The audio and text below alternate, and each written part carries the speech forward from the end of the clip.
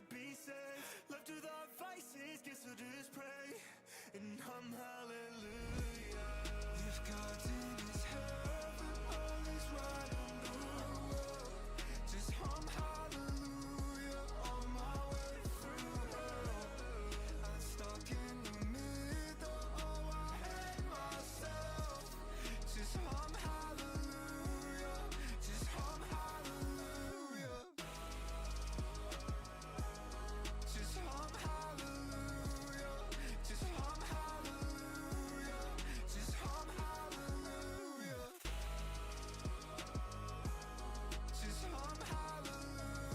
just hum hallelujah, just hum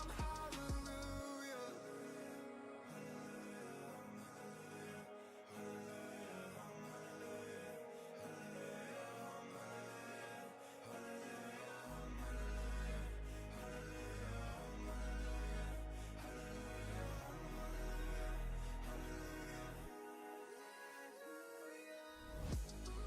If God's in his heaven, all is right in the world.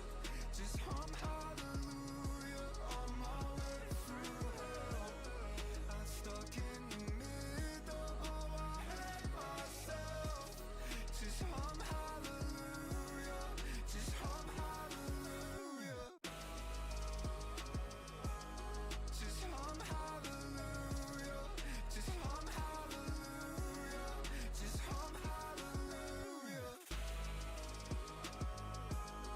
Just hum hallelujah, just hum hallelujah, just hum hallelujah. Good morning, good afternoon, good evening to those of you that are the other side of the planet. How are we? Happy Wednesday. We start with Journeyman today. We push on into Realistic RTG a little bit later on this afternoon. Simple really, isn't it? That's the plan. That basically is that, ladies and gentlemen. So it's pretty one-sided, pretty obvious what's going to happen today.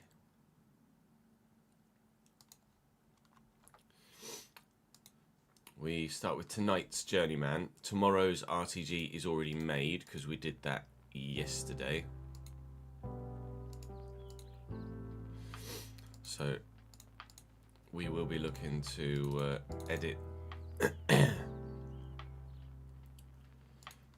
the Journeyman that we're going to record first on stream to get it live ready for 6 o'clock tonight. And then we're going to head to... we might record 2 Journeyman episodes, actually. In fact, I think I need to record 2 Journeyman episodes, actually. This is last night's RTG that we made. We're going to need to make 2 Journeymen, because we're going to need to make tomorrow's as well, because I'm offline tomorrow. So we need to make tomorrow's Journeyman. Today's Journeyman, tomorrow's Journeyman, then we can go RTG, RTG, RTG, RTG, RTG, RTG, RTG, RTG. Basically. Is the plan. Yeah? Sound good to you? Sounds good to me. How are we, Tawonga? Well, I hope. Just started at Leeds, have you, pal? Good luck with it. We're going to be heading into the transfer window, actually, in today's Journeyman. Because we have the game at home against Independente to begin. And then it's an empty June and into July, which is the changeover from one season to another. So we'll need to update the spreadsheet of Journeyman players as well. To which I do need to add Eric and Slyn.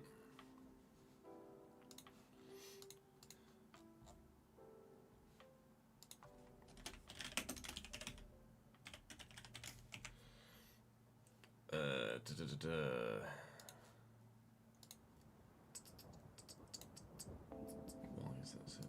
I think it was white. We do need to make Eric and Slyn. I get this up as well.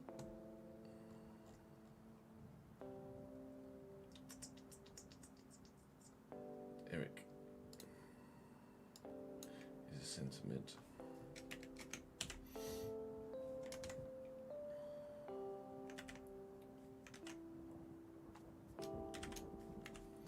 And Marta, I can't remember what Martin was off the top of my head. Striker.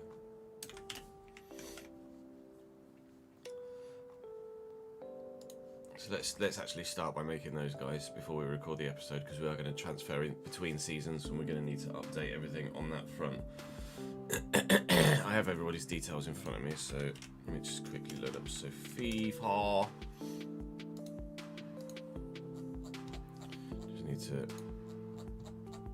go to like page 4 or 5. So you guys in this Journeyman are progressing quite considerably in terms of your capability now, because it's technically the end of season 3 in game, is it? What are we? May 2027.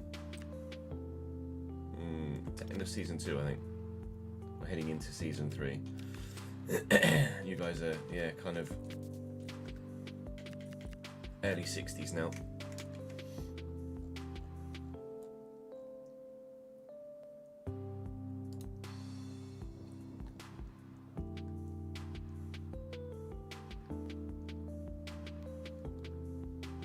Start by doing the centre mid, which is going to be Eric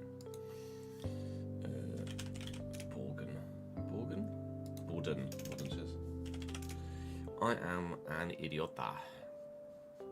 Eric's here. Cancel. I want chat. Yeah, we'll show the team in a minute, Finn. Bear with, sir, bear with.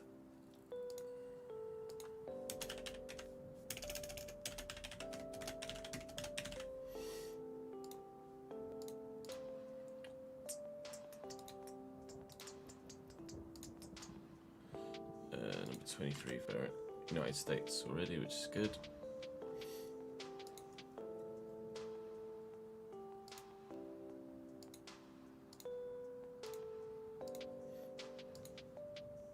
'92 potential. 4-star. 4-star. 23rd of June 2006. 2006. God damn, you old. Well, actually, no, very, very, very young. We'll up that. So up there. There. Skill-wise can come up. Physical can come up. Mentality can come up. Appearance-wise, normal kit, short socks. Blue eyes are left-footed.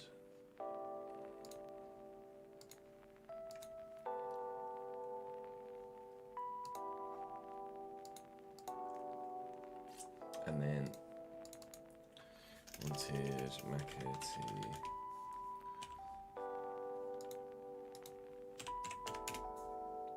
Is it James McAtee or John McAtee? It was John McAtee, wasn't it? Yeah, John McAtee. 119.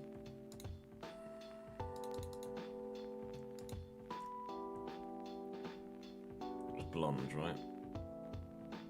Oh, hair colour as well. Hair colour and style, no facial hair. Light brown.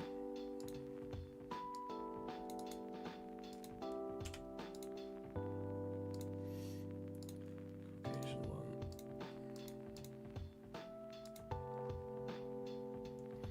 There you go. And then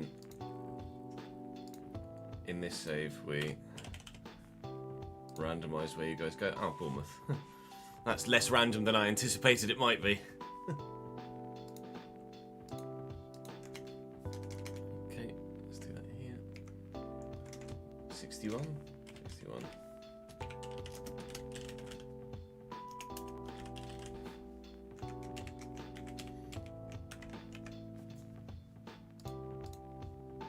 Green. Red. Let's do Martin.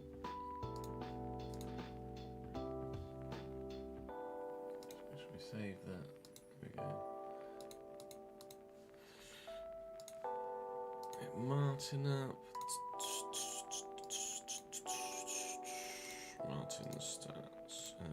striker on this list. There we go. Mohamed Ajsal. Majsal, apparently. Ajsal, 53. 57. We can close that tab. Go stats up. Get the chat up.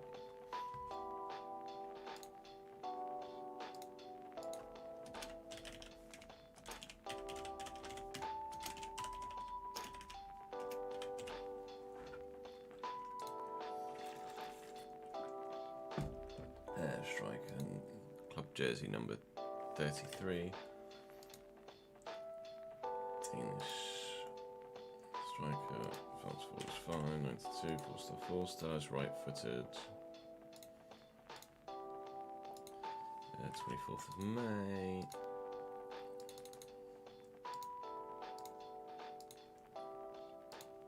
Right, that should make you a decent striker.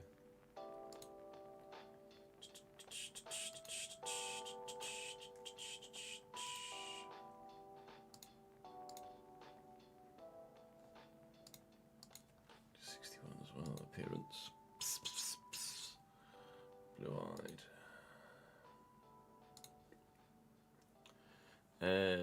Normal kit, average socks.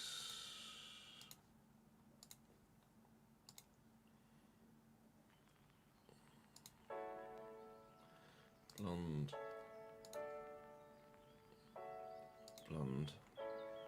Oh, we used Very well for the head, didn't we? 1090.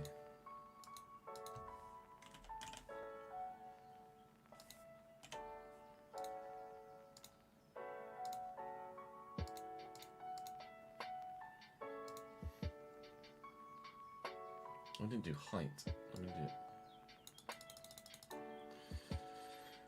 2490 kilo.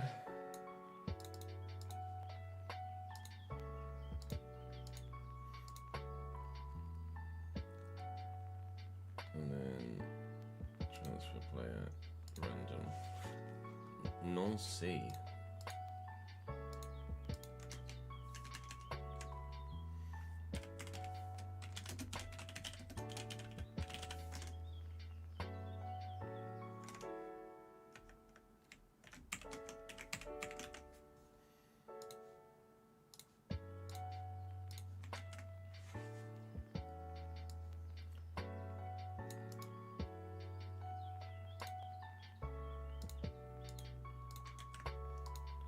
Done. So let me just get mine back up and just make sure I get here. Oh no, it wasn't mine, it was Eric I needed to do, wasn't it? Didn't necessarily do his height, etc. Eric's height was 181. A bit taller than he should be, and 88 kilo, that was bang on. There we go. Tall and normal. See, 181's not tall, is it? Average and normal. Sorry, Eric. Right, then let me add to the shortlist. We're good to go. Eric Wise. And Martin Slingball. Le Bush. And we're off. Morning, Rays. Hey Eduardo, thank you for the support on YouTube, mate. Happy holidays to you too as well, my man.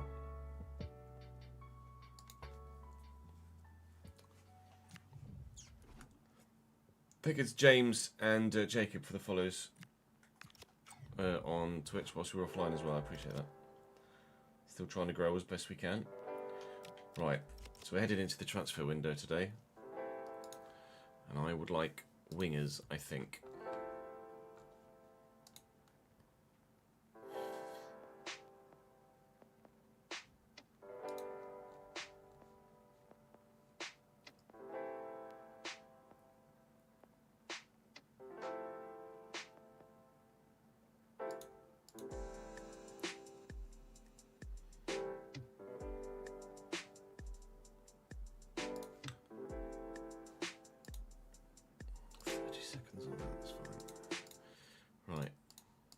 Ready?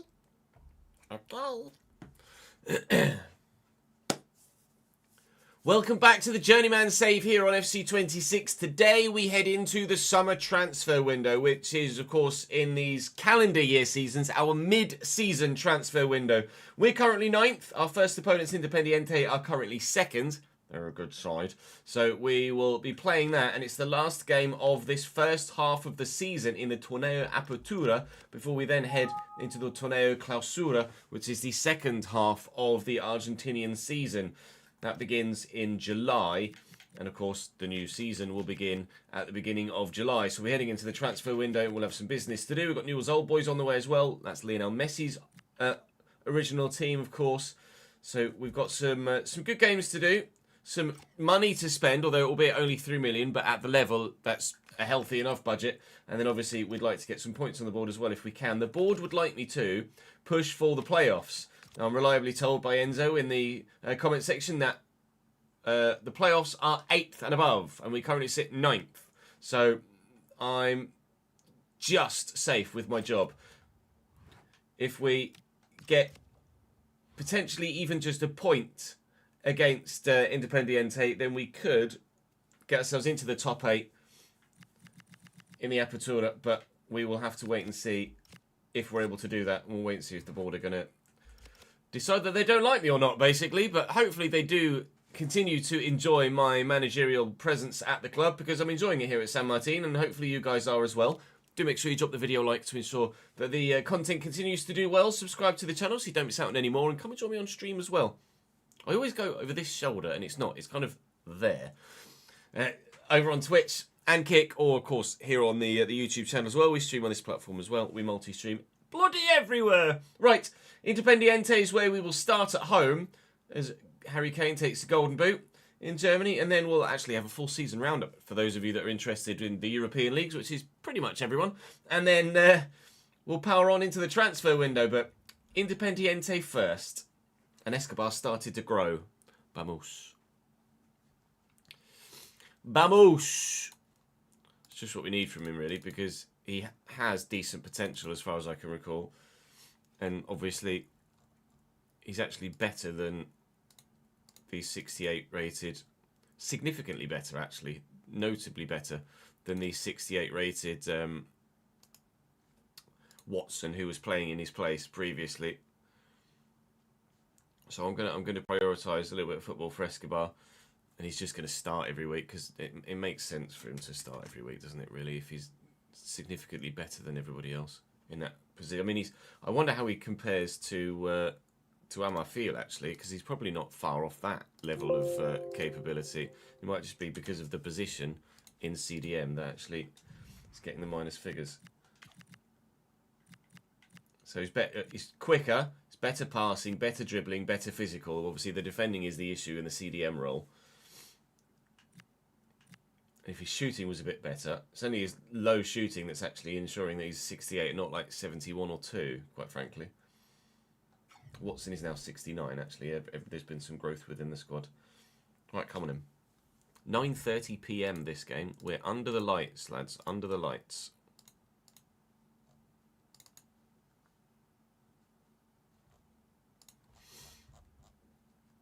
Just setting that RTG video to upload now. Don't crash on me, please. Thank you. I don't know whether any of you guys run with mods. I've not seen anyone else really complain about the pre-game cutscene and post-game cutscene, or even half-time cutscene crashing, other than Janny. He mentioned it in the dev Discord, and I haven't seen anyone else really talk about it. But obviously, there's not many people that run as many mods as us content creators do, so I would imagine that it's not that widespread an issue for the majority of people, unfortunately. Which means it's probably just my fault for running too many mods, but we do kind of want and need the mods, don't we, really, to ensure that the saves are that little bit more unique, and as a result, a little bit more entertaining. Obviously, we don't do great view-wise at the minute, but those that are here all day, every day, deserve the best that we can give you. So I'm going to give you the best that I can give you. That's today, isn't it? 17th schedule. There we go. piss. That's not. I'm fucking idiot. It's tomorrow's activity. Just get your test tonight, Journeyman.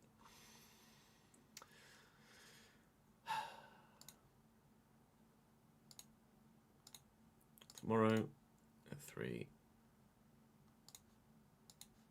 Thank you. Well done, dickhead. I don't know where we'll go after Argentina. It quite simply depends on what's available, I think.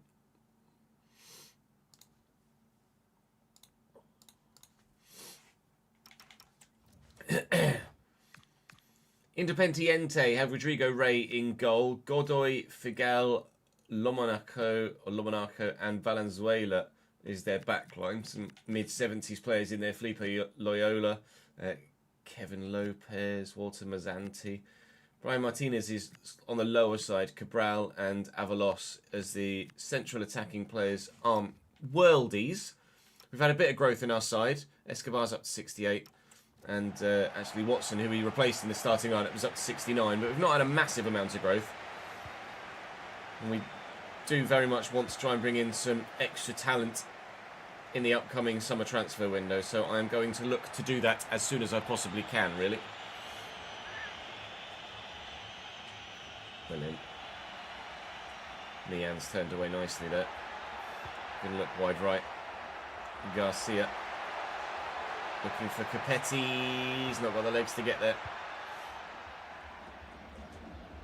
What a leap by Marchio. That was brilliant. Oh, that was not brilliant by Mian.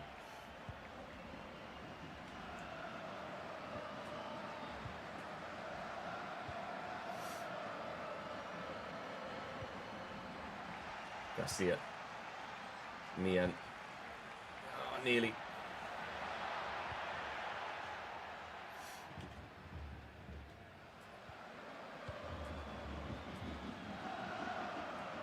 Zanti. Godoy. Nicely done. Cabral. Avalos. That's a great ball out to Mazzanti. He's offside, thankfully.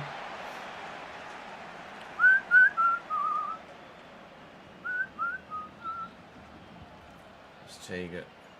Tijanovic. No, you don't. Yeah, you do. Balls.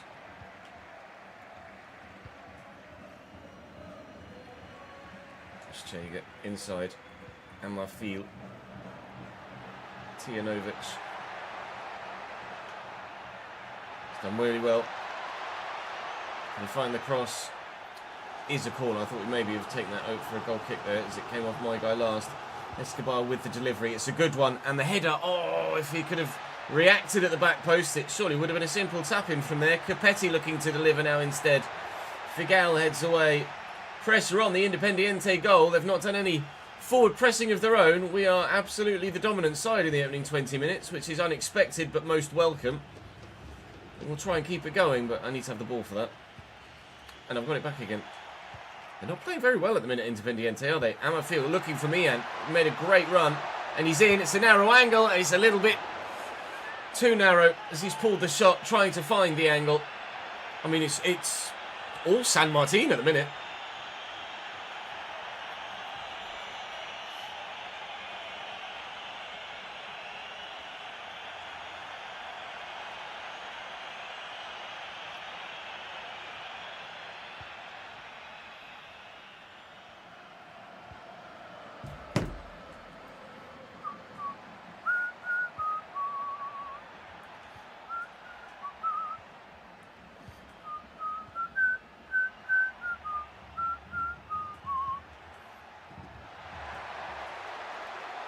Cabral, well intercepted. Escobar, Garcia, forward well. Capetti, Garcia, looking to break. Back to Escobar. He's in my field. Mian quickly around the corner. Capetti. I don't like Capetti. I've decided. We brought him in the summer and he's just not the one.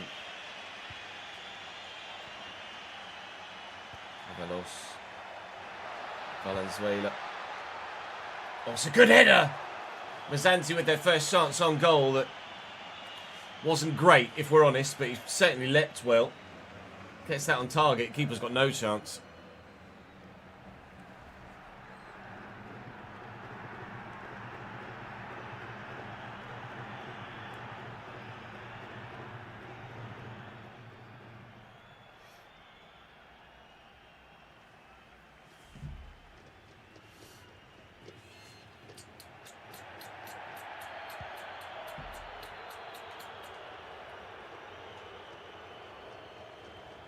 Mian. I want to float that out wide. Tijanovic. Inside to Mian and Escobar. Garcia. I've got someone in the middle. Not quite going to be able to find him at the minute, but now we could. It's Mian. And Amarfield trying to squeeze the shot away. Not got that cutting edge, is probably the phrase, in the final third. Definitely going to look for more forward players in the window.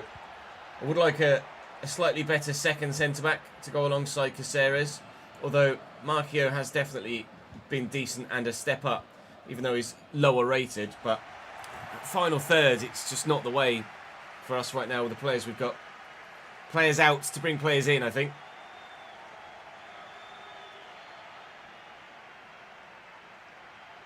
Hola, Davidinki. ¿Cómo estás?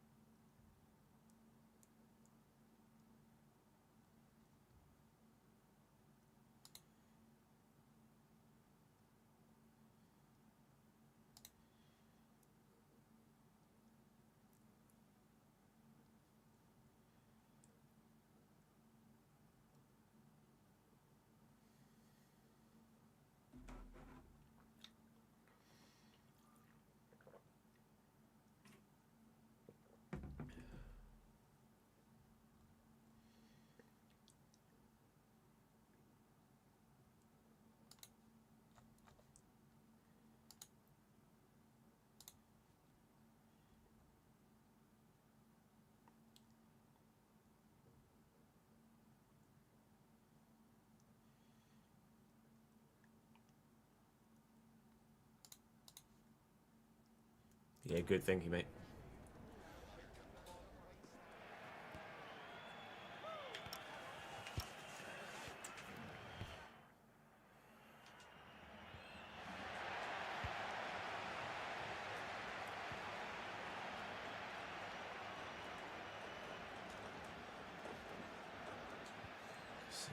Escobar. Garcia. Wicket. Betty can't get up to it.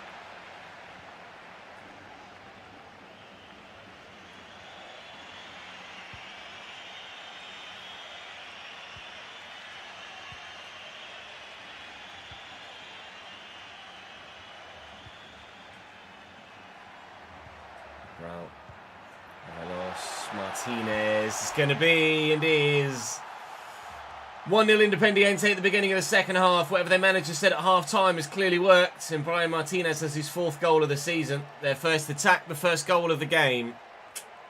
With our lack of goal-scoring capability at the minute, that is bad news for our playoff hopes. Shit. Basically.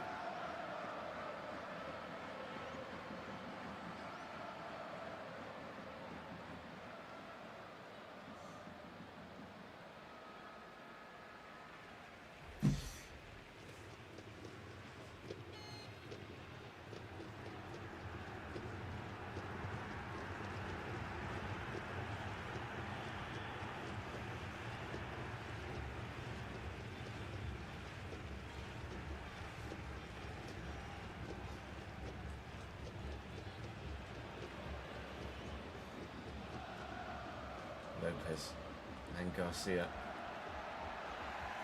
Oh, that's poor. That's actually really not great at all. Mian. Marchio. Amarfield. Do I go out wide? I'm going to have to. And I get a little bit lucky. Tijanovic has Mian in the middle. Oh, mate. I'm sorry. That's just not good enough. There's just no excuse from there. That's got to be in. It's got to be 1-1. We've already swapped out one cam for the other cam in the squad this season because they weren't performing. Mian is better in possession, but neither of them could put the ball in the back of the net. I mean, I'm bloody tempted to put some of those, or to try a couple of those high potential youngsters in these positions, even though they're late 50s in rating. Oh, it's just unacceptable. When we're chasing what we're chasing, and maybe my managerial position is in question at the moment, I am being let down by my players in key moments, and that can cost the manager his job.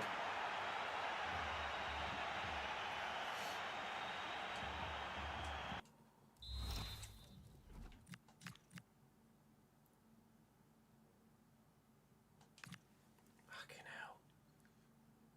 That was poor.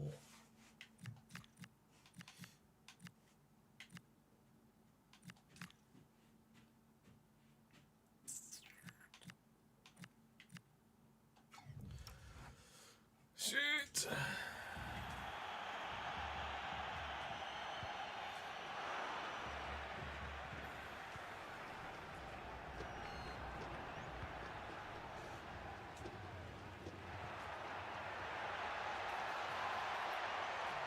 Lopez. Out to Ruiz. Back to Loyola. And Avalos. Good block. Still deflected. There's only one in it. All it takes is one chance, Mr. Mian, and we can get something from this and get the point that we think could, maybe, if other results go away, send us into the top 8. I was kind of hoping for the 0-0 when we were sat scoreless for so long. We're not far off it. We just need that little bit of luck in front of goal that we just have not got so far. Escobar's header is poor. Maybe had the time and space to bring that down. Less than 15 minutes between us and definitely not a top 8 finish. And maybe an insecure job status.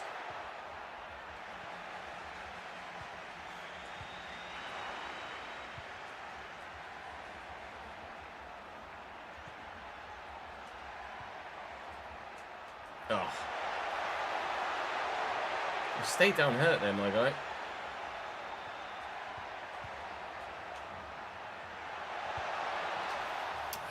That's two. You can't deal with that quick 1-2. By the time you change player to deal with the first pass, he's already back at the original guy. Walter Mazzanti scores his first goal of the season. It's 2-0. And there were some boos in the background there.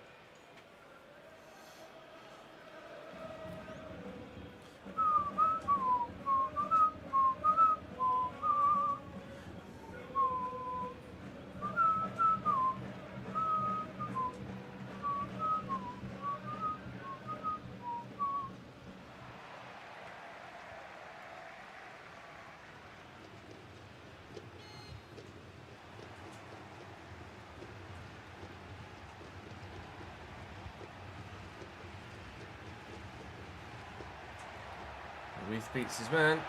Lopez Garcia is still carrying that knock from earlier. Keeper. Not even that confident in the keeper now after the way that he conceded in the last episode from a floated cross. Maybe we need a new goalkeeper too. We know we rely quite heavily on Will Norris and have relied on goalkeepers in other saves as well. I think most importantly we need to start scoring goals before we think about stopping conceding them. There's no point stopping conceding them if you still can't win because you can't score at the other end. Might as well try and outscore the opposition. We are 10th.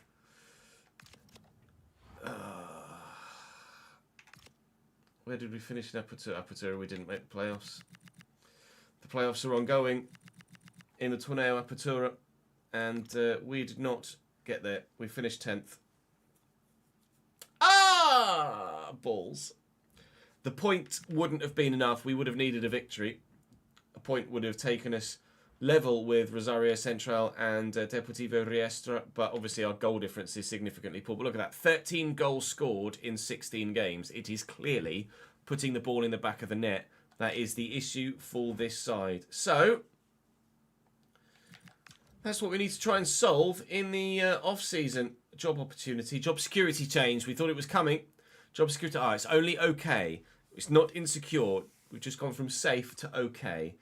4 weeks for Lopez Garcia, but that's fine. It's not a problem. We have plenty of time now between now and the next fixture, which is coming in over a month's time because we're not involved in the bloody playoffs. 23 jobs available at the minute in Europe, but we're still committed to the job at hand here. We'll push through now towards July. We'll start thinking about having a look at some of the other players that might be available. I might actually list a few players for transfer here, and then we'll see what happens in the build-up to the new season.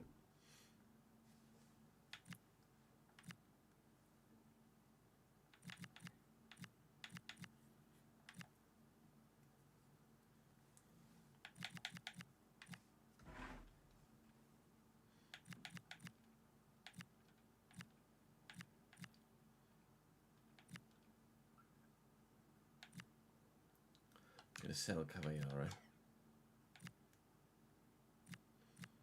Gonna sell Menendez.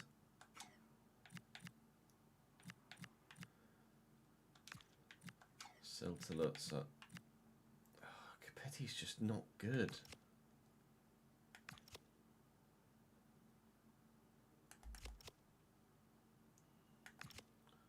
What a pain in the arse.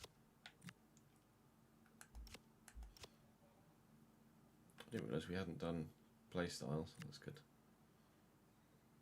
Maybe we should. Oh, we should do that too.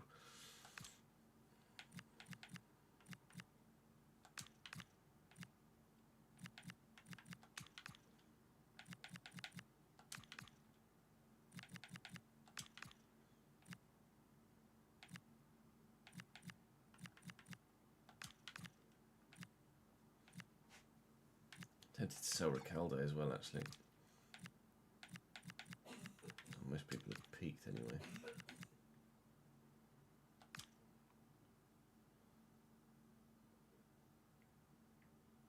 wonder if he could play at CDM. Centre mid. I don't really need anyone there.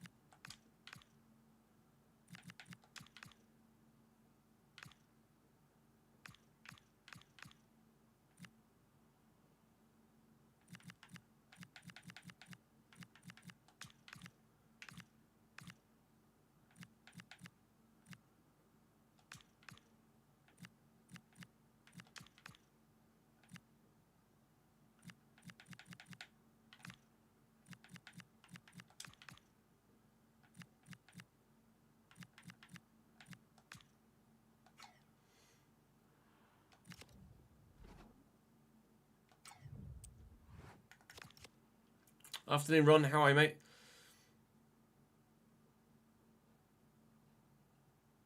It's not every time, Dom. It's just sometimes.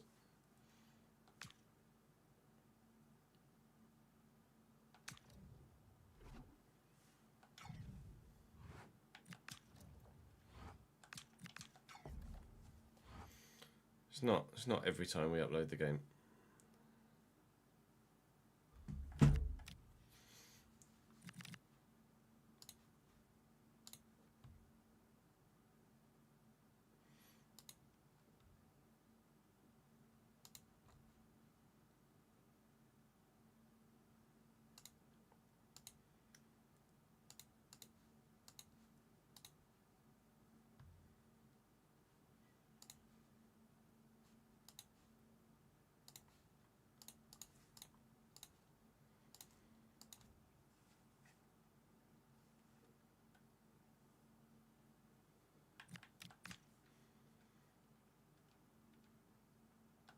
Good. Offer for Menendez. I'm just going to accept. Just going to accept any bids. Let's see who's on the transfer list.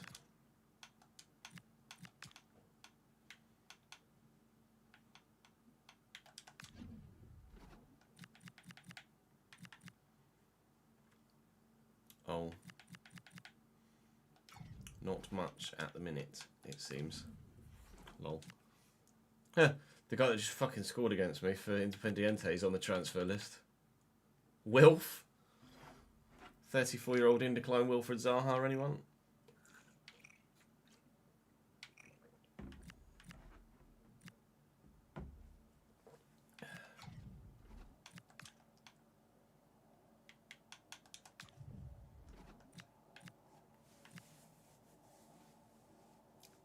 Juan Bowser?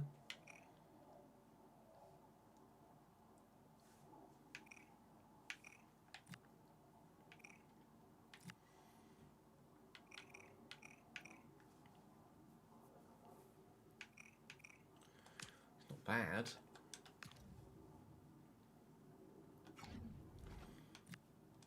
Also not great. Good.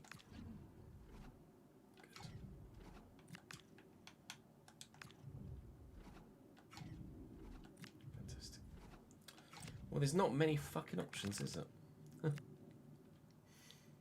Yeah, good, thank you, Scott. How are you, mate? Bid for Caviaro. Going to accept these bids. I want to get the job. I want to get the deals done before we get to the transfer window opening, so I know how much money I've actually got to spend.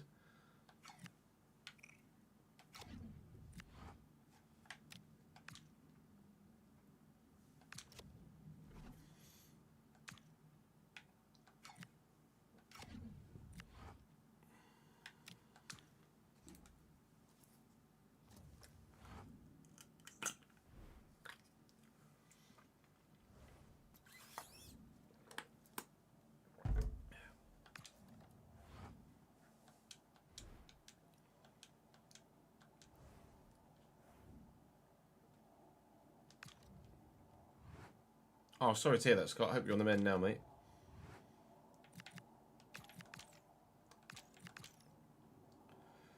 We've sold 2 players. Menendez is going to Belgrano de Cordoba for £790,000, and Juan Ignacio Caballero is going to Club Atletico Platense for £740,000. So our transfer budget potential for when the transfer window opens is growing, and growing by another £300,000 as Franco Tolozza is on his way to Austria for 300 grand. So that's another good move for us. There are some job opportunities at the minute available, but obviously right now we're happy enough at San Martin. I'd be intrigued if we finish outside the playoffs in the second half of the season as well, what actually happens with my job. I'd be intrigued to see where San Martin, Club Atletico, San Martin. I'd be intrigued to see where they finished in real life. Argentinian Primera División. Let's have a look.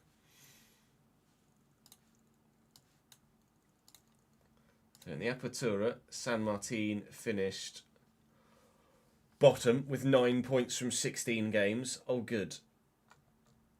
And in the Clausura, they finished 10th.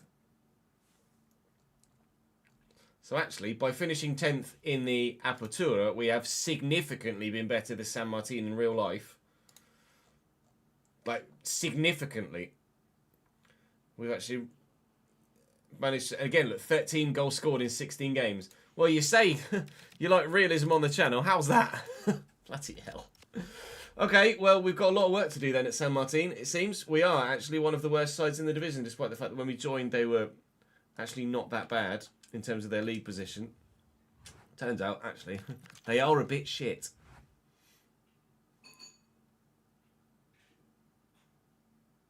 You're home, but still on the pain meds. It's always better to be home, isn't it, mate? Like we say, fingers crossed you have a speedy recovery, pal.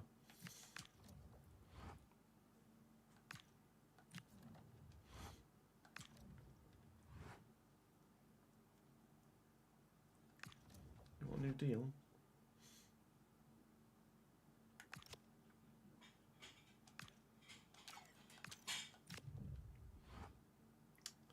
Well, I can't offer you one.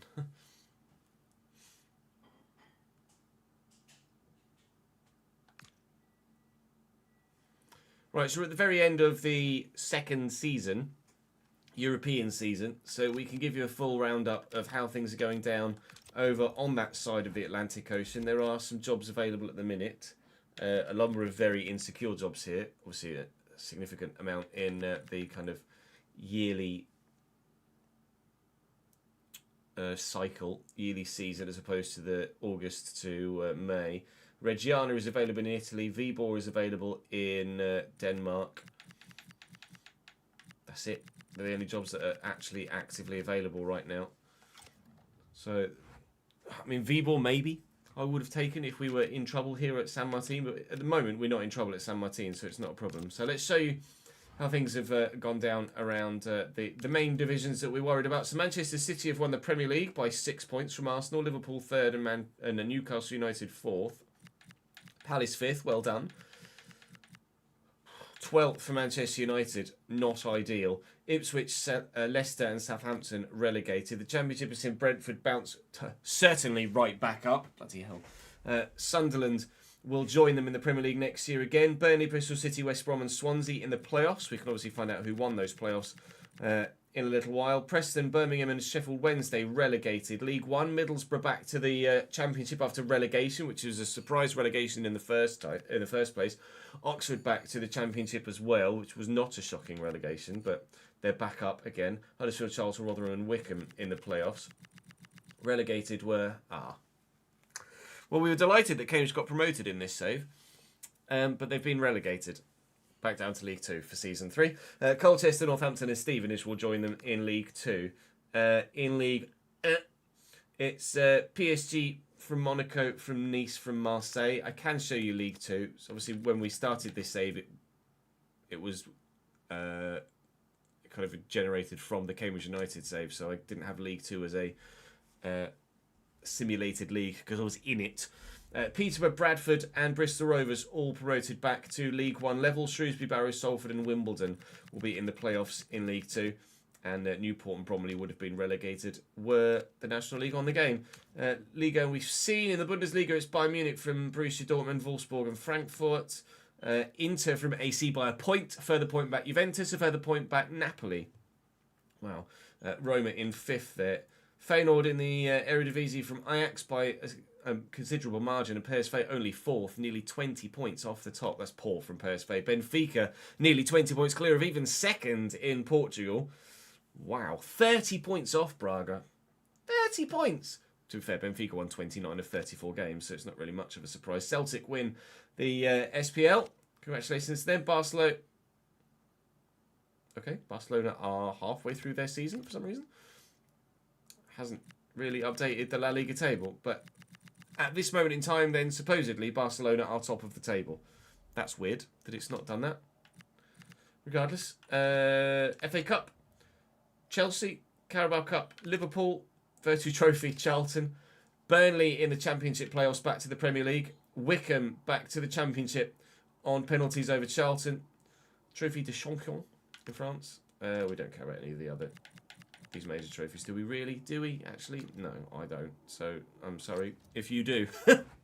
Do feel free to come and join me on stream if you would like to see those. Right, I'm going to power on then towards the new season. And then we will get some money in the bank from the transfers that are about to come through. And then we'll see who's on the transfer list and who's available. And let's bring in some new players for the second half of this year, because we've got some leaving. Suggestion for striker Gustavo Aguilar.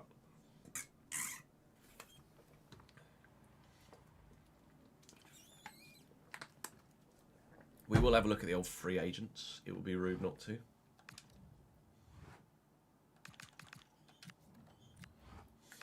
We'll advance a day and then look for pre-gens.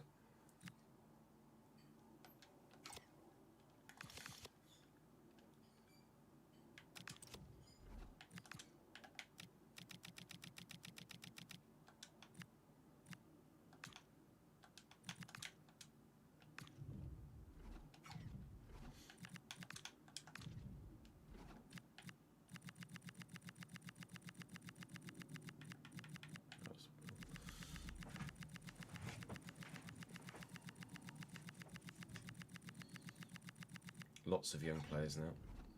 Maybe not that down to 19. They're not going to be 20, are they?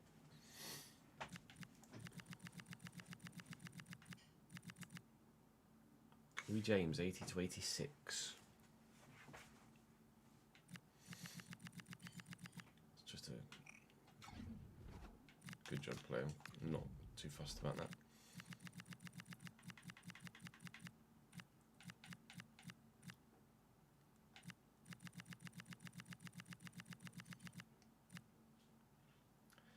Kieran Wyatt, Cam, left wing, centre mid, 80 to 94.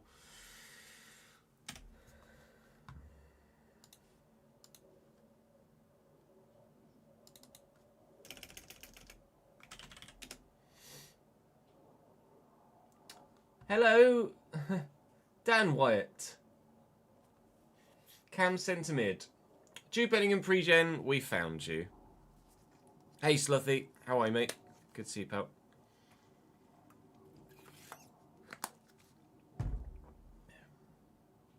Let's mud the 99 potential. He's spawned in at 91 rated. No.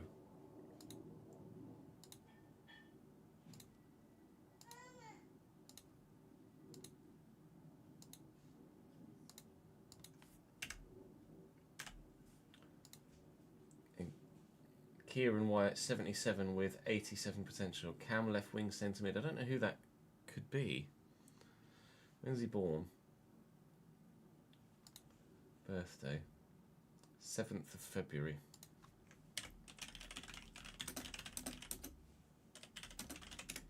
Footballers born on the 7th of February. English Cam, left wing, centre mid. Marmouche, Barella, Sergio Roberto. I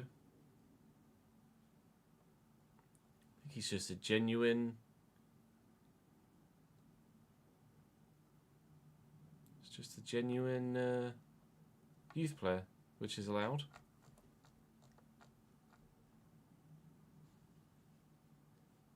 Fair enough, not pre-gen of anyone. Congratulations, sir, you live to exist.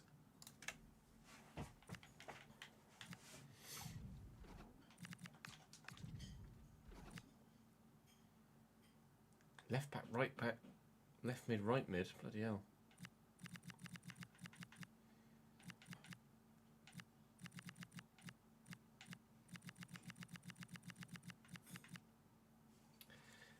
Elliot Wells, 83 to 89.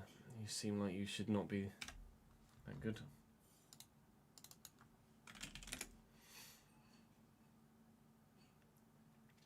I don't mind him having 85 potential. It just, you can't just spawn in and already be world class. I don't like that.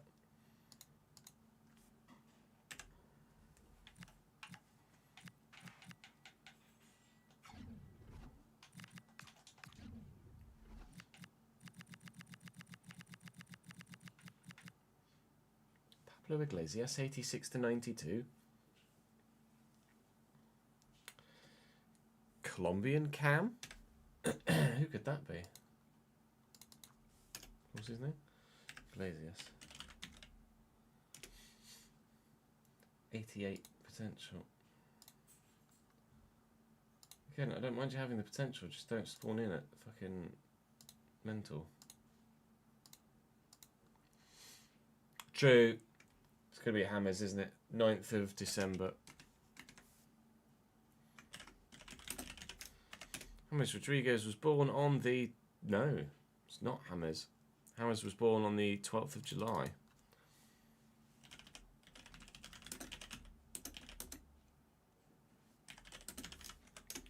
Footballers born on the 9th of December. Harvey Barnes. Oh, it's an equaliser.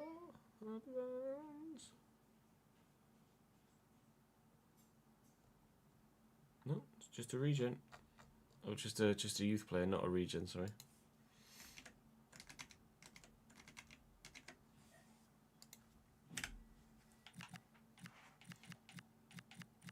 So I don't mind him having that potential window, just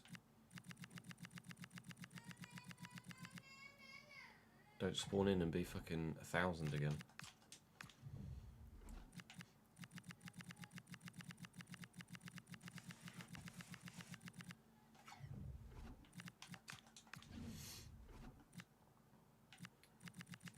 Yeah, I think they're probably related to food and the fact that it hasn't arrived on his plate yet, even though he can see it. Davidink. Dude has things to say, always.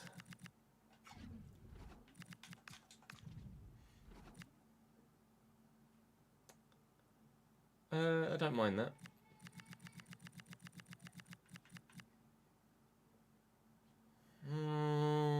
That one I'm not so sure about.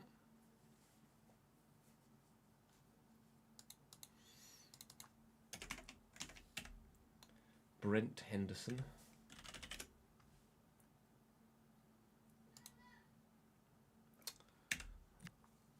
I'll allow it. If someone spawns in 74 or lower, that will be our top.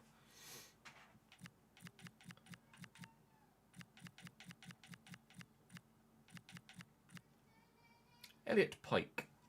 Hello. No.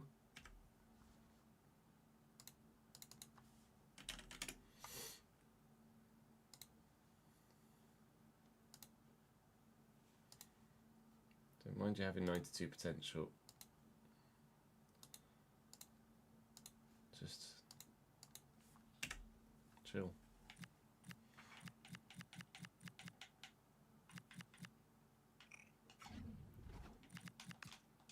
There's not going to be anyone in. Well, to be fair, you guys might get pre-gens in the lower leagues, so we've got to keep an eye on that, don't we?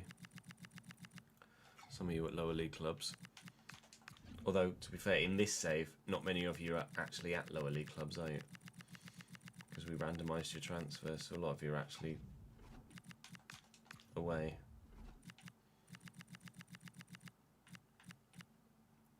Aaron Schultz. 82 at 17? Fucking no. Not happening.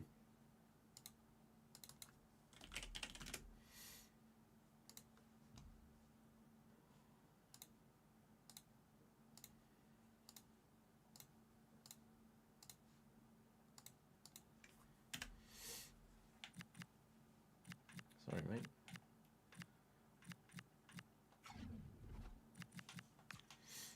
Tior pregen, yep.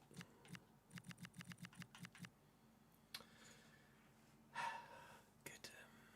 94 pace. Back off. Back off. Ricardo Bastos.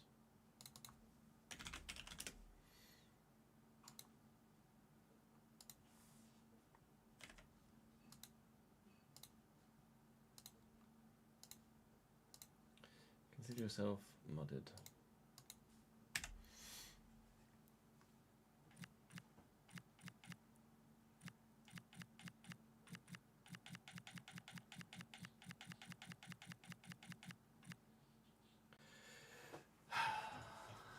Hello, Nuno Mendes. How are you?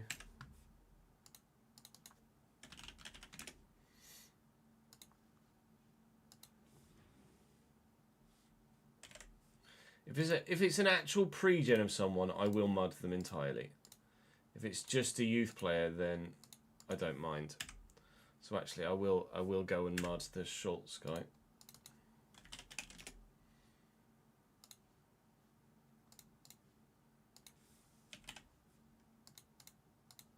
Because he's a pure pre-gen.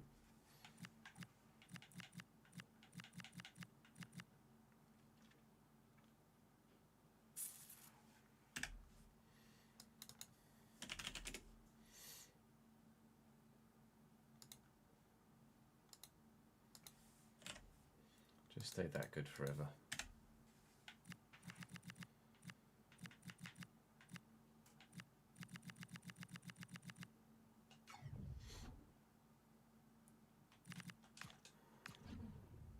That's what we've been asking for, Davidenki.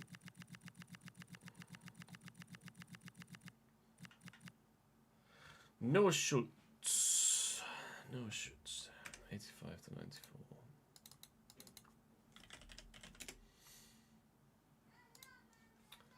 26th of June.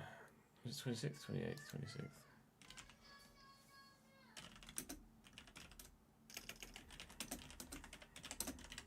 Clay was born on 26th of June.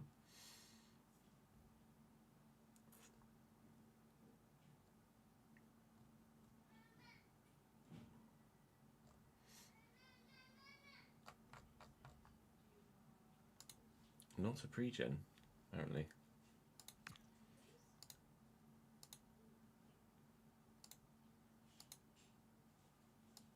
So I don't mind you having the potential, but you're just not starting that good.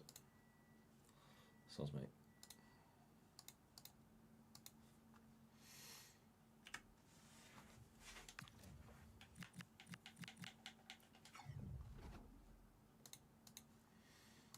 Afternoon, Ben. How are we, mate? It was for database reasons, Grace. I'm pretty sure when they initially brought them in.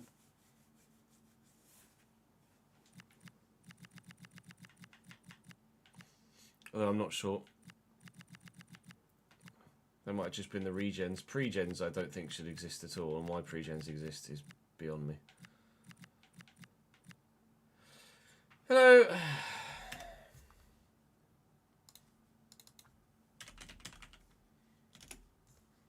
Tavares.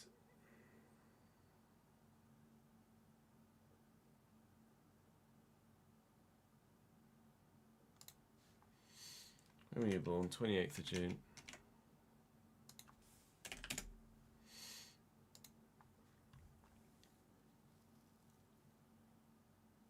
Pedro Gonçalves. Left mid, cam, left wing.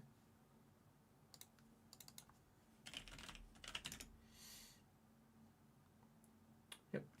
Gonçalves pregen. You're getting mudded, sir. Sorry.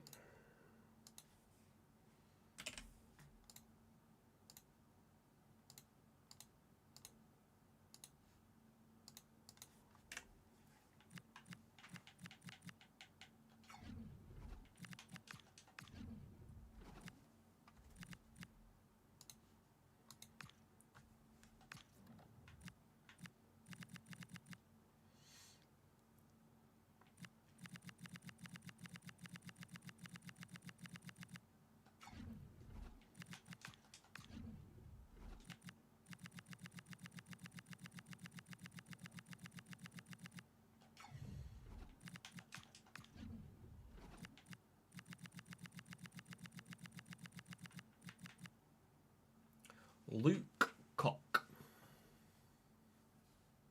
Who are you a pregen of?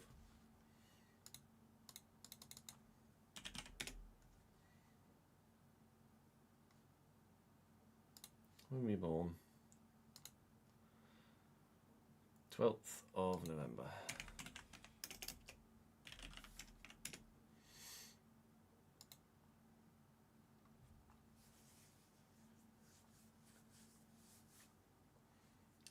Dutch cam centre mid.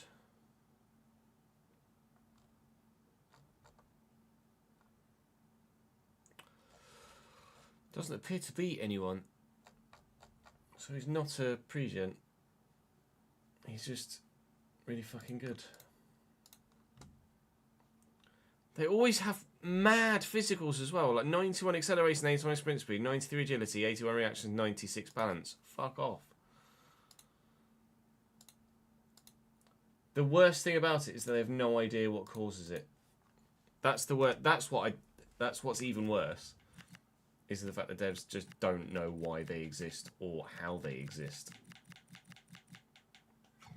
which is absolutely stupid. Just shows that there's so much underlying code from devs that have been there and left.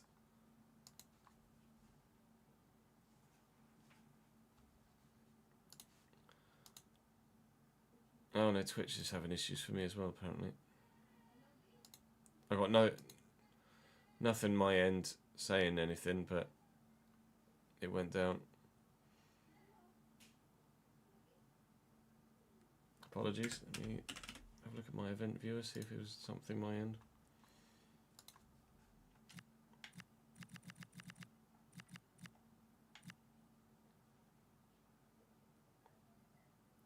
Nothing my end. Twitch, it was Twitch end. Nothing on my event viewer, I'm afraid. Sorry. Twitch be twitching.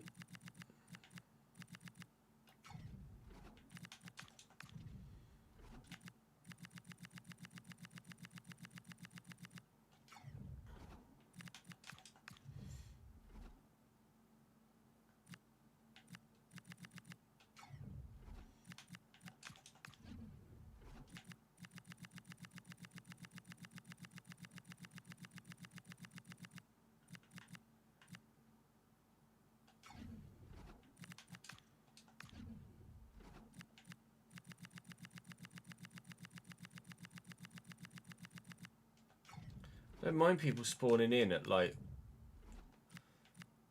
late 60s, early 70s, but to just be fucking 90 rated immediately off the bat is just stupid.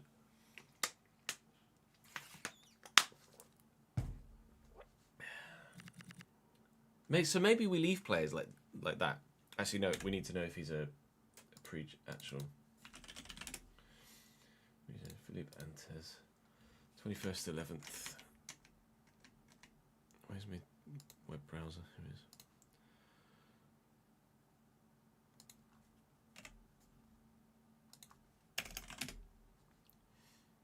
Greek. Vangelis Pavlidis. Hello.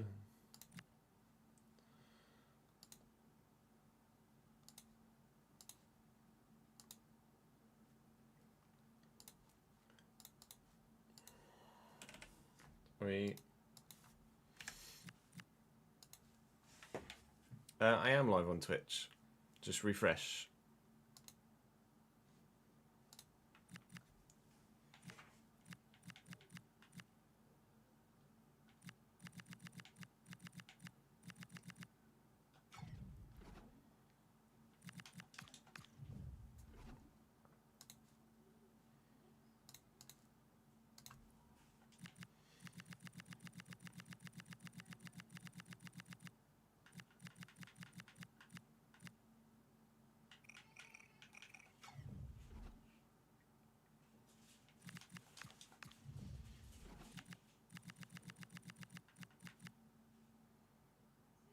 $16.73 rated. Not sure about that, pal.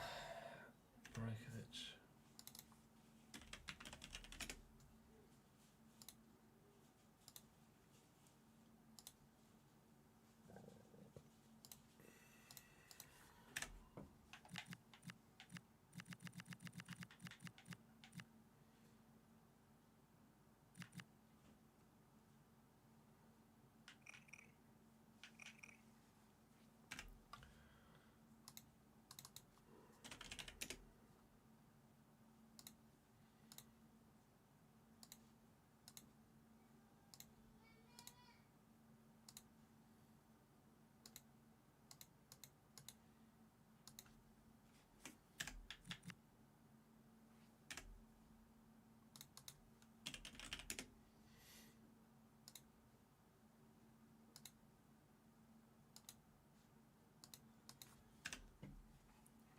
Yeah, Noonan could be a shout in the RTG.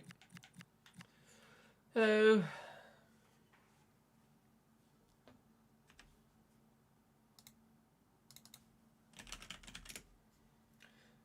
Akinola Okereke.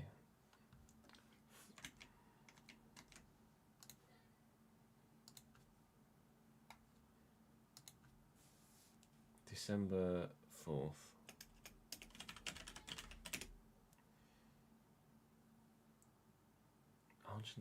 Nigerian centre back.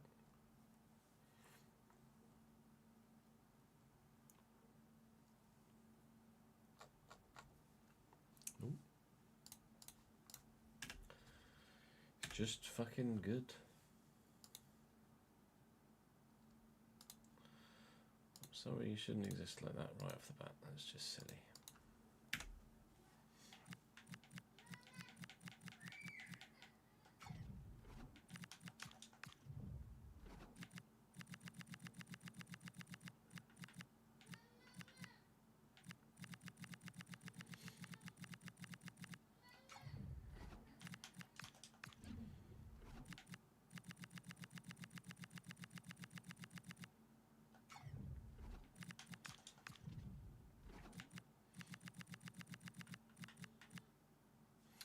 Hello, Collins Regen.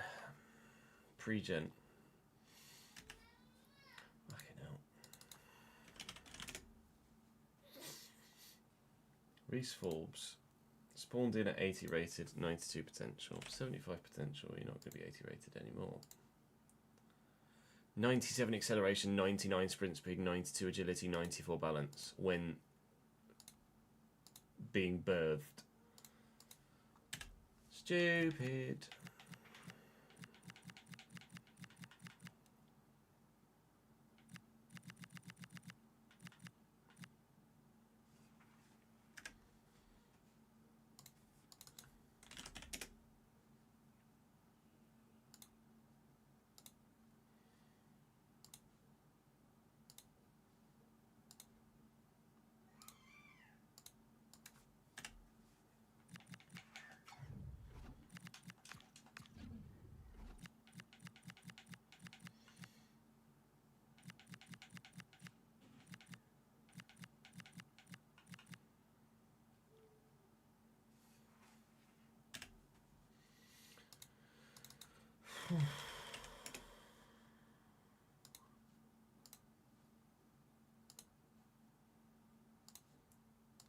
Thank God for PC, eh?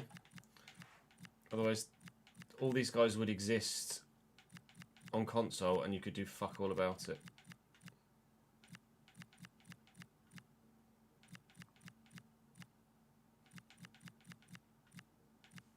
Hello, Vinny Pregen. Santiago? Santiago.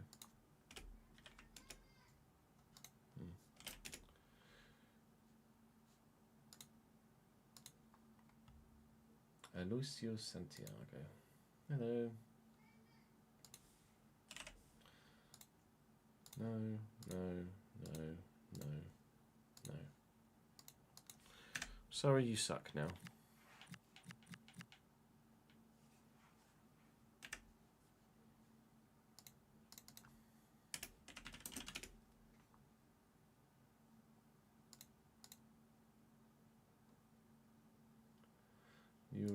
You ruin fed a fool. Sorry, you suck now.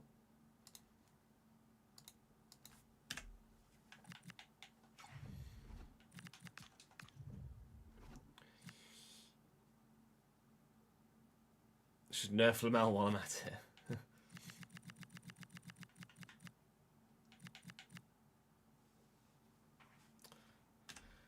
Pedro Miranda.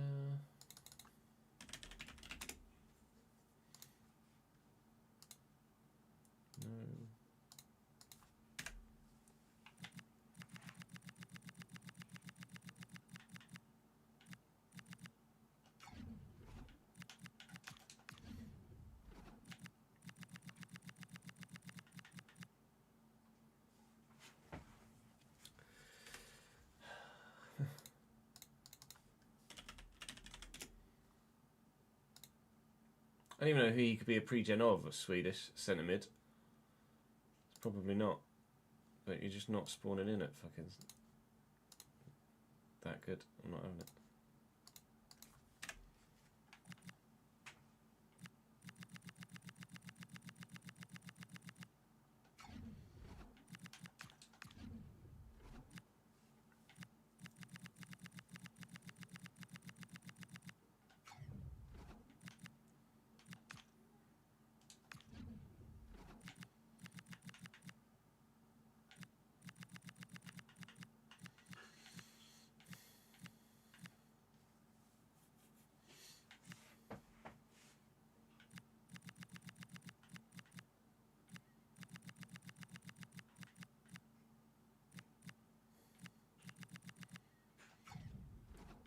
Couple of borderline ones in Turkey.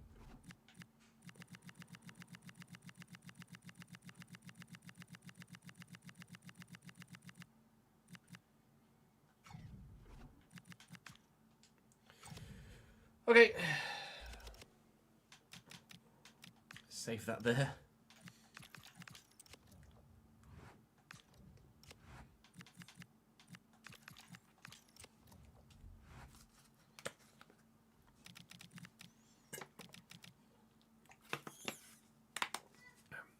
Not that we're aware of, Davidenki, no. Don't know as anyone knows how and why pregens are a thing.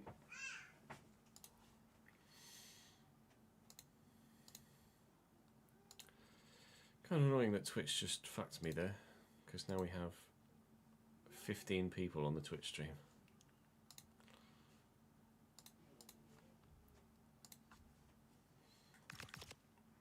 Right, so let's have a look and see who's available on the transfer list. I see I need to update your guys' ratings here as well, don't I?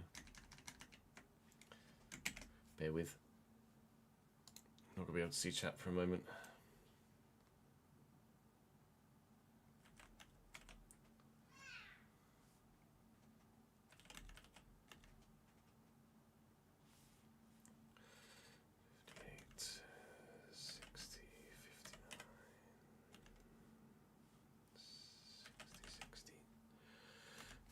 Still in order.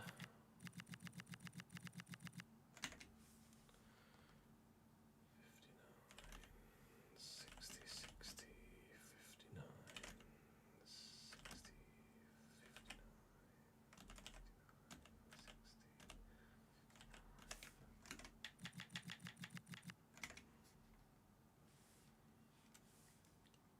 60,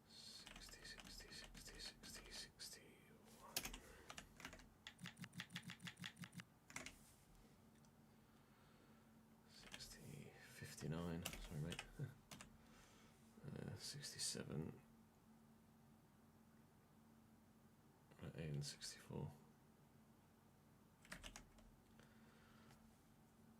And Eric. I've literally just made Eric at 61 and he's already made him 67.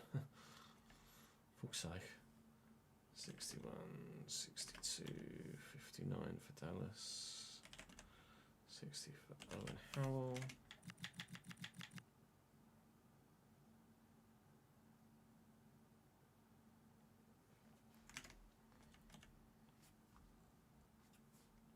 Mike is 61, 61, 57, 58, 60 for Liam, 63,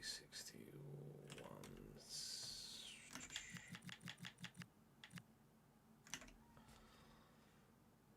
Cole 61, Sebastian 61, Brennan 60.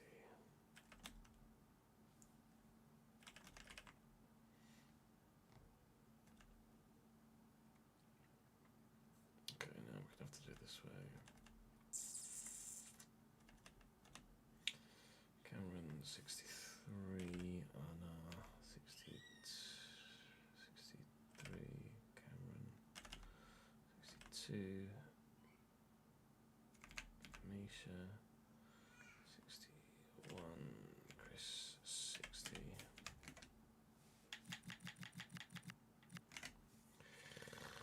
Wimps 62, Nolan 61, Rodney 62, John Ho 60, Liam 62,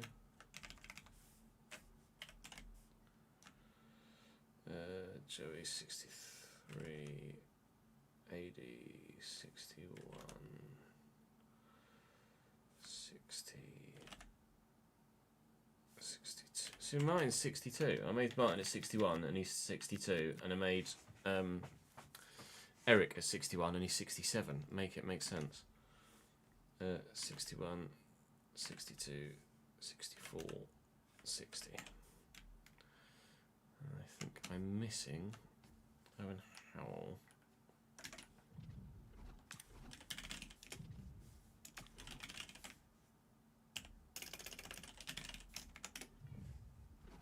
He's 60. I know he's on my shortlist. I know. Sanders.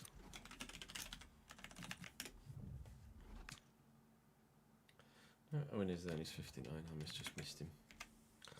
I don't think anyone's moved.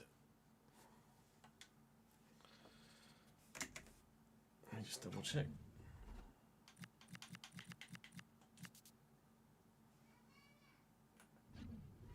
Come on.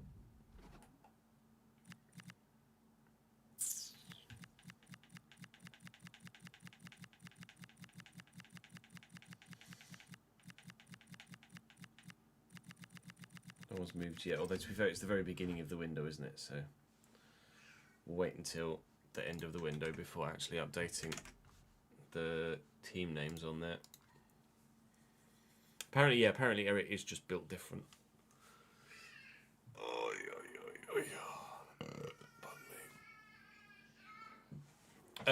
Barcelona have renewed to be the alternating circuit with Spa. Fucking dead.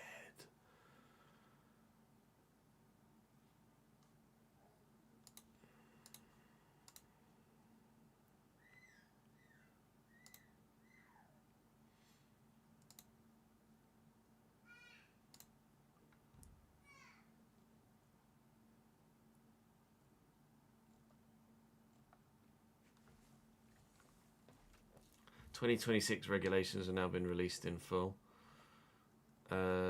Where is this? I'm trying to see the Spa news on the feed and I can't see it.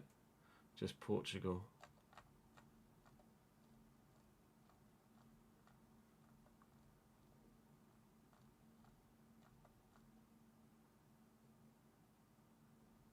I can't see the Spa news anywhere.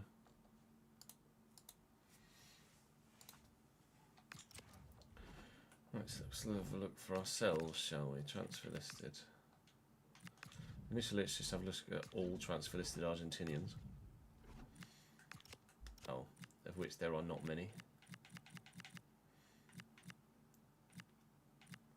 Basically, everybody that was transfer listed last time. Good. How about loan listed Argentinians? Even less. Fantastic. Yeah, good. Thank you, Ben. How are you, mate? Free agent Argentinians? Hello.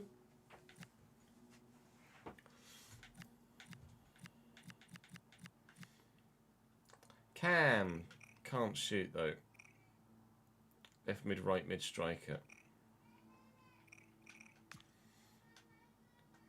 Shortlist. No. 7th rated centre back. Hello.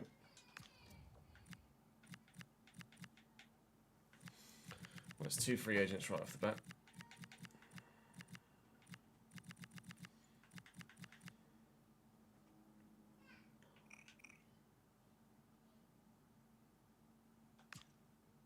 Make that 3.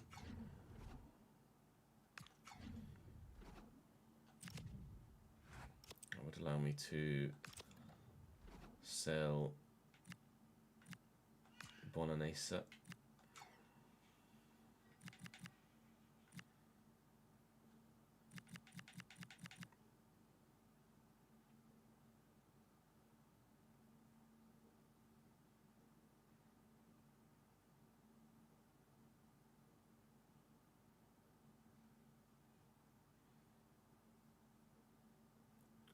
Yeah, that's rough, Ben.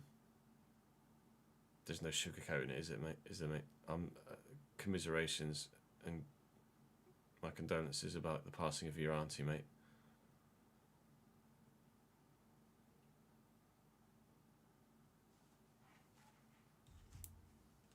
And in general, just be safe. I think it's probably the best thing to say there. If you've any concerns about that guy, just report him to the police, even just so that they're aware of him. It's probably the best thing to do. Just report it to the police. If it's reported, then, you know, if there's something that happens, then they've got the report previously to look back at and go off.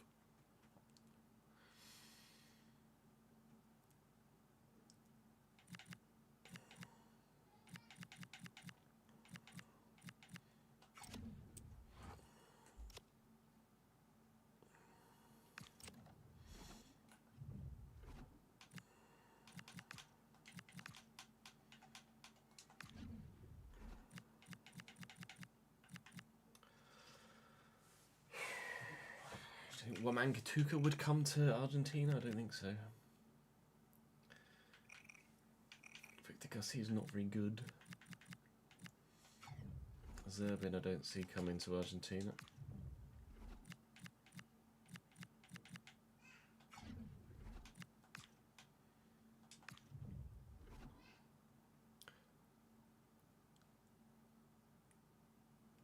Yeah, he sounds like an absolute standout citizen. Regardless, still report that he's hanging around town and near where you work, etc. They should be aware of his behavioural tendencies. Just because they're aware of him for previous doesn't mean they're going to be aware of what he's actually actively doing now.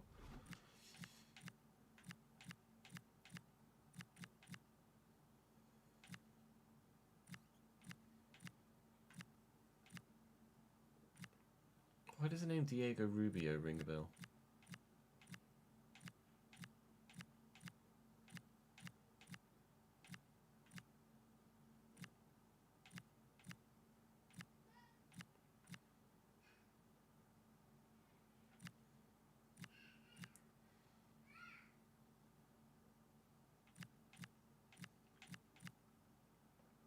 Randy and Tekka. Fucking hell.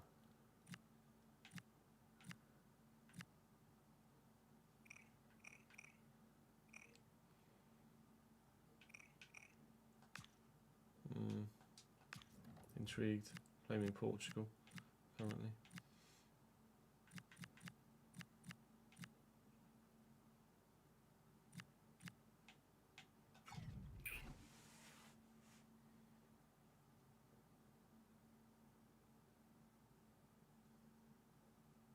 What's his thing with you and or your family, to be honest, Ben?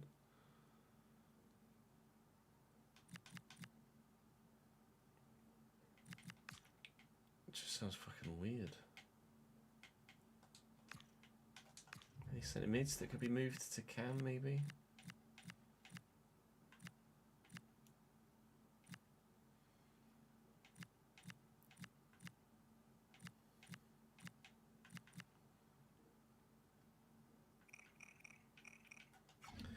Not really.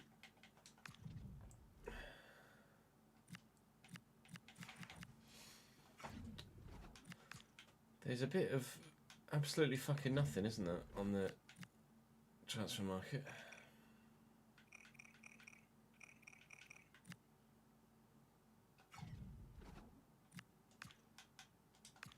Definite issue with the game is that there's just never anything, or never more than a smattering of people that are actually transfer listed or loan listed in the whole world. In what, 35, 40 leagues,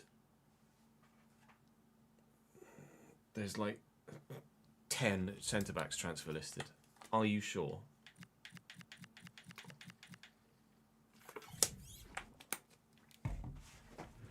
Are you sure about that?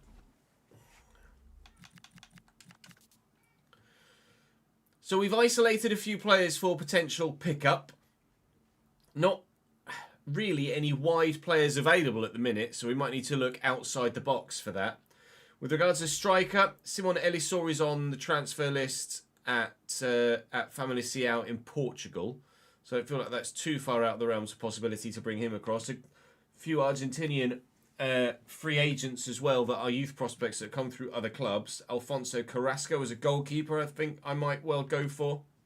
And Nicolas Peralta at centre-back looks like he's going to be pretty solid, whilst not sensational at the minute. Hopefully there's some growth there. And then Rafa Iglesias can play anywhere in the forward four, although he can't really shoot. So I'm going to say wide man. Considering we don't really cross that much, I'm going to sign him and play him on the wing. 5-star weak foot will help. So I'm going to sign these 3 free agents. We're still looking to move on some other players, and we're hoping that as we progress through the transfer window, we're still only on the 2nd of July, as we progress through the transfer window, we're hoping that, that some players become available on the transfer list. I could also look at other free agents, I suppose, maybe Brazilian free agents or Colombian free agents or Ecuadorian free agents. Other South American free agents could be an idea as well, to be fair, which I may well do. But for now, I'm going to get these 3 free agents in. We won't immediately go for Elisor, but he's certainly on the short list for a reason.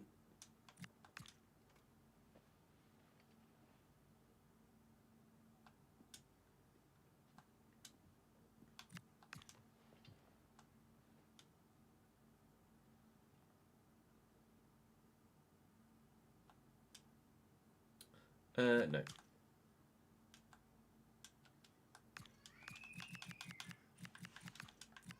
So £3 grand? Yes.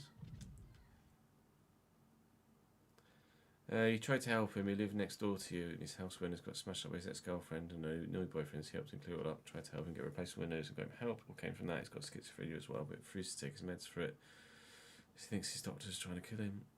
Yeah, it sounds like he does need to be sectioned, doesn't it?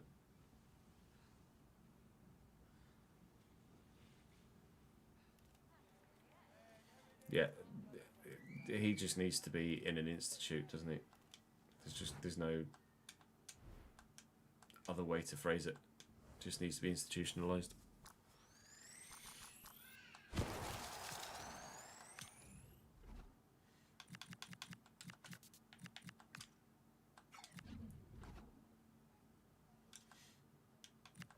He'll want crucial. Can have it. 5-year deal is fine by me. No release clause is fine by me. That's all fine by me. Bosh, you're in. Mad that they're still generating youth players with old hairstyles.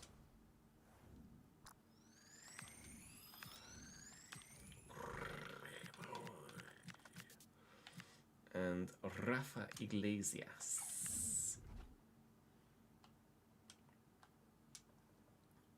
Oh yeah, we'll take some suggestions from the chat as well, Darren. Don't worry. I'd rather give you a longer deal than that, to be honest.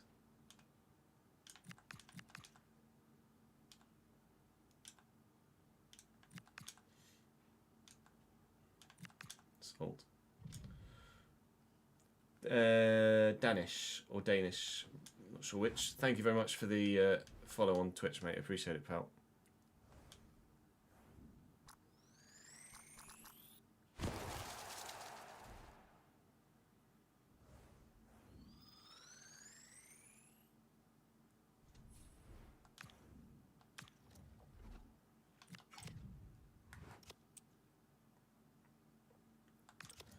Let's get them on development plans. This guy is right-footed, so let's train him as a right mid.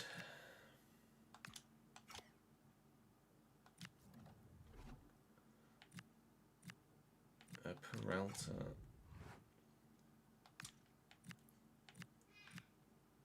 Why is his pace stat not going up? Because must stop that, get his acceleration up at least.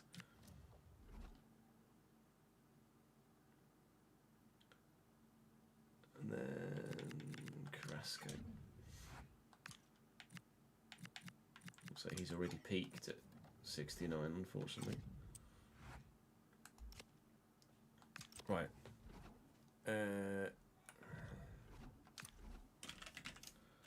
John Mercado.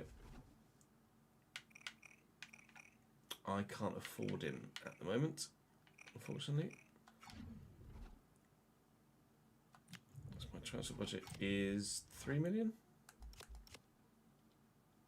4 million. Yeah, I couldn't afford Mercado. Let's have a look at Brazilian free agents.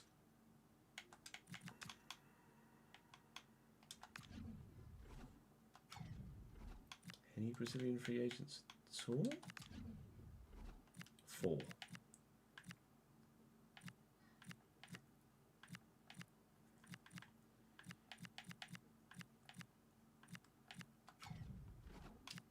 Okay. How about Colombians?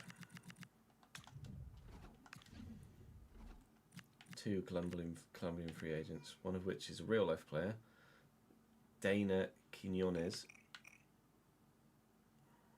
Actually doesn't look that bad. Finesse shot, technical. Can't shoot though. And Joaquin Nieto. Say no to both of those. How about Ecuador? Just Anderson Julio. Not necessarily someone I'd want.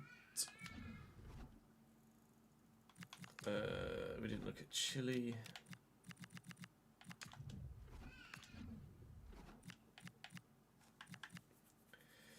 Ismael Martinez is a left back, left mid. That's going to be a no. Other decent South American countries are there? Paraguay, maybe? Any Paraguayan free agents? Just one. It's not very good. Uruguay's a great shout.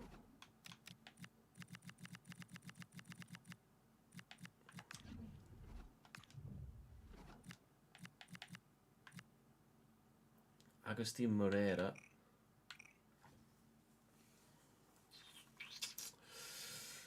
Can't pass a football though. Castro. Oh, I should probably look at more than Castro, shouldn't I? Max Loren Castro.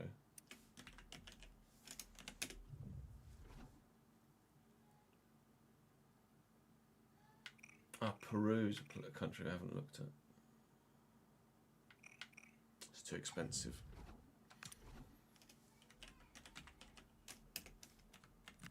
Juan David Abando. Can afford. I can't shoot though. Like, I need a camera that can shoot.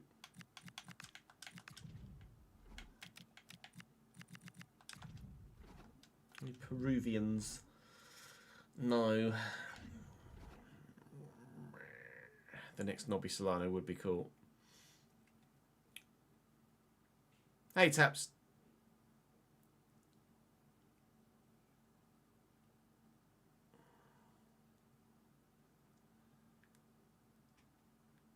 If they don't have an in-game face, as in it's just grey like that, then it's a real-life player that just doesn't have a picture.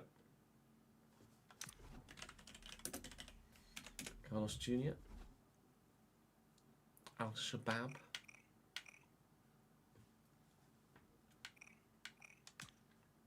I'd be on board with that. It's expensive, though.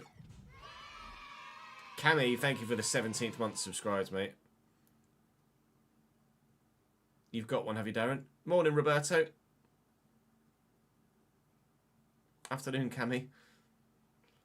Oh, yeah, we haven't looked at Mexicans, to be fair.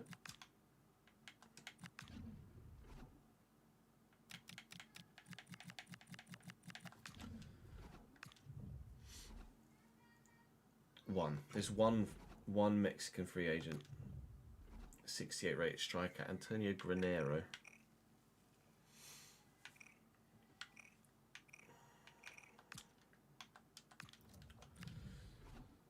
Are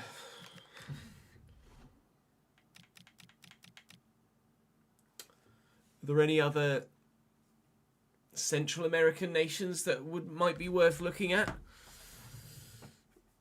Oh, you're in London at the moment, are you, Cammy? Nice.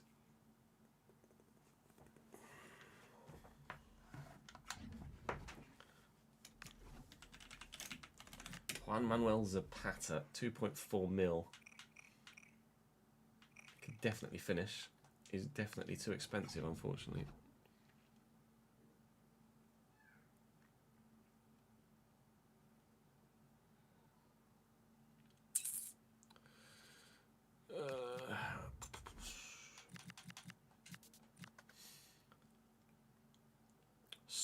Panama, Honduras, Suriname.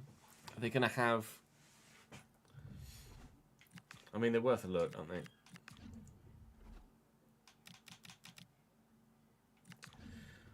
Any Honduran free agents? None. And Panamanians? Panama.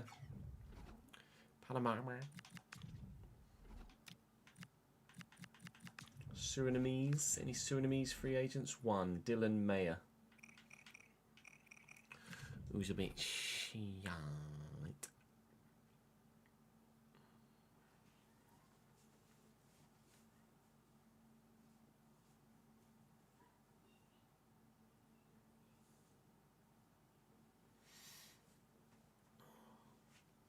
What, a Mount Rushmore of just a goalkeeper and a back three. Or goalkeeper and a back four.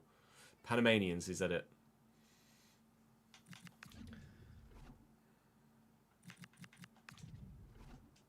St Kitts and Nevis? St Lucia? Any St Lucians? 4 for each position. Oh, Christ. That needs a bit more thought. We've been having a look around other South American countries for free agents or potential signings. There's a Mexican free agent striker, Antonio Granero, 6'1" at 19, who looks okay. So he's a potential. He's got the acrobatic play style. He's also got a hell of a hairdo as well. There's Carlos Jr., who's currently out in Saudi, a Brazilian winger / striker. He's only 5'9", so I'd certainly play him out wide, but looks capable, although he's expensive wage-wise. And then, similarly, on both wage and fee, Juan Manuel Zapata, who's currently in the Brazilian division, I think. I'm not sure what club actually that is off the top of my head. Atletico something, presumably.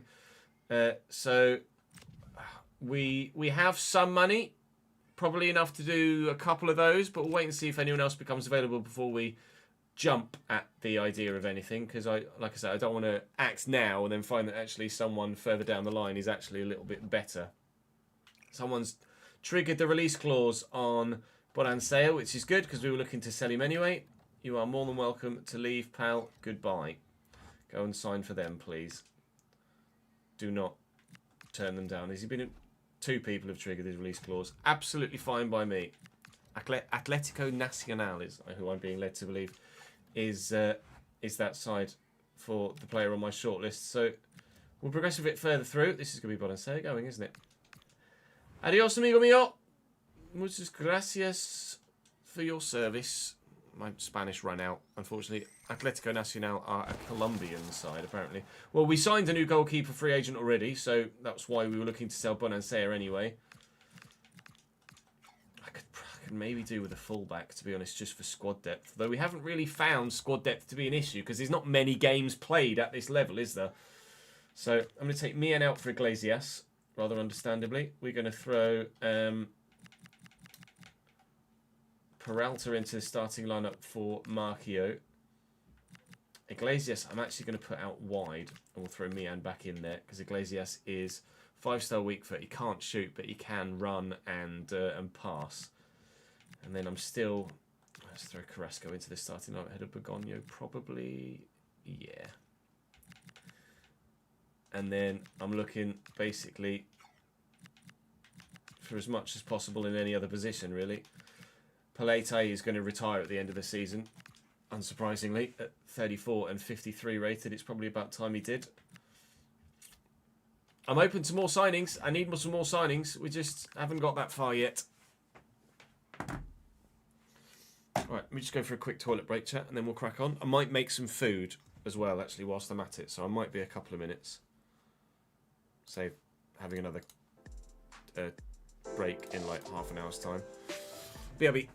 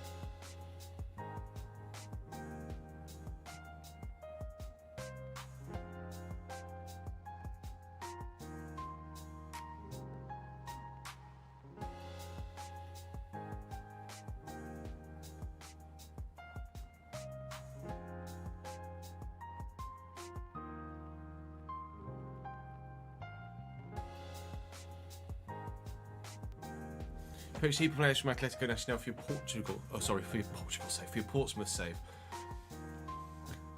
Yeah, I've purposefully not signed like players that are like best in their position for me.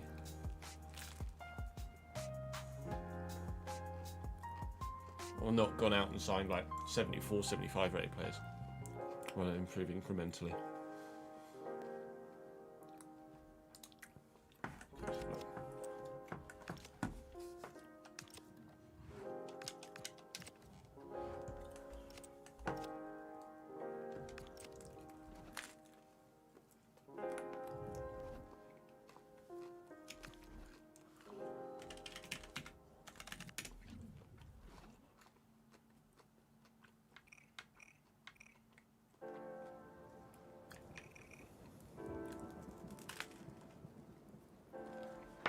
Career looks okay as a can. 37 strength isn't amazing.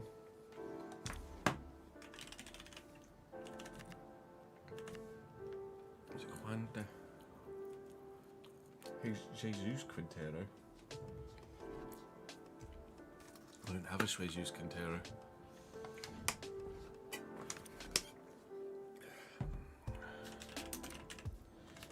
Sanchez, we just signed a centre back.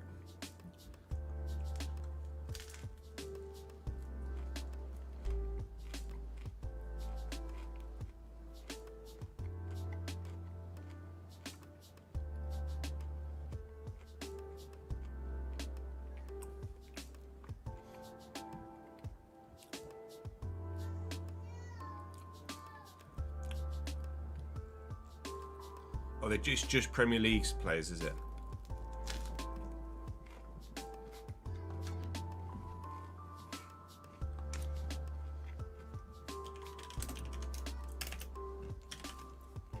Pena doesn't exist.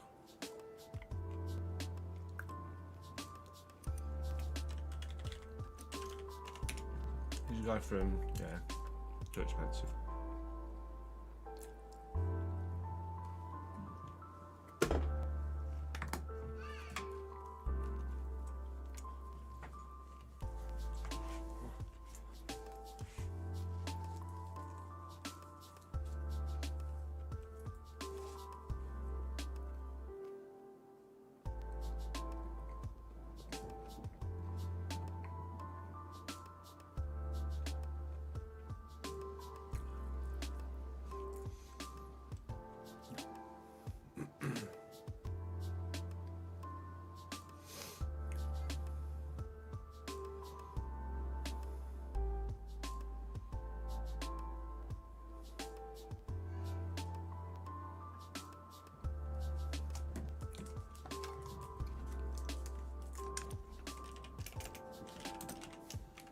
John Patrick.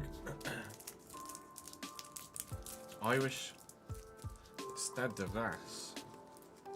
6'4". Is that a bit of a brute, really?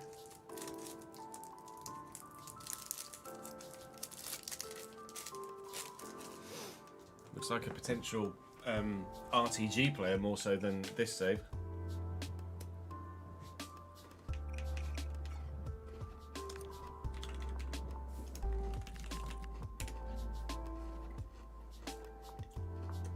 He's very good, he's also very expensive.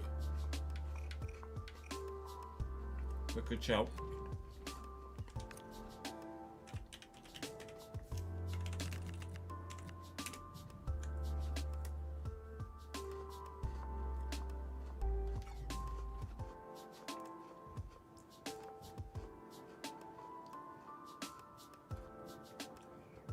John Patrick was at Real Madrid, was he?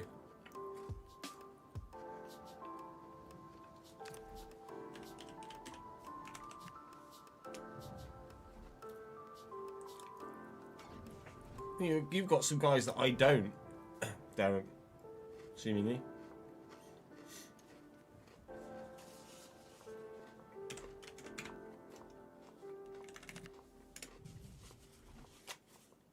I wouldn't leave River Plate to come to me. What I could do is have a look through the squads of the teams that finished below us in the league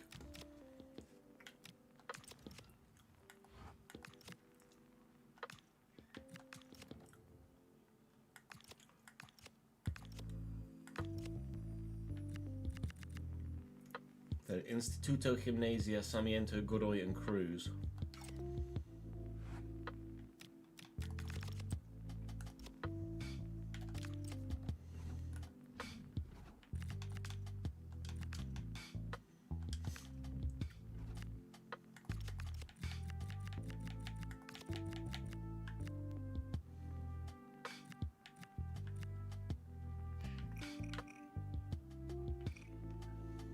Franco Nicola looks decent.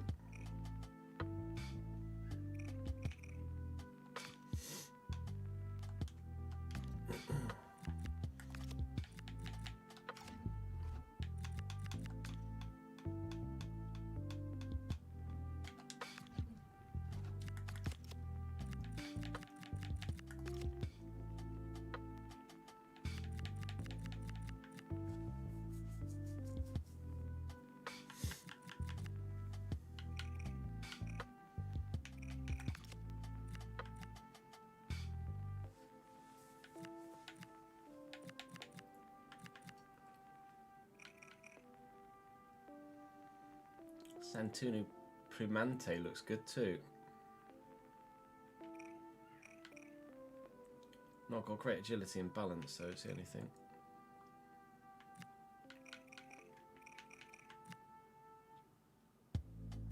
Ivo Mamini.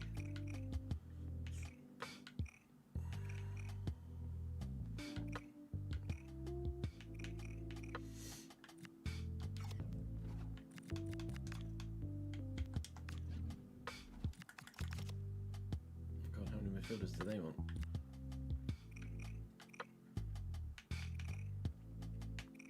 He's great, but he's very expensive.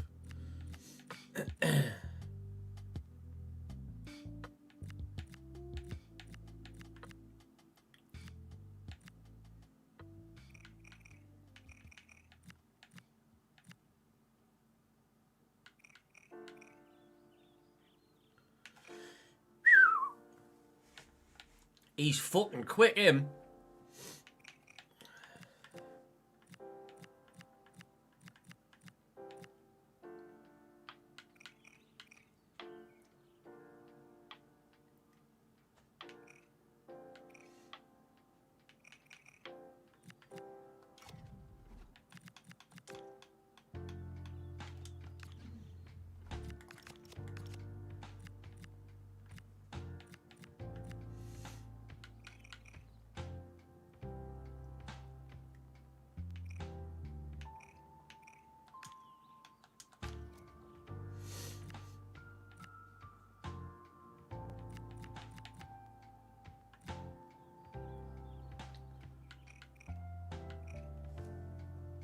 This guy's only 5'7", but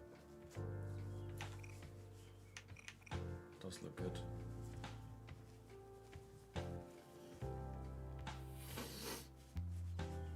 No, we've not changed up, Daniel.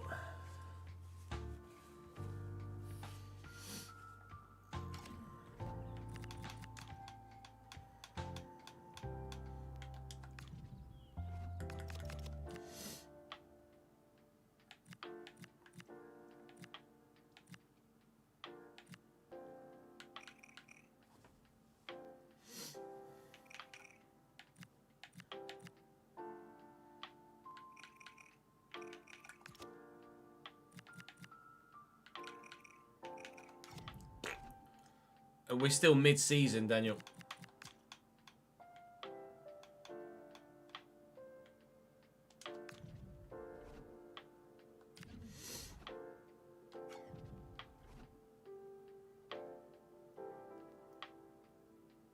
John Patrick grew up in Spain, qualified for Ireland through his father, who's from Mayo. Wow. It's very rare that you see a player of his ethnicity with an Irish flag.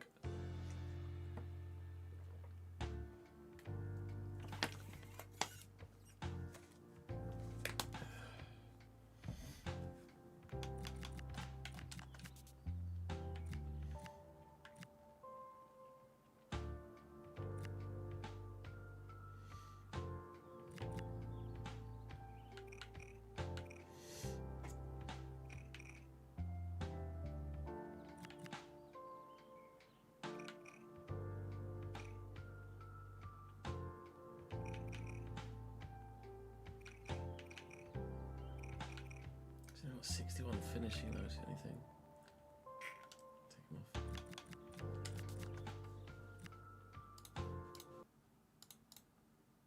I've just accidentally opened my Elgato software. Give me a sec.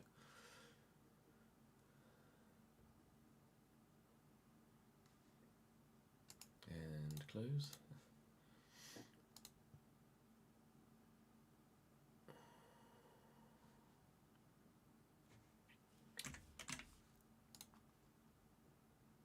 You are correct, ads. It has. And I, for some reason, can't open the EA app right now. That's good, isn't it?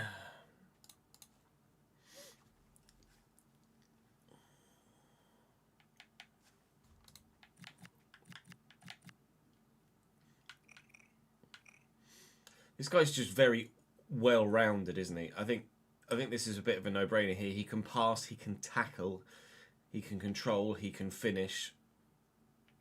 I think Juan Manuel Zapata is going to be a player that we absolutely go for. He would make a big difference, I think, to our overall team. 2.3 is what they'll ask for. 2.3 I'm happy to give them. It leaves us about 2.3 to spend on someone else as well. Although wages were expensive for him at 17,000. I'd like to think he'll take a bit of a wage cut to come to us.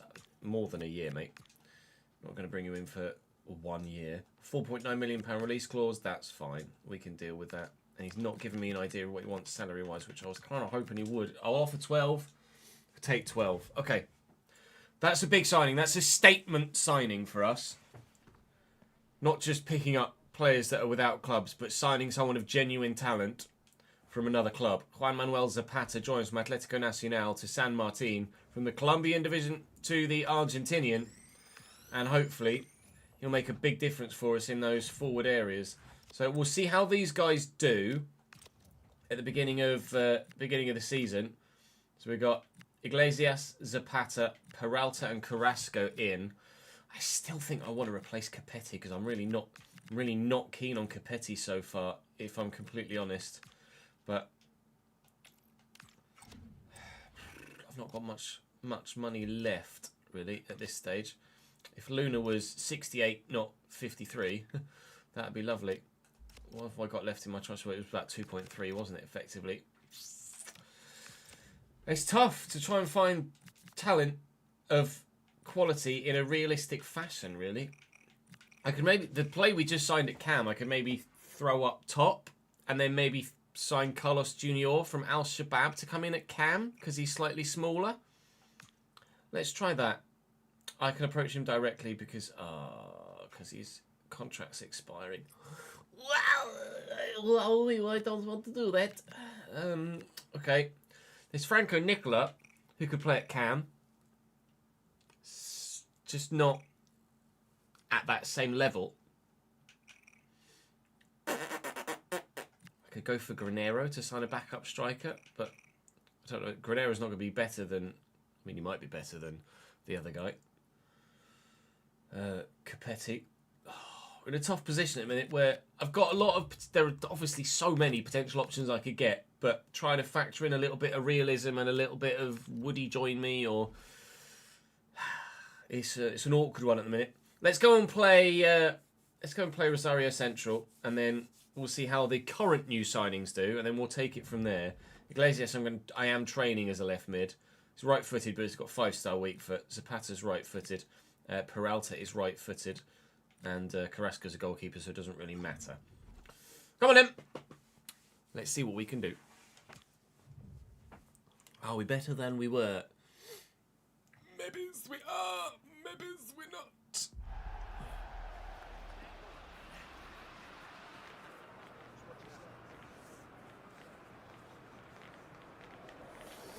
So any darts today?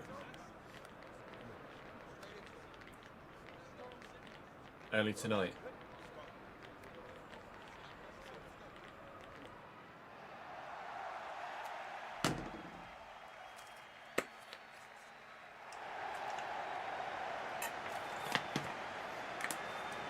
Right, Rosario Central away from home. See what their side looks like to compare it to ours. I think we simmed Rosario last time we had them. Axel Werner in goal. Coronel, Mayo, Winder, Adam Asnu. I mean, everyone is better than us, aren't they? Angel Di Maria. He probably can't run anymore, but technically, he's going to be particularly impressive, isn't he? All right. Nice to see Angel Di Maria still going. Hopefully, he doesn't go much today.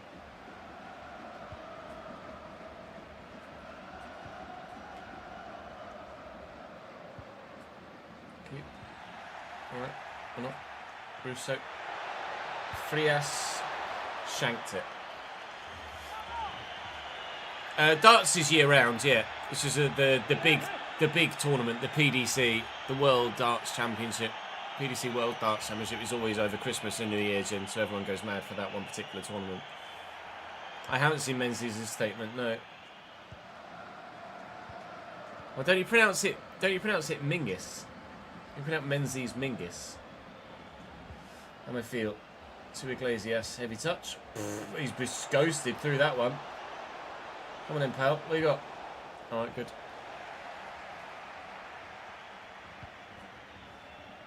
Campaz, Russo. Campaz is off and away. This new centre-back is big. He's a big boy. I don't mind that. Oh, I've overrun it. Done enough. Right, come on then. Oh, looking for the cam and can't find him. Russo, Campaz. It's been kind of all Rosario so far. Here's Russo. There's not much room. Campaz, Di Maria at the back post. Big save, Carrasco. How's that for reactions from the young man? That's impressive. I absolutely would have expected, as would you have, that to go in the back of the net there.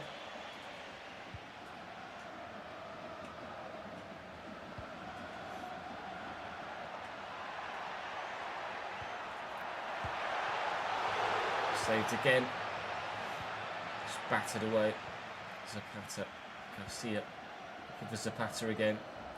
Looking for the ball in the gap to Capetti. It's turned well. Shot fired in against the midriff of the defender. Amar field from range. That's not going in. Oh my lord, it nearly did. It was... Oh, is there an offside in there? There is. Super poor effort, scooped, but actually nearly ended up dipping in. Glad you joined the RTG Smithy. I sent me a statement on Twitter, have you? My Twitter's not working properly on TweetDeck.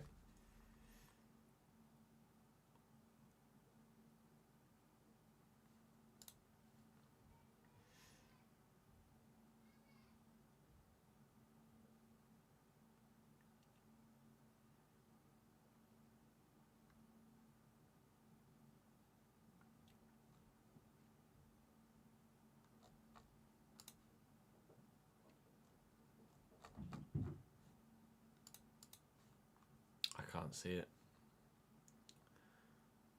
Devante Cole. Let me refresh. See if it's there in my DMs now. No, it's not showing. That's weird. Like I say, my Twitter's playing up in a minute.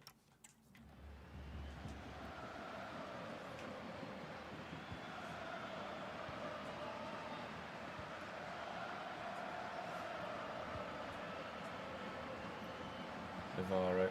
Swept. Di Maria wins the header. Here's Frias. It's a great through ball. Everything's going through Campas for them on this side. They're barely even using Di Maria, but probably because he like I say, he can't really run much anymore. Escobar just going to duck inside here. Play this through there. I found Amarfield. He just run offside there, missed the new winger. Into Zapata. Lift it over the top to Iglesias. Look for a ball into the middle. Zapata could be up. He's not though. Amarfield could get there but can't. We're trying our best defensively. It's not really worked for us thus far. But defensively we're standing firm. Albeit Needed the goalkeeper to make a very impressive save to keep it at 0-0. Oh, I just don't like Capetti.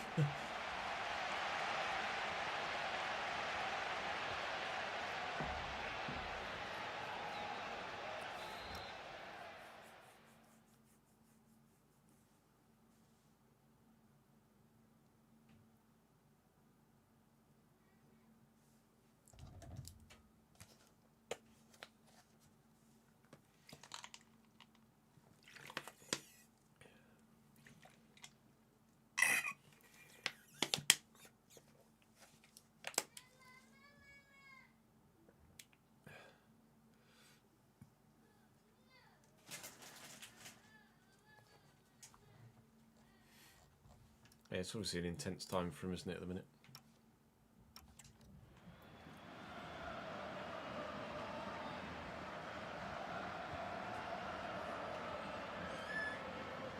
Ibarra over the top. Campaz. Oh, it's just perfect for Russo, but Carrasco's there.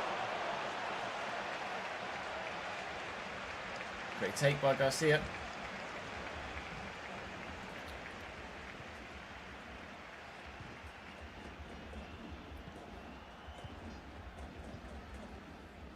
Di Maria. Navarro. Through the gap well. Good interception.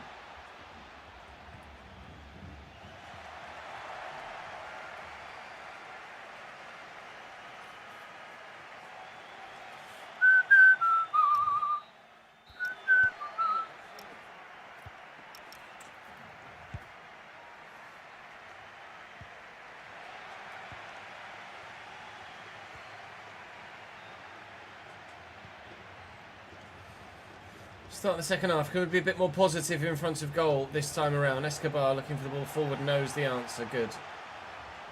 I'm going to be in trouble for that.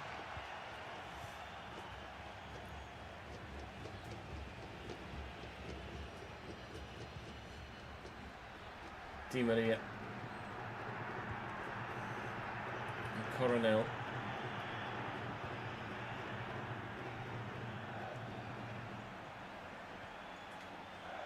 Russo. It's good again, but Caceres is up for it. There's Peralta. Escobar. Will reach Iglesias over there on the wing. He's got shirts in the way. It's tough, man.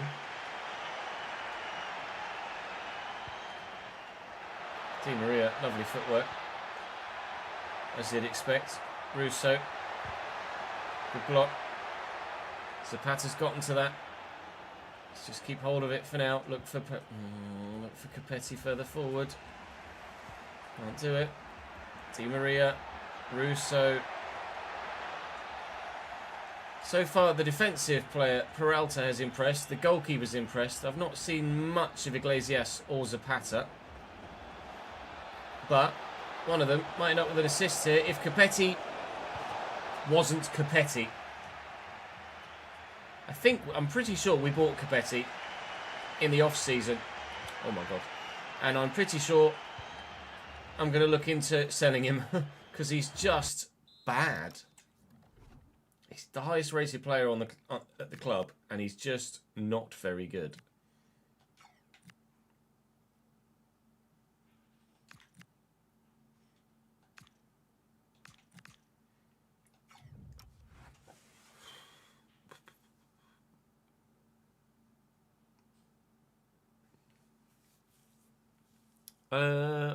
I can't think of a Coronel, but you might be right.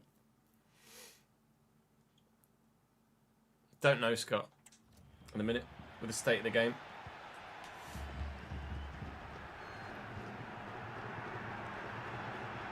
Iglesias and Amarfil.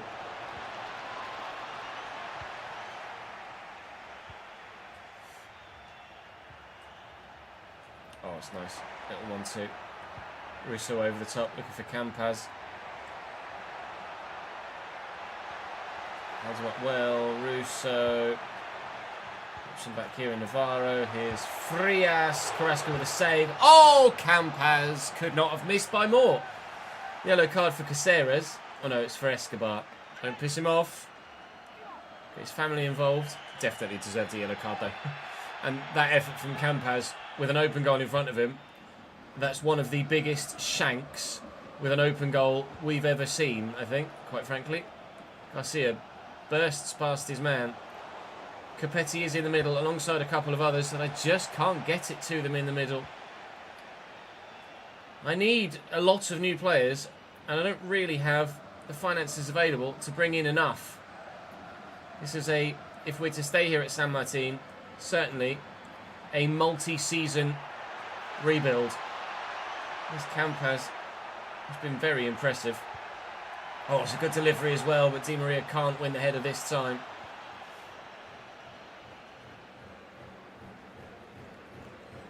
Zapata. Support from Amarfil. Around the corner goes Iglesias. He can be your hero, baby. Or Zapata might be that man. Keeper bats it away. No goal to go in front. It's a good chance. Really good chance, actually. There's just lots of blue and yellow shirts in the way again. They're very good at that. Really compact in the middle, and it's going to end in it's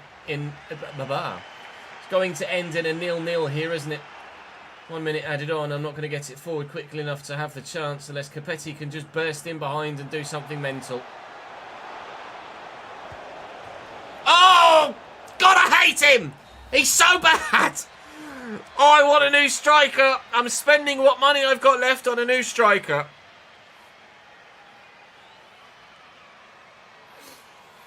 Jin! Thank you for gifting a sub to the channel. And it's gone right. In fact, you've... Oh, fucking... Game crashed. Great. You've given it straight to Smithy, which is very kind of you. I forgot about the whole fucking... Oh, please tell me lots of stuff was saved. Please tell me we'd saved everything.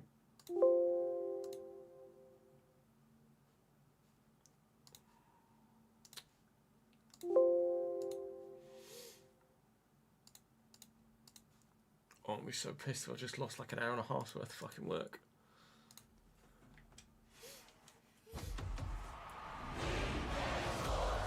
It's in the game. Yeah, it would have done, wouldn't it, Davidinka? You're right.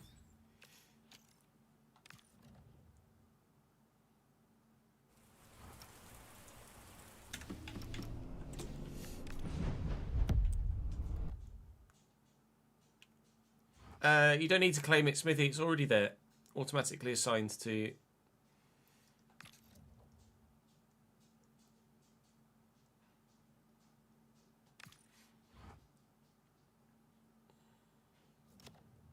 Thank you for the long-term support there, mate.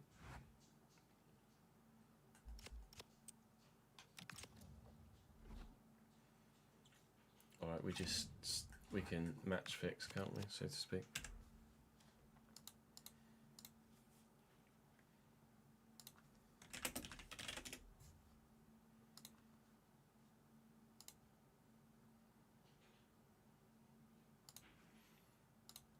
Nil.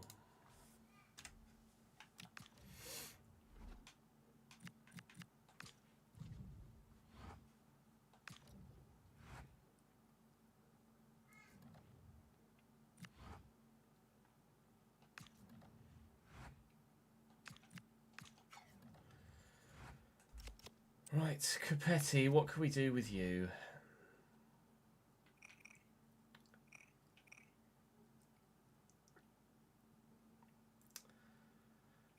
I wonder if maybe I should just use him as a cam.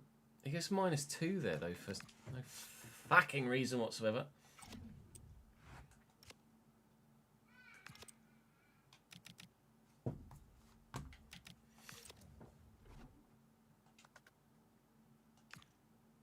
I can't transfer list him either because I've only just bloody bought him.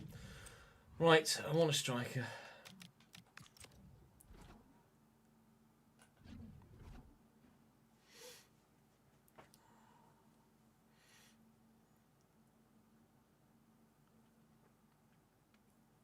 No worries, Jin. Catch you later, dude. Appreciate it, man.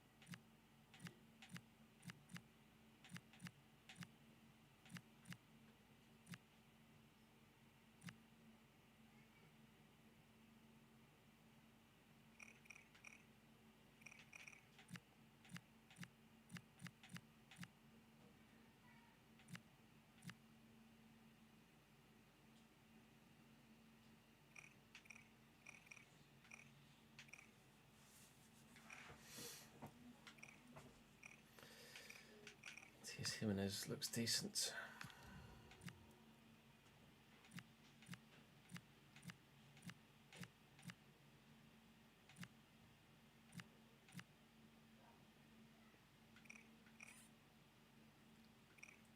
Hurtado was very good against me, but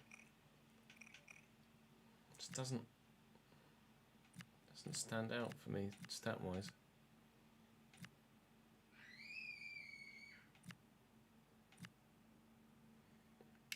Mamini was a player that's already caught my eye, wasn't it? Although it was more for Cam than anything else.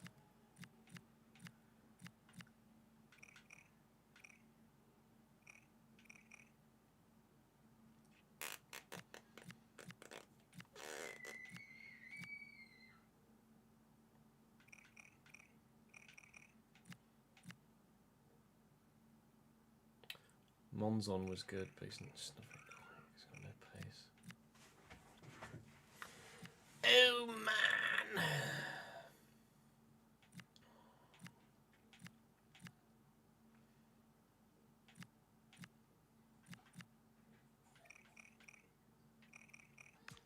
Wonder if they'd be willing to loan me him.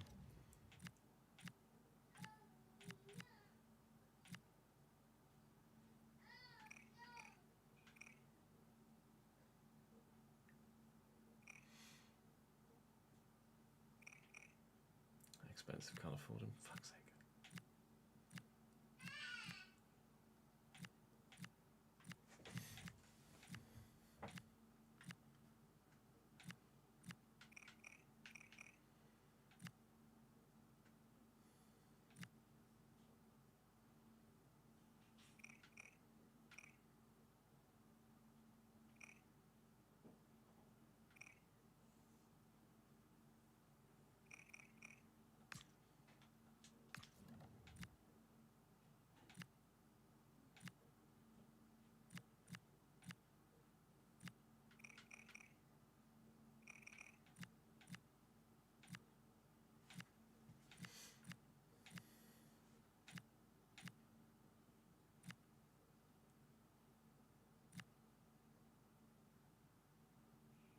River Plate have got so many players.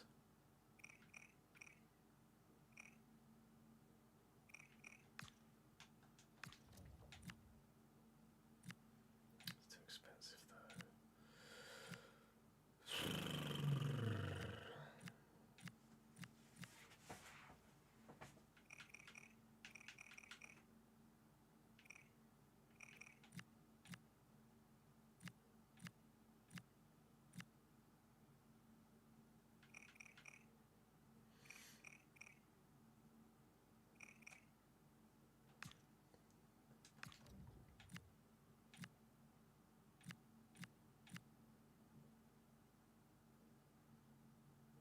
He was very good against it. He's very expensive. Never mind. Wow, remember Luciano Vieto? Wasn't he at Villarreal? Like, wonder kid potential.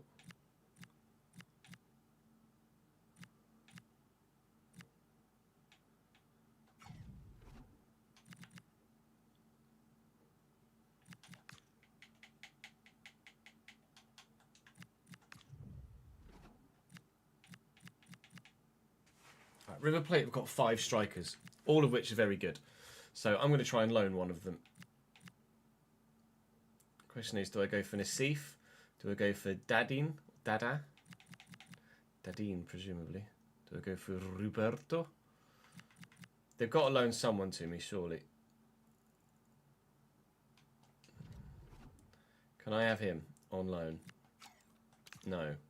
All right. Can I have Roberto on loan? Maybe. Oh, hello! Okay, good. 74 age Roberto on loan would be unreal. I'll go short term because there's only half a year left in this season. 50-50, will you accept it? I think I might have a new striker, a new striker, a new striker. I think I might have a new striker, and I think he's really good. Right, okay. That is going to be where we end today's episode then. New striker, hopefully going to accept the loan offer and come in for us. We've got a game against Talleres in 3 days' time, which will be where we will start tomorrow's episode. God, what's Capetti want now? You want a new contract. You've only just signed 6 months ago and you're shit. So no. See! From River Plate, Agustin Roberto joins. Comes to San Martin, and I hope he is the future. Because my God, do I need him to be. That's all. Ooh. No, I like Nian. Right, that will be all for today. It's honestly, we've been doing so much looking at the transfer market. I've been recording this video for 2 hours 20 minutes. It's been one of them. Right, join me tomorrow as the season will kickstart, or rephrase, the second half of the season will kickstart in the Clausura, and hopefully I can keep hold of my job, because I'm only okay at the minute. Please hit the ground running, Mr. Roberto. Muchas gracias, amigo mío. Adios.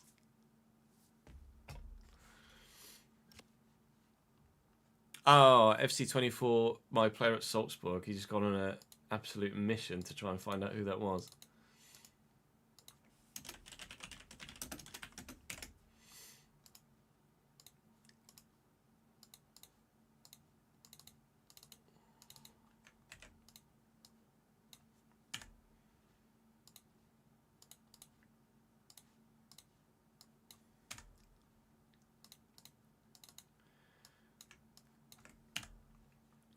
Widdy-dee-dee. Hey, Ducks, how are you, mate?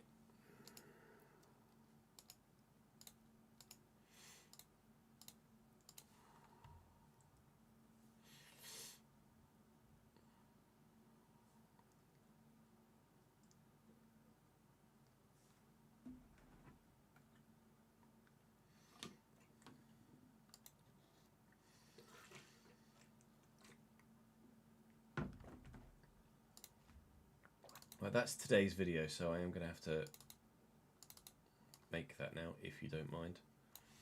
It's episode 4, episode 4, episode 5, it's episode 4.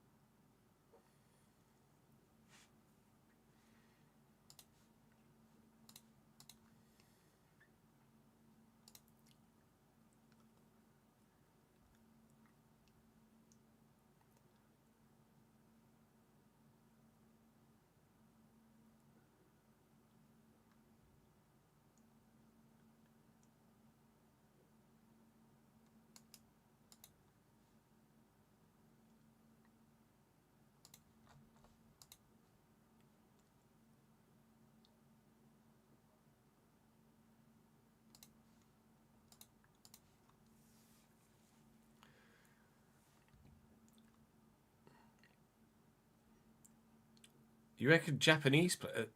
What's the history of Japanese players in the Argentinian league?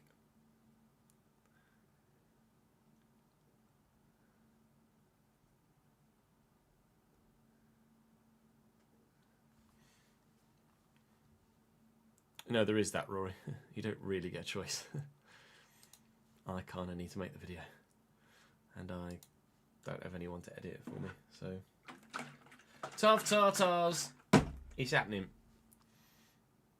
So it's going to be 3 o'clock by the time we finish that. And we're going to record... We'll record one more... We'll record one more... Journeyman, then we'll record a RTG. That is the plan for the rest of the day.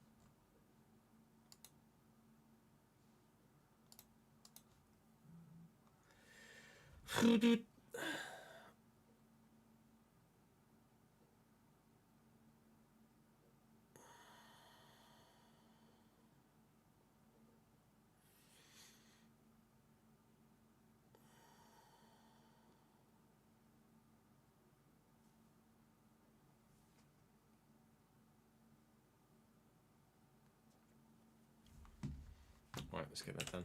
God, just all this dead time in the middle where we were just searching. Ha ha. Welcome back to the Journeyman save here on FC. Well, that's the playoff we'll wait seen, and hopefully you guys are as well. Independente first, and Escobar started to grow.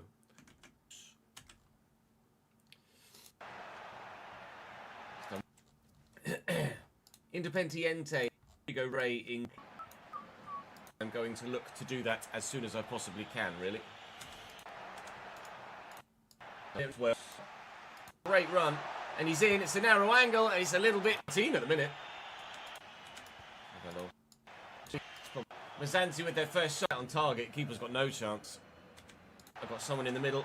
Not quite going to be able to find him at the minute. Like forever ago we actually played this game. And my feet. Players out to bring players in, I think. Not got that.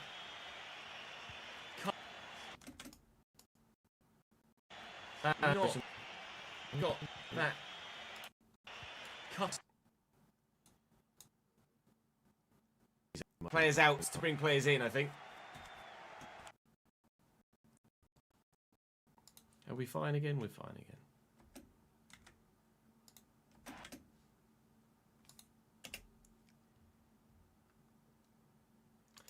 The expectation or the hope is that for the 2030 new regs, that there will be no battery, fully sustainable fuels, and we'll be back to V8s. Is the dream, Skip?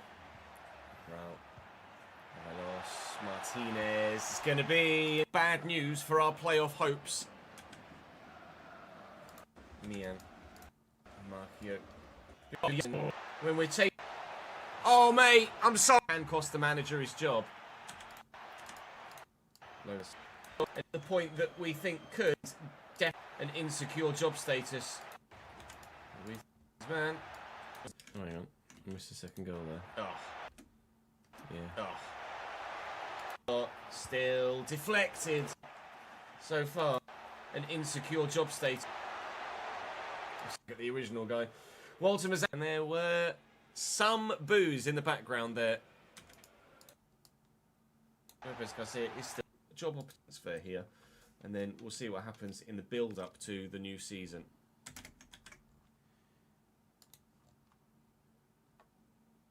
Right, so we're at the very end of the second season.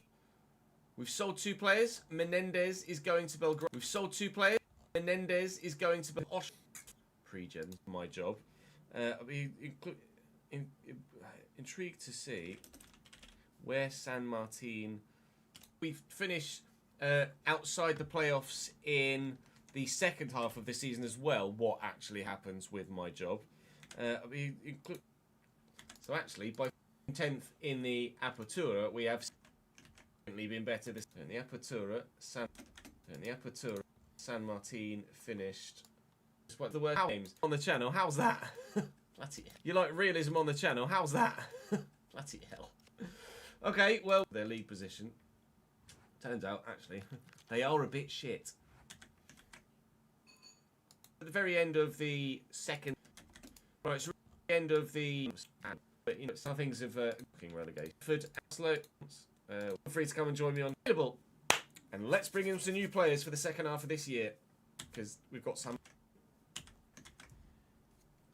40 leagues. So we've isolated a few players for potential on one is better than. So we've isolated a few players for potential pickup. Afternoon, Mike. How are we, mate? Really, any wide players available at the minute? So Audi are going outside the box. They're on the shortlist for a reason. Are Audi making their own engine from year one, or are they taking a part? They're taking a.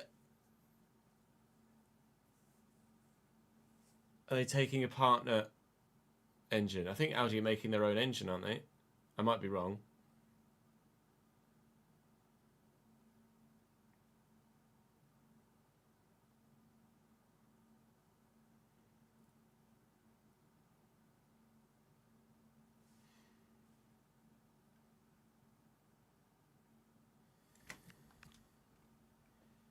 Oh, Christ. We've been having a look around South American...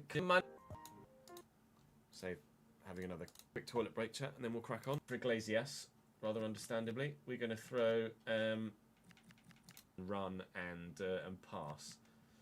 And then I'm still... Atletico Nacional is who I'm being led to believe. We have some money. Probably. This is going to be Balenciaga going, isn't it? Adios, amigo mío. Muchas gracias.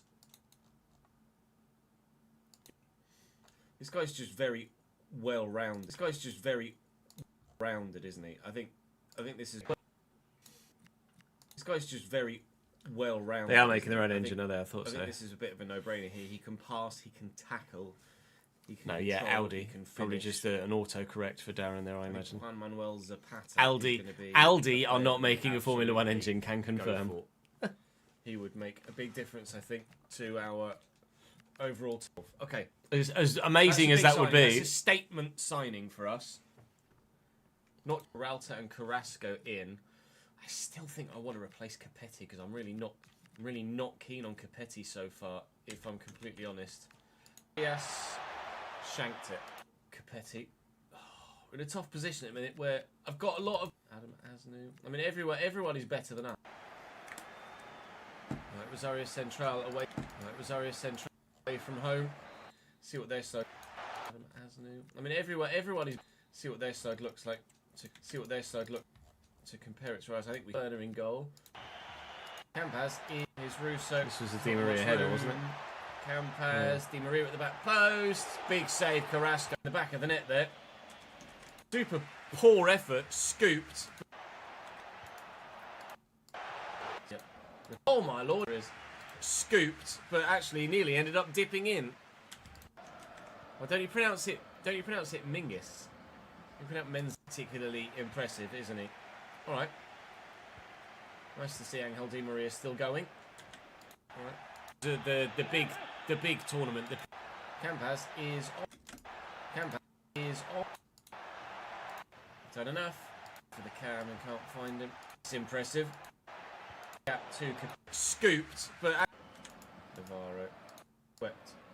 Di Maria Frias. It's a great through ball. Everything's going through Campas for them on this side. Keeper to make a very impressive save to keep it at 0-0. Oh, it's nice. Russo over the...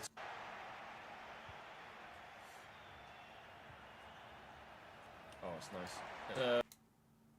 Barrow, here's Frias. Carrasco with a save. Oh, hey, Ollie. How are you, mate?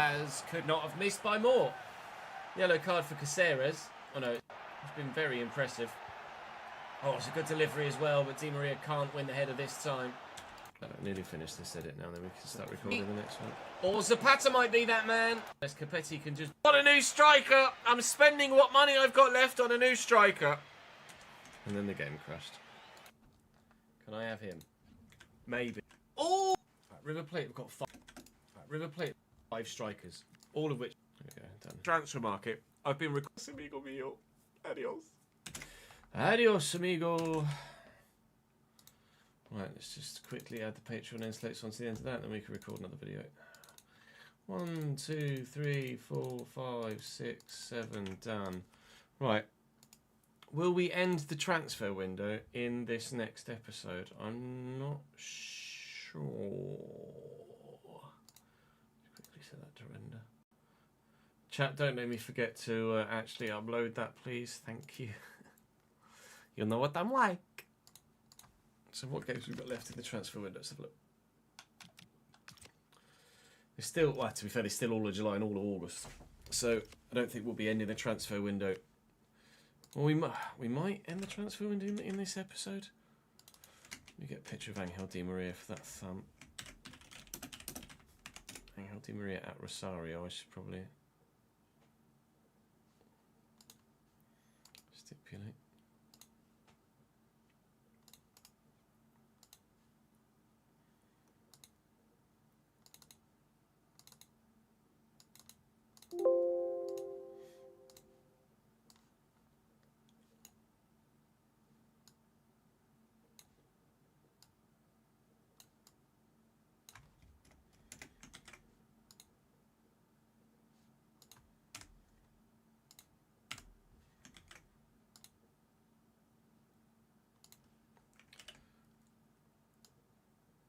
Oh, fuck me.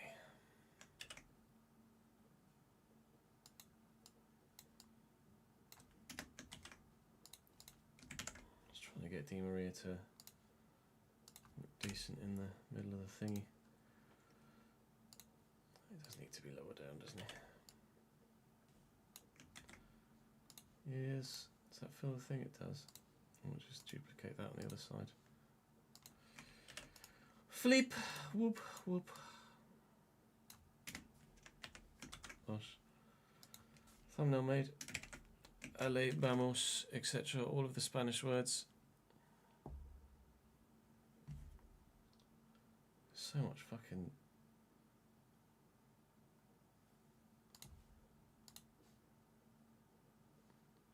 Yeah, no, it shouldn't do ads. It reloaded the... when the game crashed, it reloaded the EA app and I was able to take myself offline.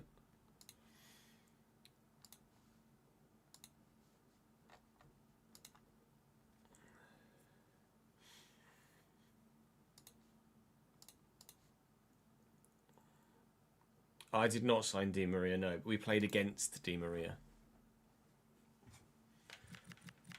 So maybe we sim the...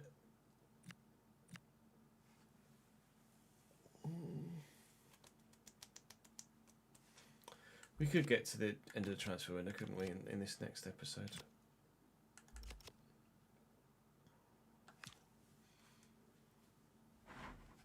Offer for Marchio. It's going to be a no vote. Interest in Rodney Flash. Rodney Flash on his way.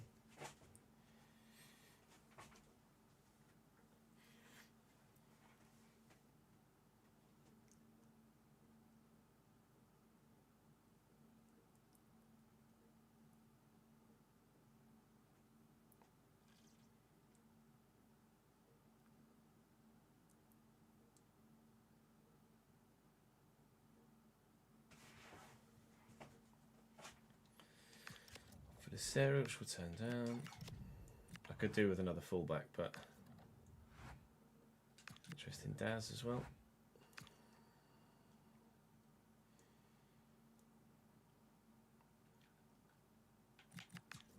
Does he want to stay? Does he want to go? Oh, you want to play? Well, no. Lo siento. Lo cero. No. I wonder if that youngster's grown yet. Squad up. It was a cam, right? 1. He's up 1. Grow by more than that, please.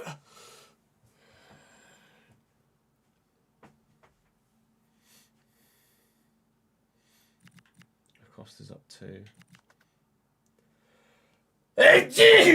Let's be, they're the only 2 out on loan, aren't they? Oh, fucking Nora. Right. Let's go. Lyndon Gooch for the giggles. Shout out the FIFA 19 Sunderland career mode.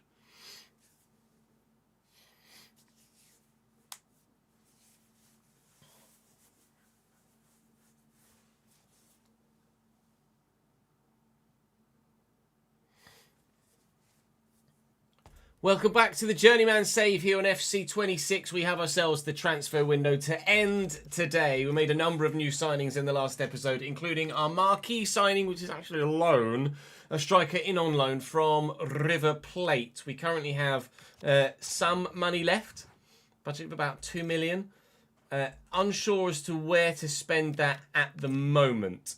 First port of call is to take Copetti out, put Roberto in. That is a no-brainer. I'm not sure where else to improve the side at the minute. I might wait until the summer. Well, no, actually. The end of season transfer window, which is actually going to be the winter window. That's my old European schedule brain working there.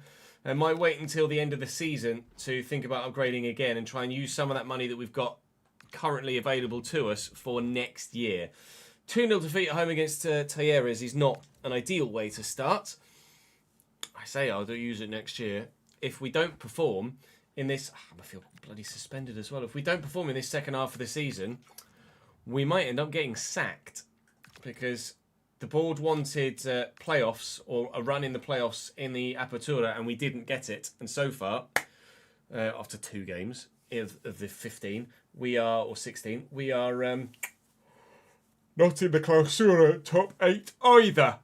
So I'm going to have to finish top 8, otherwise I think I might get the sack here at San Martin after just a year, much as you guys might enjoy to see that happen. It's Newell's Old Boys is the next game. That's the side that Lionel Messi came through with. Santiago Barrera. I'm absolutely happy to let him go, but I would like, actually, you to buy him outright. But I'll negotiate the loan to buy, because if they'll do a short-term loan and then buy him in the summer, which is actually what they're after, which is perfect, then that would be ideal. They're going to pay 60% of his wages too, and 780 grand fee is fine by me. That'll raise some money for the summer. Good. Okay. So far, so good at the start today. At least off the pitch, anyway, with the defeat. I might actually sim this one at home against Newell's Old Boys as well. He's 31. I should really contemplate this and maybe look to bring in another new winger in this window, shouldn't I, really? He's not valued that highly. And they'll pay 1.25 for him. That, for a player that played a lot for me, but wasn't necessarily that impressive for us, that's a deal I kind of have to take them up on, really. So we'll look to get that deal done as well, and we'll look for another winger in this window. A 2-2 draw against Newell's Old Boys. We have a second point of the season. I keep saying of the season because it's the second half. It's like a fresh new. It feels like a fresh new season. It's a really weird way to go about things with the Clausura and the Apertura. Vélez Sarsfield were the champions of the Torneo Apertura in the end. We're currently 10th, which is better than 13th, which is where we were, but still not good enough. Barrera's been loaned out. That's good. As soon as we get confirmation of Tijanovic going, which I think might be this now. Time to go and find another winger. That's actually Barrera. Okay, good. It's not actually Tijanovic, unless Tijanovic is also included in that. It wasn't. That was Barrera. All right, try again. Bye, Tijanovic. I'm going to go and find another winger. See ya. Bye-bye.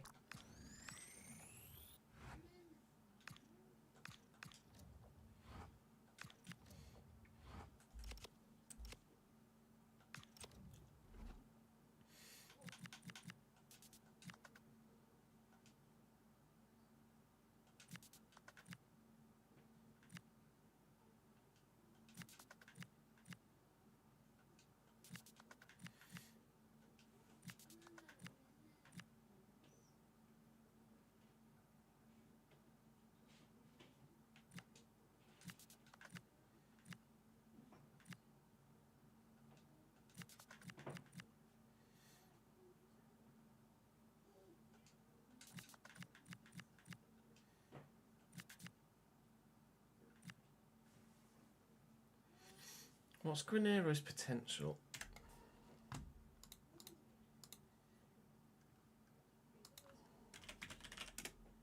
78.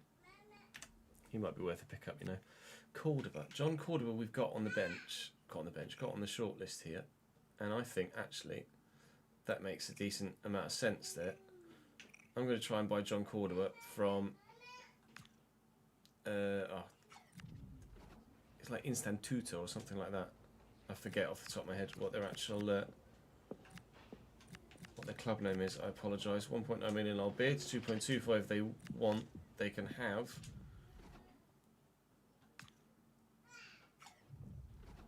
And was he on? What was he on wage? 8,100. I mean, let's be honest. He probably starts on the right hand side ahead of Garcia, and then Garcia drops to the bench as well. Quite frankly, will he take 7.5? I imagine he will take 7.5. Oh, 7-7 and some bonuses. Done. Okay, we have signed John Cordoba from Instituto. I wasn't too far off at all. I knew I was ballpark there with the name of the club, and that should leave us enough money left to be able to afford the wages of Antonio Granero to come in as a backup striker as well. I'll say rotation, which he should take because we've got two strikers that are highly or higher rated than him.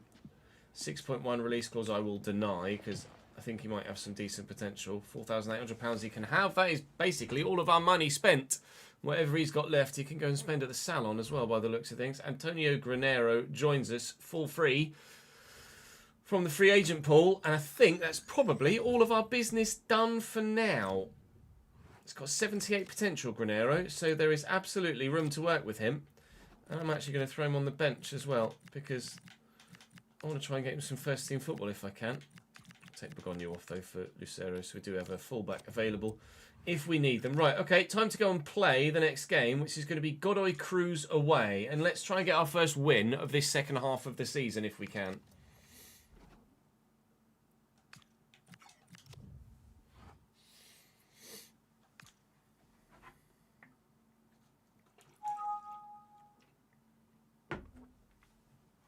Shooting, that's the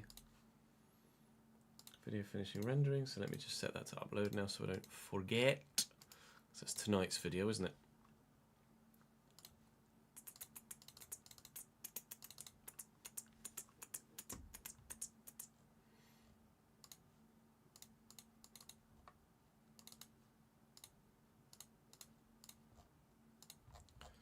It does have Di Maria on the thumb, which is a little clickbaity, but he was involved in the episode, to be fair. We did play against him, we just didn't sign him. So, it counts. Right? Don't hate me. Just trying to get as many people to watch the video as possible.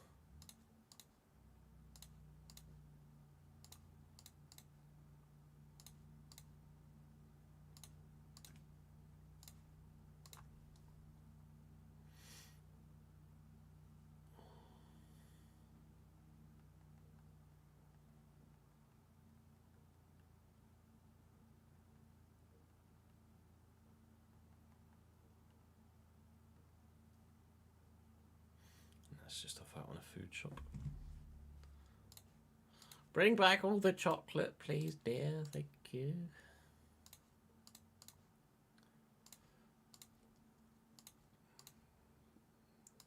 December 27th, Easter eggs appear on shelves.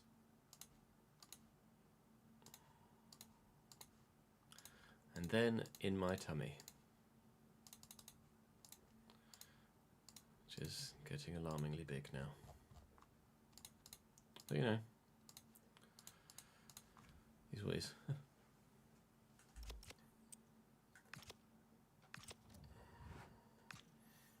Peralta development schedule is already up to 71 and peaked.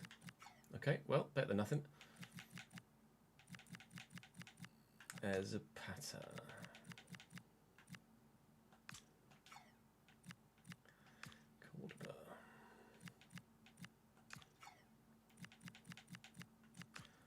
Roberto, I'm not going to bother growing him because he's in online. If I want to buy him later, he's going to be too much, isn't he?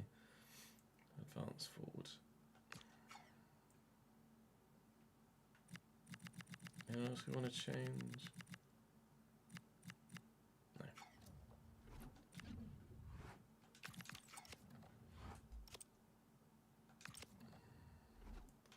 Sorry, Mr. Garcia.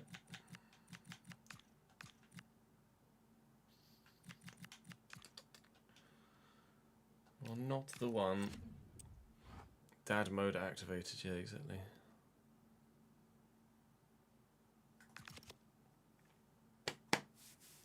All bought and paid for. I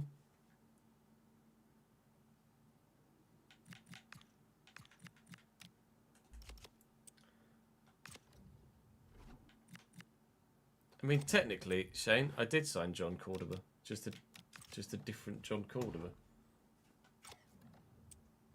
Right? His name was John Cordoba, wasn't it? Yeah, John Cordoba.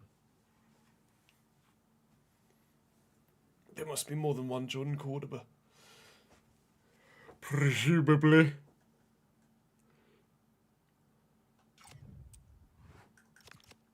Right. Let's win a game of football, shall we? Roberto is right-footed. Cordoba is right-footed.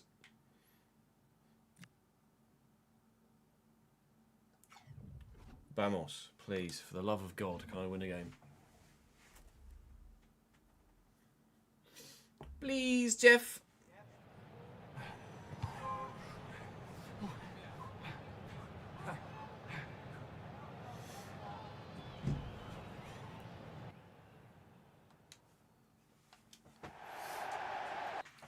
We have a significantly improved 11 now, or at least partially anyway. Last season, forgive me if I keep saying last season, because technically it's a brand new league table, so my old man brain keeps getting confused. In the first half of the season, we had a lot of players that were late 60s. Now we've got a lot of players that are early 70s, so we are getting there. This is their side that is still better than ours, but ours is certainly improving, isn't it? With 72, 72, 71, 71, 74. It feels like a brand new season. There's been that much change in the 11. All I've got to do is finish top 8 and the board won't sack me. But if I don't finish top 8, I might be job hunting again soon. There's this with the delivery. He's found absolutely bloody no one. Escobar's done well though. Don't overrun it. Dink it for John Cordoba, who can dink it back into the middle and into the side netting. That wasn't even fucking... Oh my lord. Alright, crashing hell. That wasn't even a cutscene. It just fucking dipped. Good.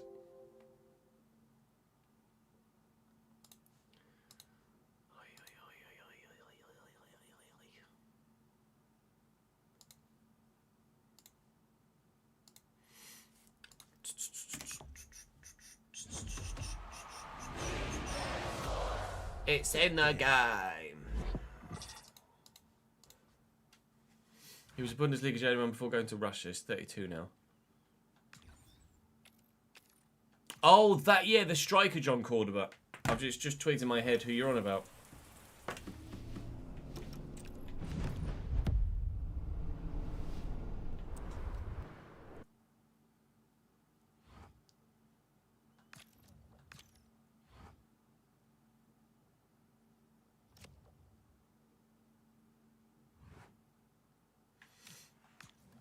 Let's try again.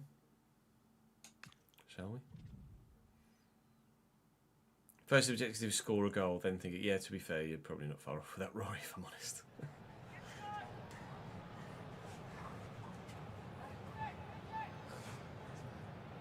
Focus is on their manager. Alright, we'll still use the intro that we used previously.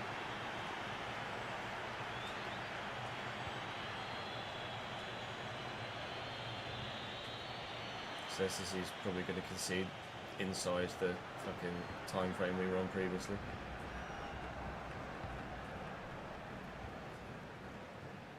Yanez. Decent delivery. Up we go. Zapata. Oh. Excuse me, cat. What you think you're doing? No. Pushed the door open. It was like, hello? No. Rather than just shut the door in her face. Maybe I should give her a little fuss. Give me a sec. I don't want to be an absolute dick. No. No, go under there.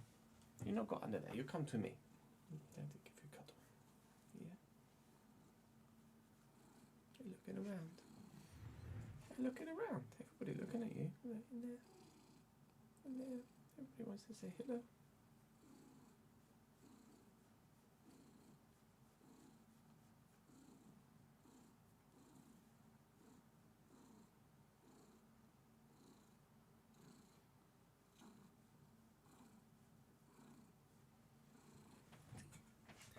Roller.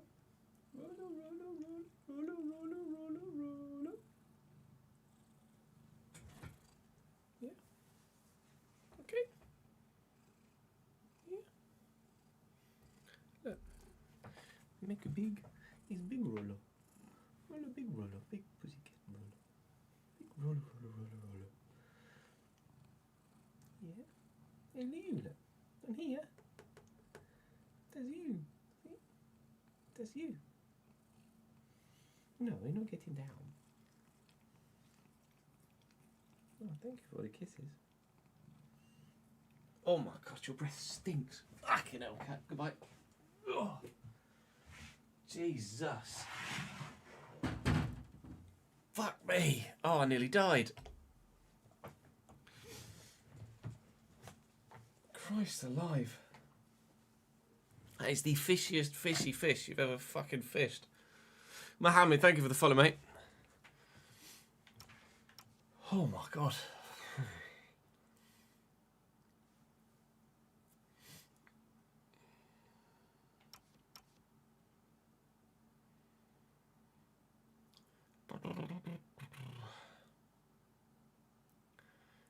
The cat breath is burrito.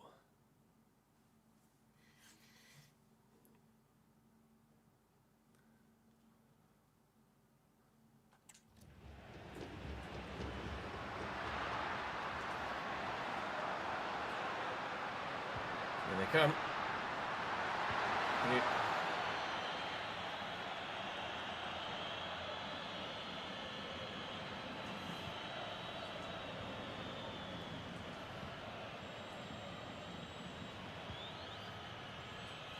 It's Jager and Iglesias.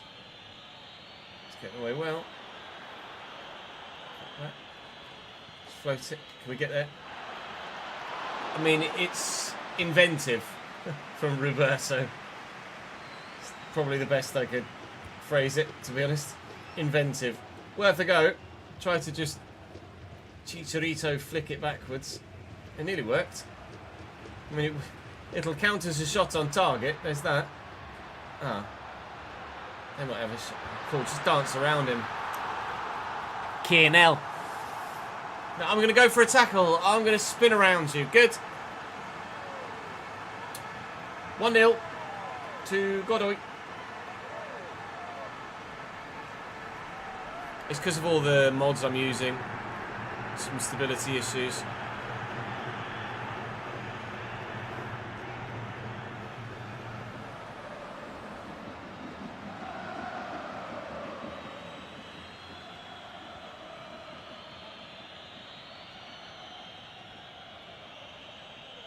Forward a bit. It's a nice run. Well, our issue has been scoring goals, and what we need now is some of them. So now is the moment for these new boys, or even the old boys that are under threat in their place in the squad from these new boys, someone wearing white to step up for San Martin and be that man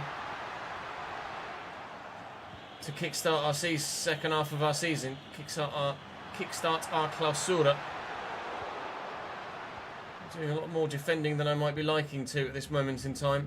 25 minutes-ish in, and we are still 1-0 down. Oh, it's lovely from Cordoba, though. But the man in the middle was just offside the whole time. Amar Field. I really thought that was going to bury itself in the bottom corner, and it hasn't. Oh, it wasn't far wide.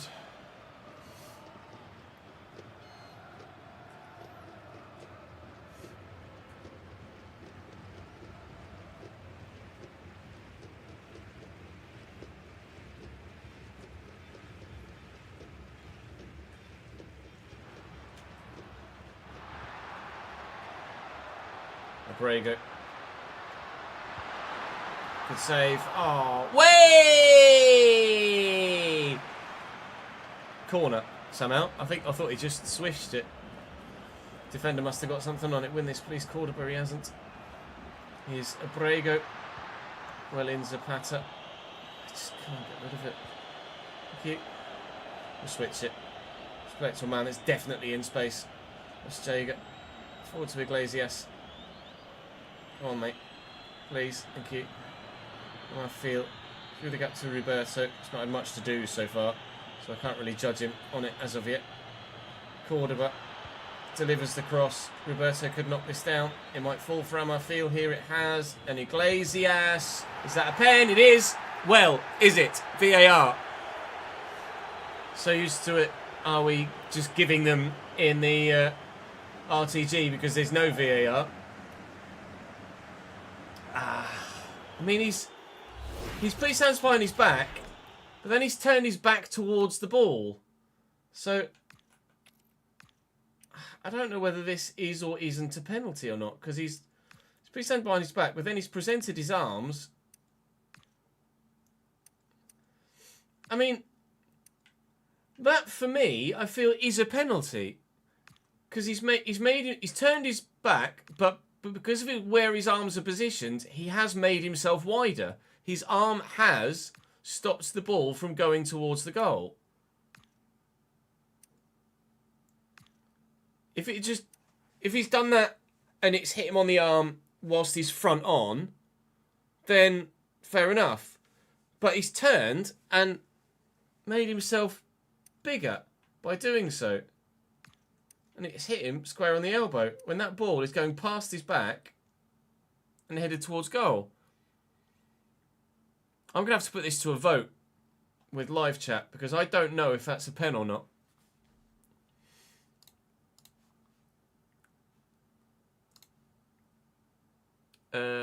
Manage poll.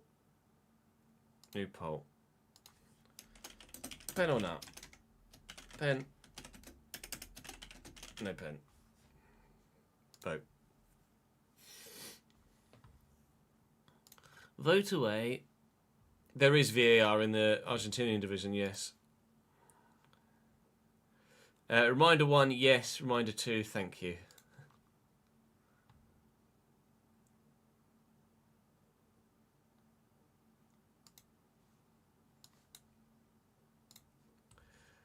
Get ready for a newly reimagined FIFA football simulation game developed by Delphi Interactive exclusively on Netflix games this summer, just in time for the FIFA World Cup. There will be a new football game.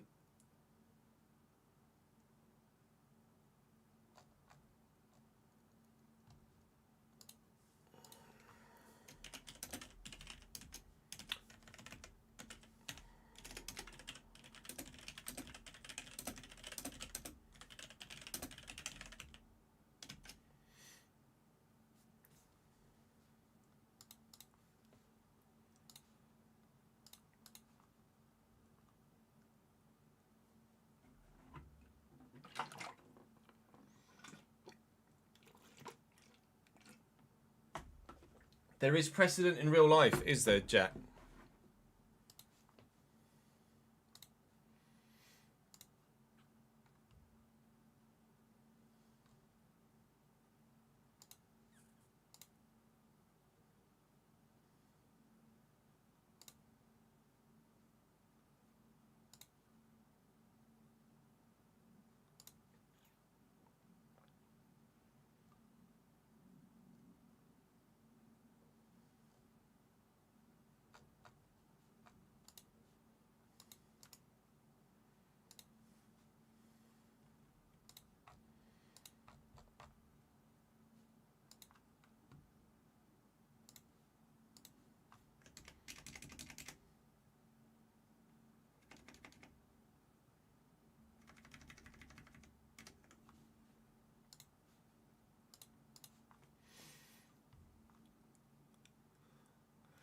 Agreed, ads.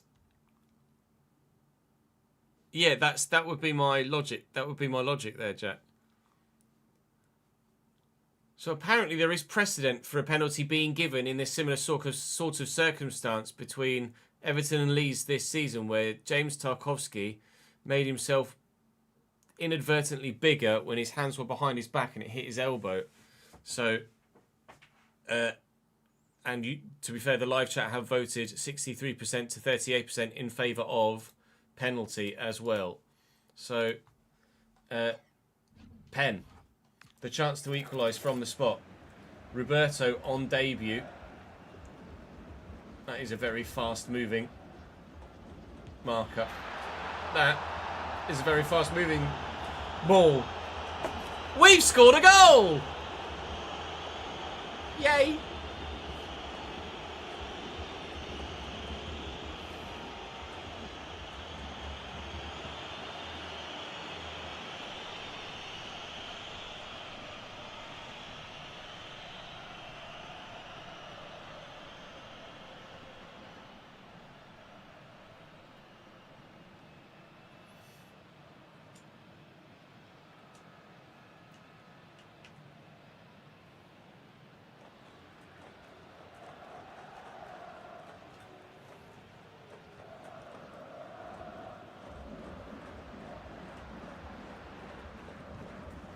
Nice interception by Iglesias. Zapata's on a run. And Roberto is available at the back post. Did that hit a hand? No. Okay. I'll take a free kick there at half time.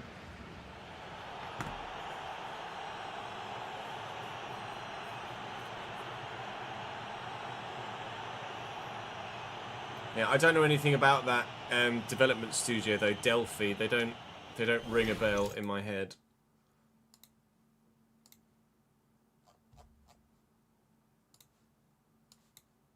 This is the Tarkowski pen given. Oh yeah. Because it does make him bigger. Right, I'm just gonna have a quick toilet break, chat, and then we'll hopefully score another bloody goal. Yeah.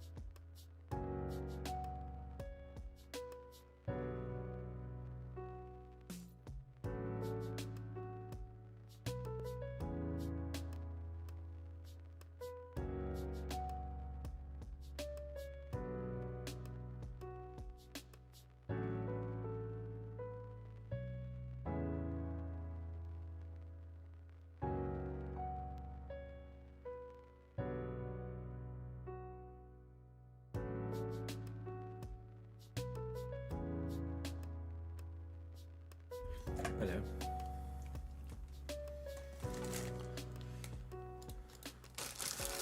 Self-interactive have very little. It's very hard. Oh, good.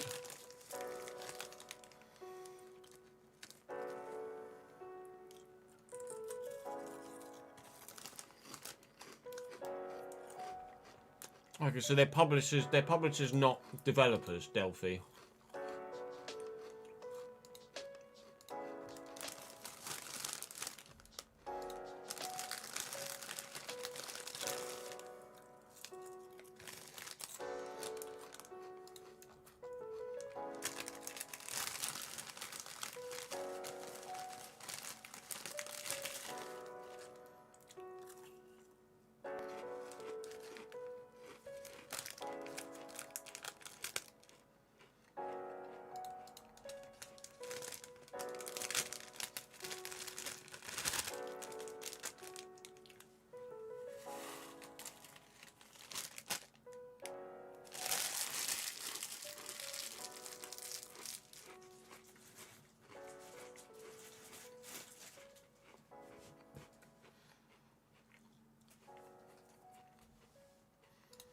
Right, vamos.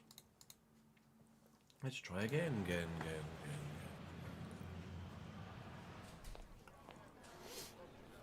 Oh, I've not watched it yet. We'll finish recording this episode, Jack, and then we'll watch it. Remind me. No, Netflix won't develop the game themselves. How long is the video, Jack?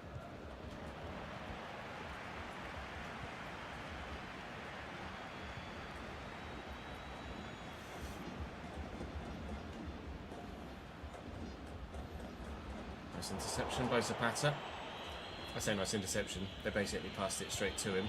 Oh, I should have played that over the top for John Cordoba to run onto. They keep giving it to me here at the minute, Godoy, which is very kind of them, but not very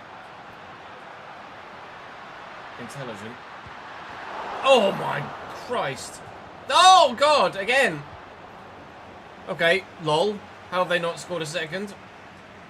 It's still 1-1 here, just a few minutes into the second half, but dear me, it could have been much, much worse for us. It could be much, much worse for them. Oh, but it isn't. Roberto, you've got to get that in the corner, mate.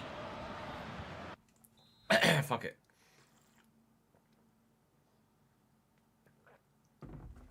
They fully announced the regulations today, ads. So there's a trailer showing exactly how the cars work, etc.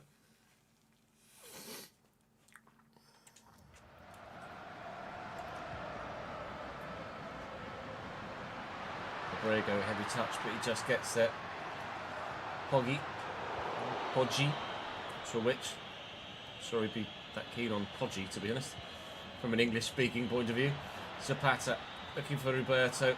Space up wide here for Iglesias. And back. And inside. And forward. And poor from Escobar.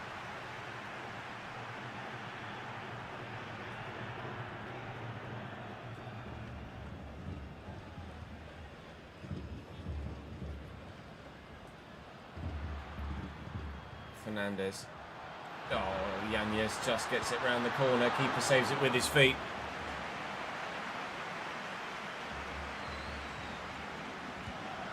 And away. Now away. Cordoba's quick, but he's not electric. We don't really have anyone that's super fast in our team. I think Cordoba with pace as like 81 is actually our highest paced player. If that ball over the top had made it, then surely Zapata was going to be in to make it 2-1 there. We're definitely playing better than we were pre the most recent round of signings, but there's still not a massive amount of goal threat from us.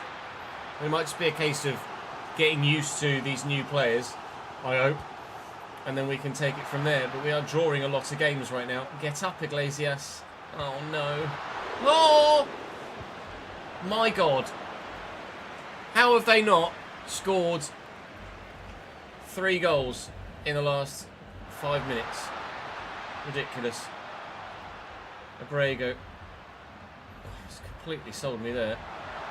And then cross it. Hit a hand. It'll be a free kick. They could have scored so... I think the woodwork 3 times in this second half. 3 times.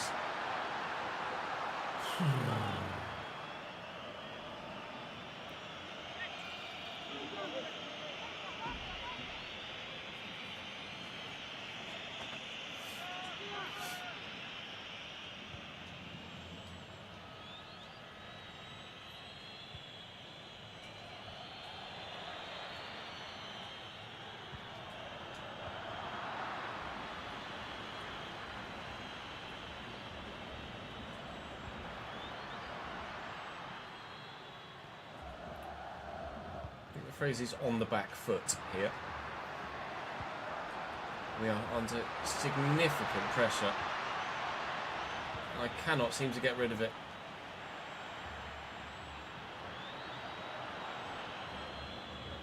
One-two was Zapata.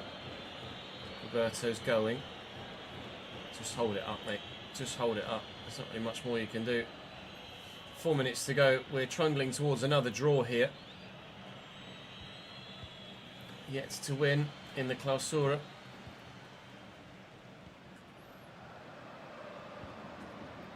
Interception from Iglesias. Here's Escobar. Roberto. Cordoba. Just show a bit of strength, please, mate. And you can square it. We could just tap it home. Rawr! Okay, it's another. It's a goal, albeit from a penalty, not from open play. And it's another point, but it's still not good enough for us here at San Martin. And it's still not good enough for the board here at San Martin. As our next opponents are River Plate. It's not going to get any easier for us in the short term either, is it? Really? We need to figure something out here, otherwise I'm in trouble.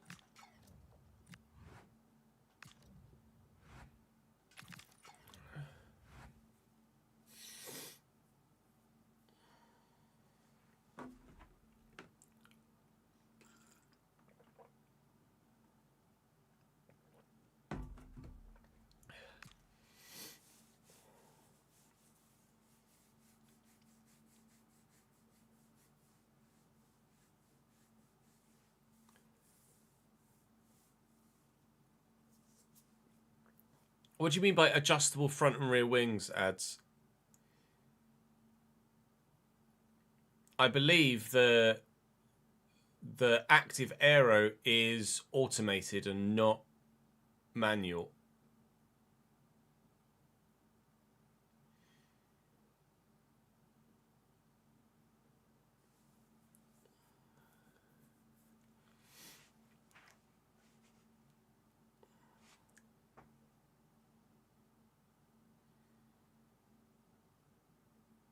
By adjustable, do you mean the active aero, or do you mean adjustable as in, like you could change wing angle, like you can at the minute? I'm not sure what you mean by adjustable.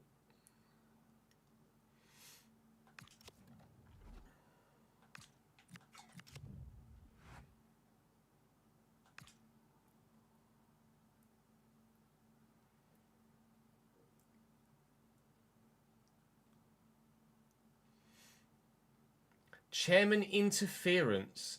The chairman has suggested you include Granero in the starting lineup for the next game.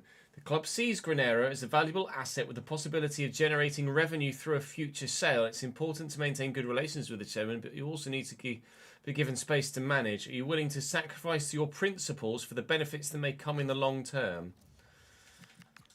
I'm willing to bring him on off the bench if that makes any impact. If it wasn't River Plate in the next game, well, actually, to be fair, Roberto is on loan from River Plate, so I shouldn't really be able to play him anyway, should I? So actually, maybe it's a bit of a silver lining that the board chose this game to tell me that, because Granero will play regardless.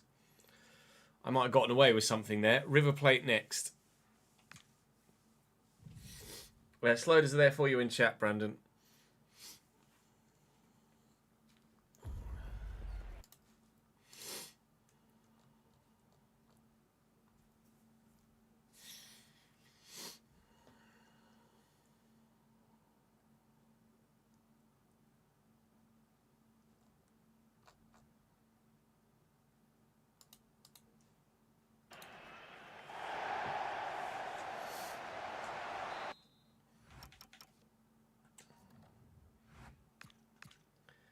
River Plate obviously battered us last time we played them by 4-0, and they are just as good as they were then, if not better. Although, Hamey wide left, I don't remember them playing a 3-back either. Marcos Acuna started at left back in a 4-back, and Driussi started as well. So they have changed things around here, River Plate. I don't know if there's been a change in manager maybe, but they're certainly playing a different system. Definitely playing a different system. So we'll see what happens here. Also intrigued to see how good this Mexican Granero is. Does his football ability match his flamboyant hairstyle? We'll find out in due course.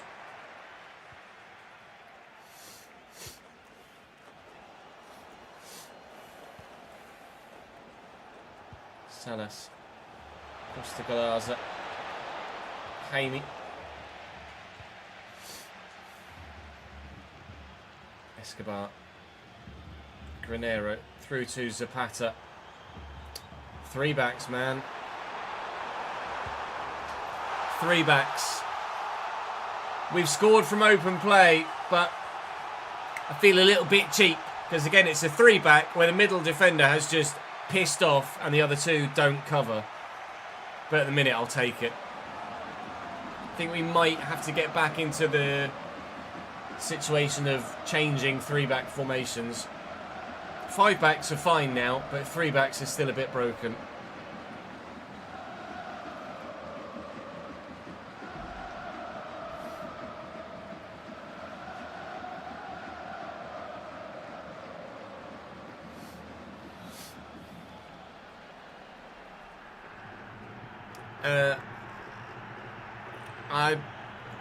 I'm not sure, ads, but I think the XY system is automated.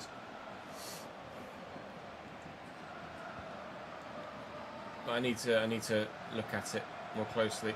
You'll have seen the video and read the reports, etc.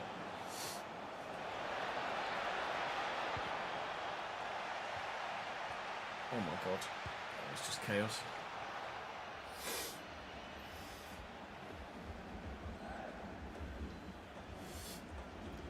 The drivers will have manual control of the override mode.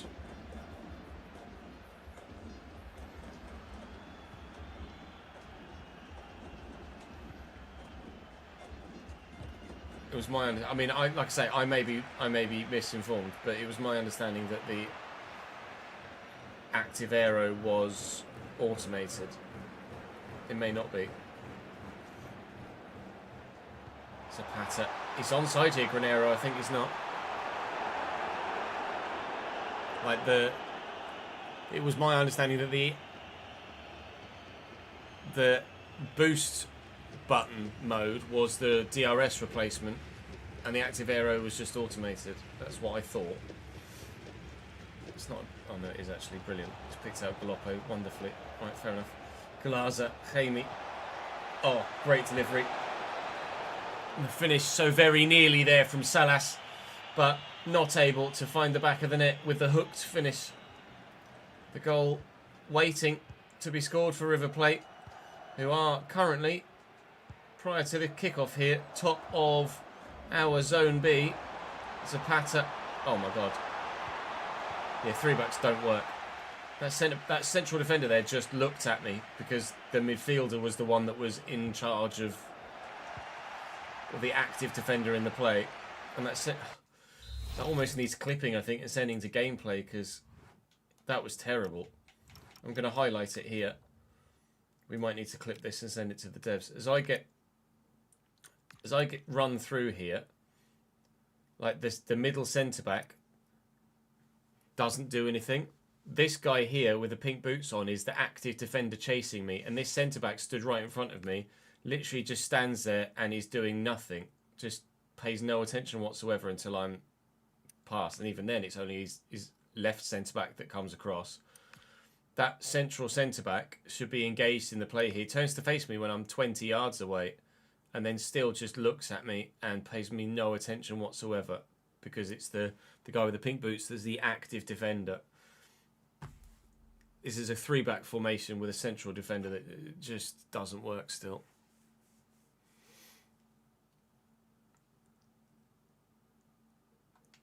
What position does he play in, Skip?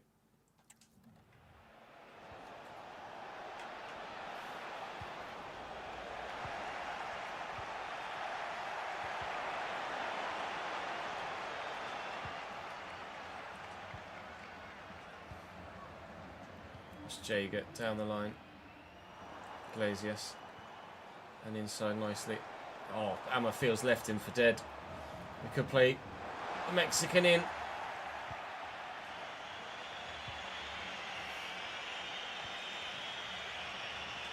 Challenge. Firm, but fair. Granero.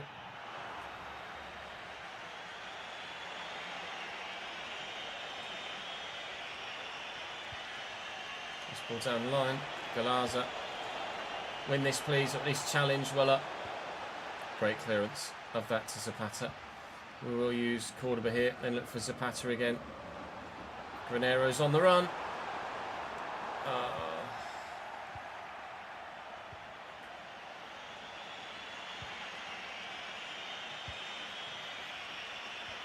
There was an old centre mid called Granero, wasn't there? He used to play for QPR briefly.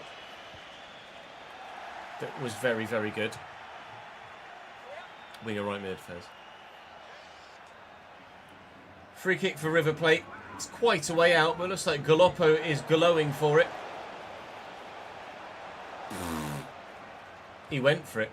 Not only did he go for it, he went for it, and he so very nearly scored. We've had opposition teams hit the woodwork against us 4 times today.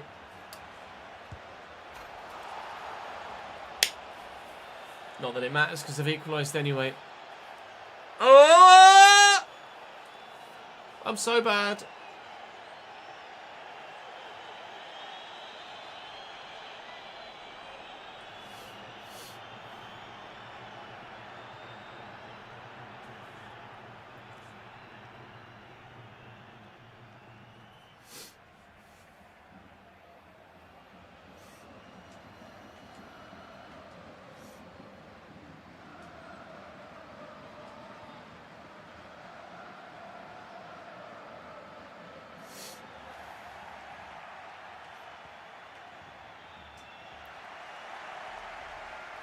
Neat.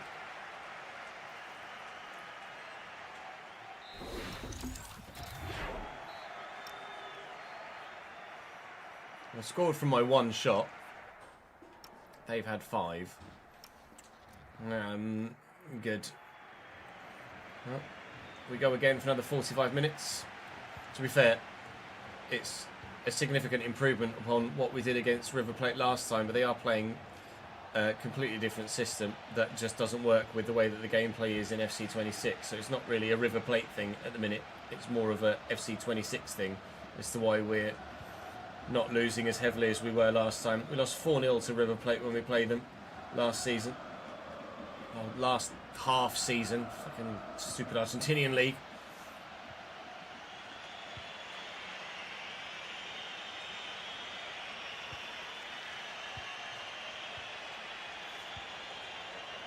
Castagna. He's got multiple options here. And he's going to find one of them. The XY naming has been dropped, so ensure overtake mode is the DRS replacement. Still requires being within 1 second of the car in front. Yeah, agreed.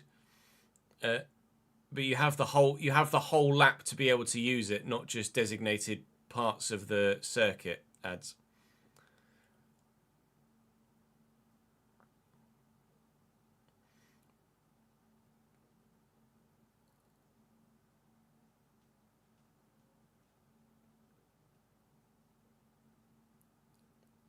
Active error front and rear front and rear, open on straights, closed in corners. Yeah, that's the active aero is. I'm sure the active aero is automated.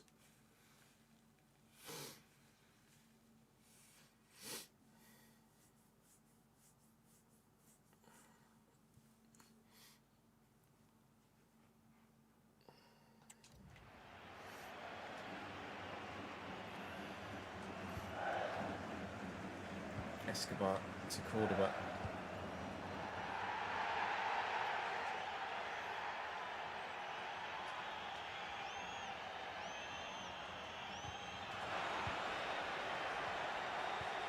Oh, it's a great through ball. It's a big save by Carrasco. It's not...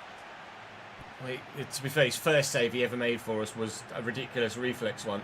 But he's not been astronomically better than Begonio. But he has been better, even if it's only by like 2%. I'd say he's still been better than Begonio, who he's replaced. Young player with the potential to improve. Obviously, we hope that everybody we've got at the club, especially those youngsters that we brought in, will improve. And those more experienced players that are still like mid-20s, I hope they'll improve as well. I just didn't fancy it on his right foot there from that angle, trying to turn. I did have the man in the middle to try and square it to, but I don't think I would have been able to get it to him. Again, the three-back looking vulnerable, but not able to actually prey on those vulnerabilities this time. But maybe now, Zapata looking for Granero in the lineup because the board wanted him to play, and maybe they were right. San Martin 2, River Plate 1.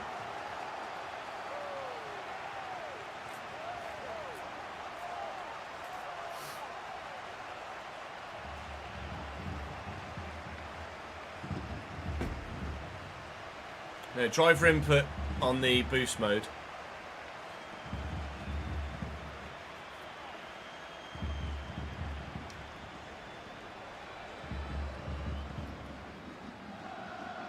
And then automated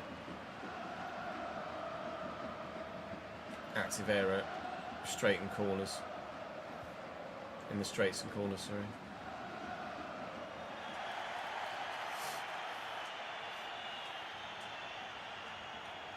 Free kick for Galoppo. He's not going to be going for goal this time. Granero's actually won the header defensively there, and Amafil has skipped past his man, and could we be in again? We've not really got support that's easily found, but now players are arriving and Granero's in again. He's absolutely flabbergasted though. Flabbergasted was the wrong word.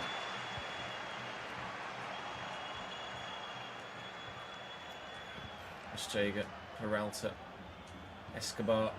Still 15 minutes to go. There's plenty of time for this result to change it further still. See, we hope it doesn't. And if it does, there's only one way we wish it would change, and it might be doing that. Zapata. Oh, please get that in the corner, mate. We've had the chances to win this by more than the 2-1 margin we currently are.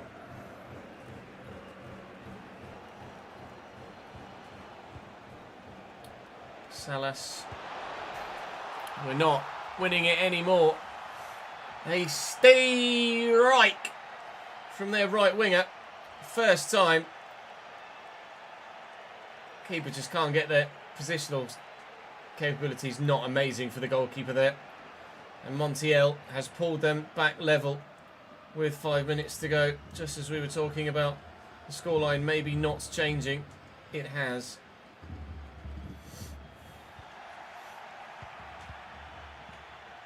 Salas. An important interception is what it is. Iglesias. Zapata quickly for Granero. Can't get his feet sorted to turn the defender, unfortunately. He's still finding his feet up there. Escobar getting stuck in. Lovely from Cordoba to turn away from the challenge. No, it was supposed to go across to Amarfil, who it's found now, but there's the final whistle. Well, it's another draw. 2-2 this time against River Plate, which is obviously a significant improvement to the result we got against them last time we played them, but heavily influenced by their setup. I think moving forward I will just make sure that teams don't play a 3-back against me, because it is too easily abused. And my feel is now peaked at 71, but we're getting better. But at the same time, we're not getting any better. We are 12th now, with Sarmiento away to Sim next. A bid from Independente for Mian, who doesn't start for me anymore. Independente are one of the best sides in our half, in Apertura, in Zone B. Independente was second only to River Plate. And in Clausura so far, they are 4th and only 3 points off. You guessed it. I wonder whether I should actually have to negotiate this on a realism basis. An offer for Mian. I reckon I could get up to 2.2 for him. It is slightly lower. We had 2.15 from Argentinos that we rejected. So I will ask for a sizable fee for Lautaro Mian. And it's a fee that they're not initially willing to come near. 2.3, will they take that? They will. I think it's only fair. He's dropped from the starting lineup now and has the potential to do the job higher up, and is very, very quickly decided he wants out. That took 48 hours at most. Well, we've got some money, but at the minute I'm not sure if I'm going to spend it, quite frankly. I know. I think we're going to... Is that the board saying, yeah, Mian's sold? I don't need another cam, because we have... Oh no, I do, because I sold the other cam, didn't I? I do need a backup cam. I mean, Capetti can play at cam, but he gets minus figures in there. Granero definitely can't. Fernandez apparently can play at cam. I need a backup cam. I need to go and replace him. We might loan someone in, but we're going to go and sign another cam. How much money have I got with that? Don't know, because it's done this old PC bug thing. About 2 million still. Okay. Well, yeah, we only had 170 odd grand left, didn't we, after we made the other signings. All right, time to sign a replacement cam then.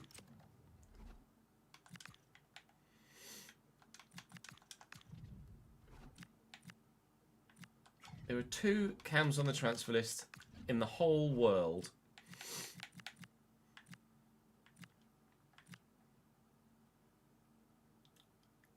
Gabin Bernardo is available on loan from Nice potentially.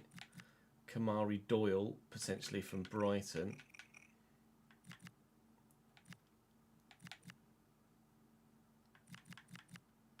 Because it's organic through the save, might try and loan this guy.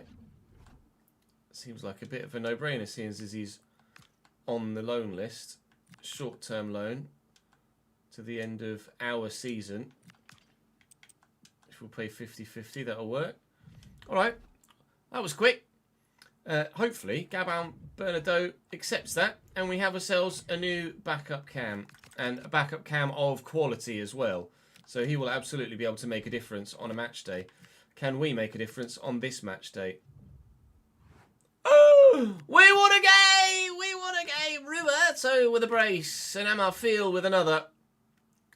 Holy Jesus. We're in 9th. We're still not in the playoffs. We're a point off, but we're very, very close to. Sorry, Bagogno, you're not the one anymore. You've got a new understudy that's taken your place. No, he's turned down the opportunity to join us on loan. All right. Shit. What about the guy... Oh, son of a bitch. What about Kamari Doyle from Brighton then? Will you come to Argentina? Please? I can't believe you turned me down. I don't know if I've ever had that. A short or any sort of loan where they've just said, actually, no, I don't want to join you. We'll try for Kamari Doyle instead then. We'll advance towards transfer deadline day. which is in 6 days' time. An offer received for Borgogno, which I will turn down. Email from the chief executive. Kamari Doyle has turned down the chance to join us on loan. What is going on? Nobody wants to join us. Why does nobody want to join me? Probably because we're rubbish, but still, fuck. Right, okay.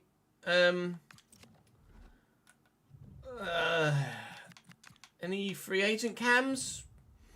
Maybe want to think about joining me? Ricardo Navarrete. Relation of, maybe? If you know, you know. Doesn't look that bad, to be fair. Alright, go on then. Let's bring you in on a free. Mr. Navarrete. I can't turn down that surname. There is pedigree with that surname on this channel. He wants a 5-year deal. Alright, suit yourself. No release clause. And wage-wise, he'll accept something like 3 grand. In. Done. Bosh. Alright. Mian replaced by Ricardo Navarrete. There's potential in the early 70s. So hopefully he's going to be good enough. Because I could do with him growing to be good enough. Atletico Tucumán on the Bristol bloody City want Watson. Oh no! Alright, I'm losing even more players then. He doesn't start for me anymore. Nicholas Watson as well is replaceable. And let's be honest, surely he's going to want to go to a championship club to earn a decent whack of money. I can't really turn that down. We did accept a bid for West Brom for him, and I think he turned West Brom down, or time ran out on them in a transfer window. I can't quite recall. Bristol City just lost 2-0 to Cardiff, we just saw there. We're going to simulate this one at home against Tucumán. And another win. We're going up the table, boys. Flying, absolutely flying. Up to... It doesn't actually tell me what our league position is there. Oh, is it because we're in different... Might be because we're in different zones. We are 7th! We're inside the playoffs. Up the fucking San Martin. 4 draws so far this season. Only the 1 defeat, though, which is promising. Let's see what happens on transfer deadline day then. Still no confirmation of Watson going to Bristol City. He rejected the contract offer from West Brom. He needs to make his mind up soon because I need enough time to be able to replace him, please. Hello. Oh, Diaby. Oh, that's Watson going. All right, he's made his mind up. He's gone. Diaby has gone to Liverpool as well. Nicholas Watson needs replacing in our squad. We need a new squad midfielder. There's lots of you guys on the move as well with regards to Patreon players too.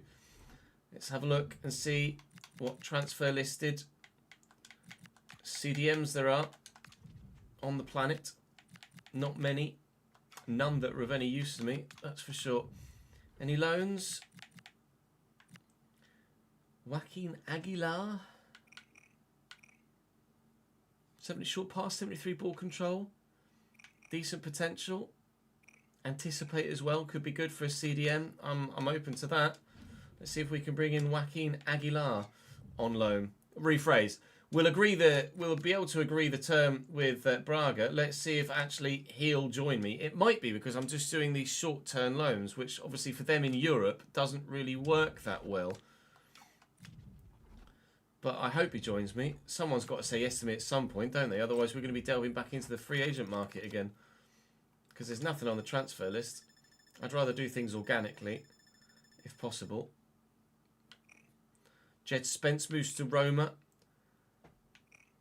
Sanchez to Strasbourg. Elena Kena from Monaco to Brentford. Yeah, Brentford. Diaby to Liverpool for 65 million. That is a large fee. And he's coming! Someone from Europe actually wants to play for me. Joaquin Aguilar joins San Martin. Ah, bienvenidos. My good man. Welcome to the club. Joaquin, please be good. Thank you. I'd appreciate it very much indeed. Let's see if anything else happens in this summer transfer window on deadline day then. David Raum moves from Newcastle to Brentford, so that's within the Premier League. And just one loan in that hour. Sharif to FSV Mainz. Iliman Ndiaye, Everton to Palace. Maxime de Kuiper, Brighton to Leipzig. And Daniel Munoz from Palace to Lazio there. Simakan to Spurs, that's a big one. Ruben Diaz to Dortmund, that's an equally sizable and notable deal. A bid from Tayares for Paulo Garcia, which we will be rejecting at this stage with 2 hours to go. It wouldn't have the opportunity to go through anyway. And that is going to be that. Diomande moves to Inter. Mittelstadt moves from Chelsea to Burnley. But that is that window. So I'm going to go and make sure the Patreon spreadsheet is all updated with regards to any moves that you guys have made. And then I'll give you a full transfer window roundup.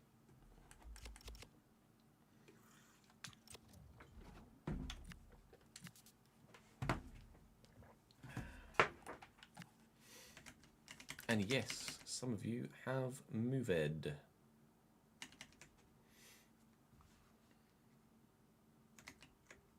So bear with, I'm not going to be able to see chat for a minute.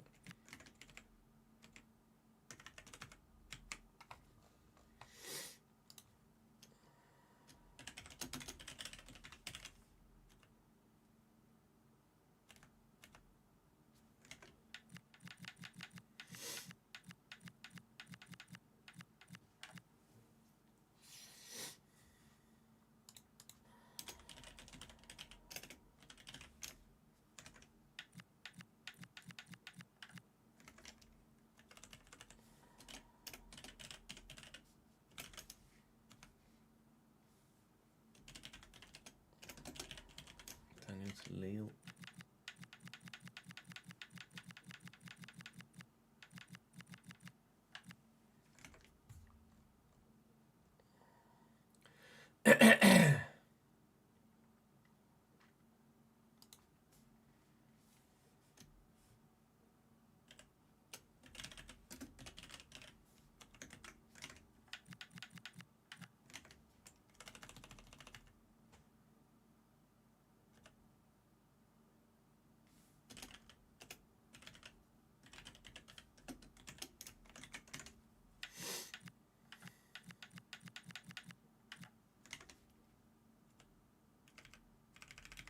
Nolan has gone to Girona.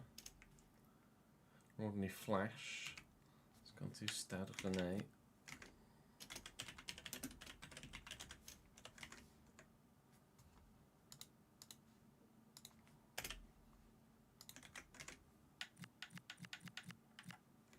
Brandon gone to RCD Mallorca. I think that's it. No, Liam's gone to Toulouse. Nick's still at Stevenage. So 1, 2, 3, 4, 5, 6, 7, 8, 9, 10 moves.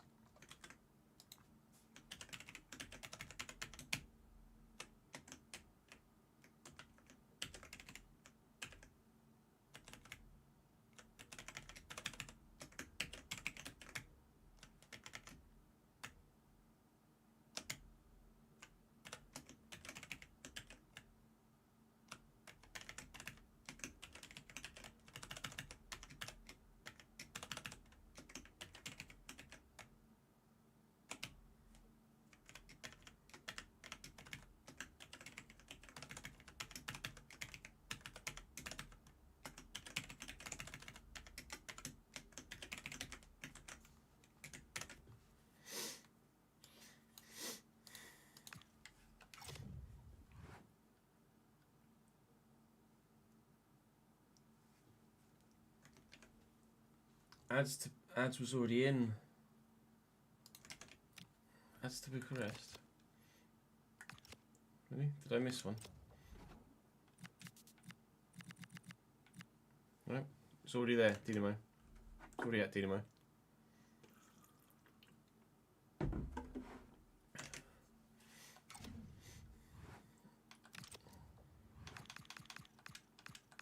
So transfer history for this summer. PSG are at it again. I think it was the other save where they were going mental. They've gone mental here as well. Hakimi and Dembele sold for a total of £233-ish million. But they have signed Osimhen and Ekitike, which is mental. Rafinha's gone to Manchester City. We saw that in the Palace save. Alvaro has gone to Roma. Bradley Barcola leaves PSG as well to go to Arsenal. Savinho to Bilbao. Frimpong to Inter. Harto to Juventus. Balde to Chelsea.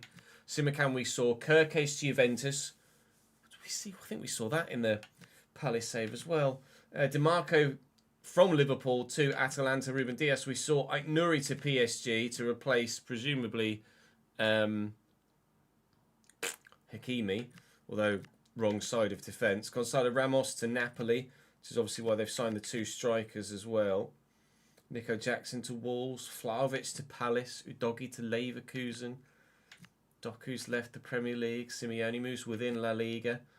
Ndiaye we saw. Calafiori to Brentford.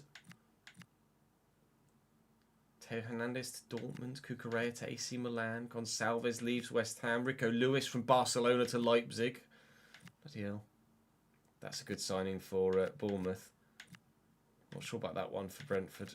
Although it might be a different Wesley. It is a different Wesley. Lewis Skelly to Barcelona. Nico O'Reilly from Barcelona to Leeds. Tierno Barry's moved on. I know Martinez Malagusto moves to Villa. Truffet to Liverpool. So Liverpool sign a right back from Bournemouth, then sell the right back that was from Bournemouth to then buy another left back from Bournemouth. Conor Bradley to PSG. Achraf Hakimi to Conor Bradley. Downgrade IMO. Brahim Diaz to West Ham. Jed Spence to Roma. Leo Sauer to PSG. Lots of moves. Lots of moves indeed in this transfer window. Some of which have happened for you guys on the Patreon as well. With regards moves, we've seen Patrick Kelly swap MK Dons for Stuttgart. Frederick Stad to Southampton for Bailey. Blackburn for Toulouse. And Bruges for Lille for Daz and Daniel respectively. Colin has swapped Bristol City for Union Berlin. Hearts to Stade Rennais for Rodney Flash. Chicago Fire to Girona for Nolan Ross. Falkirk for Fenerbahce for Cameron Wilson. Then Rapid Vienna for Mallorca for Brandon Yang. And Eintracht Frankfurt for Toulouse for Liam Hayes. You've all been growing very well indeed, of course, throughout the course of this save. As you will be in all of the saves, really. This is effectively start of Season 3 here. So you guys have gone from 50-ish to 60-ish in this save, apart from a couple of standouts that are a little bit higher. Of course, if you want to see your stats in closer detail, then do come and join me on stream and I can show you them, be that for this save or for the RTG as well. If you want to join the list of people that are on the shortlist here, then you can have your own player in both of my saves if you so wish via one of the higher tiers on the Patreon. If you'd just like to help support the channel financially in any case, but not necessarily at the more expensive tiers, then there are significantly lower tiers available to you on the Patreon, which would be very generous of you. But for now, your watching eyes on every single video would be lovely at the very least. So that's all for this one here in the Journeyman. I'm going to go and record another RTG video now, and then that'll be me done for the day. But that's me done for today here on the YouTube channel. Do make sure that you're subscribed to the channel. I'd appreciate it very much. And do join me tomorrow for more. I'll see you then. Right, let me save that.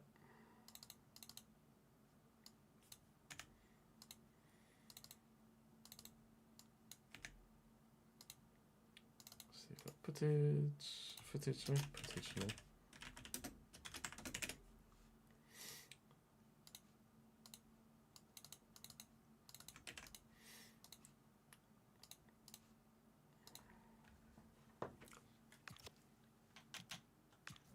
It's not slander to say that Conor Bradley is not as good as Ashraf Hakimi, is it, really? Facts cannot be slander. Am I the famous Huddersfield supporter? Who's the famous Huddersfield supporter? Don't even know who that would be. Lauenborg. Oh, it was Rapid Bucharest, not Vienna, was it? My bad. Hakimi wouldn't do it on a cold night in Belfast. I bet he fucking would.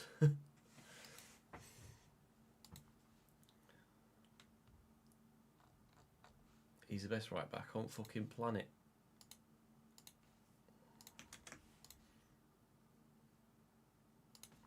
Right, we don't need that one. We don't need that one. Would like that one.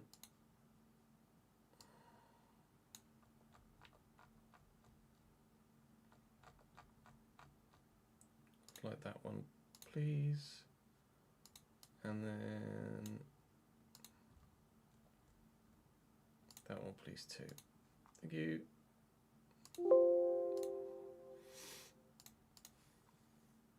Oh yeah, we'll watch the F1 vid as well, won't we?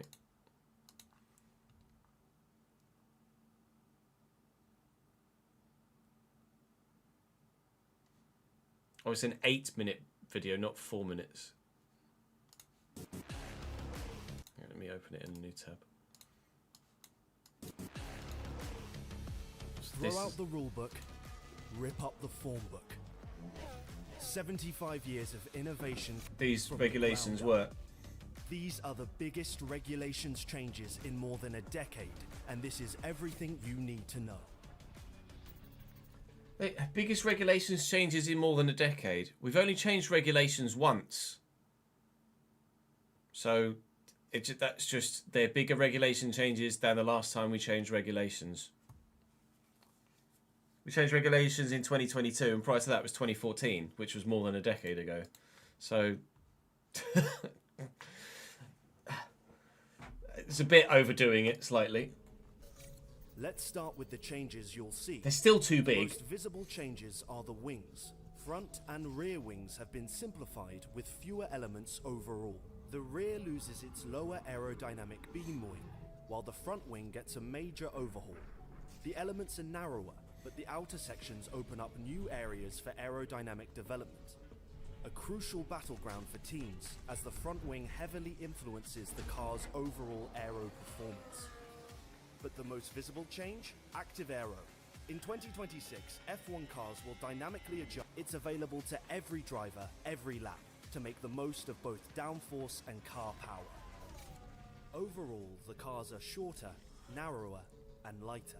Not by much, though. 10 millimeters narrower, it really isn't much. 20 millimeters shorter really isn't much when they are monstrously big. They need to be significantly smaller for 2030. And 30 kilos weight saving really isn't much at all when they're still And while the cars still sport their 18-inch tyres, they're narrower now, cutting drag, trimming weight. And they won't have those little arches above the front tyres anymore either. Once used to help manage the messy airflow from the tyres, tighter regulations will put the responsibility for this on the bodywork and components around the wheels instead, keeping the cars cleaner and lighter. This follows behind. These jutty out bits, to me, scream bodywork damage, car performance ruined, turn one, lap one. The wheels with the design of these barge boards and the simplifying and shrinking of the floor bodywork. This is to discourage outwashing, where teams direct the turbulent air off the... They just look so snap-offable. They look so vulnerable. I don't like those. Front wheels around their car, Don't like those rather barge than boards. over its aero surfaces, which has affected following cars in seasons past. Cleaner lines, less dirty air. Underneath, it's a whole new story. The long ground effect tunnels are gone, replaced by flatter floors and extended diffusers with bigger openings. That means less downforce and a higher ride height, which could allow a greater range of setups, suiting a greater range of driving styles. Okay, let's close the gap. But a lot of changes in 2026 aren't obvious to see from the outside. The drivers will really play their part in these new cars, with a bunch of controls put right in their hands to extract lap time, attack for position, or defend from a challenge. At their fingertips is the boost button, overtake mode, and recharge controls. Essential tools to aid racing and lap time. There's maximum power from the engine and battery at the push of a button. They can use it anywhere, for attack or defense, so long as there's enough charge in their battery. Overtake is just for attack. Let's close the gap to 1 second. It gives extra power at top speed to drivers within a second of the car in front. Overtake now available. Essentially replacing DRS, it differs by having one single detection point which grants drivers the extra electrical energy to deploy for an overtake or to pressure the driver ahead to make them vulnerable later in the lap. Power boost and Okay, so boost you can use anywhere at all times if you've got enough battery. And then the overtake mode is a DRS replacement, so 1 second of the car in front, but you can use it at any of the designated spots on the lap rather than just the next one. So it'll just be one detection point over the start finish line, presumably, judging by that. They'll oversee their battery recharge as well. Working with their race engineer, they'll be selecting from different modes to recharge their battery from braking and engine energy. Boost, overtake, and recharge make drivers tactical masters and add more variables, making racing less predictable. Use boost and overtake to attack this lap. Powering this change is perhaps the most significant update in 20. That's nearly a 50-50 power split between fuel and electric, pushing hybrid performance to new heights. To power this new hybrid unit, the car's energy recovery system can now recharge the battery with twice as much energy per lap. This brings a host of clever recharge modes to recover energy under braking. I'm still very, very, very, very, very much in favour of scrapping the batteries and going to fully naturally aspirated sustainable fuel engines for 2030. Throttle lift at the end of straights, or even corners where drivers are only applying part power. But one component is gone, the intensive, too complex and not road relevant. By removing it, teams save weight and cost, making the power unit leaner and more focused on what matters most.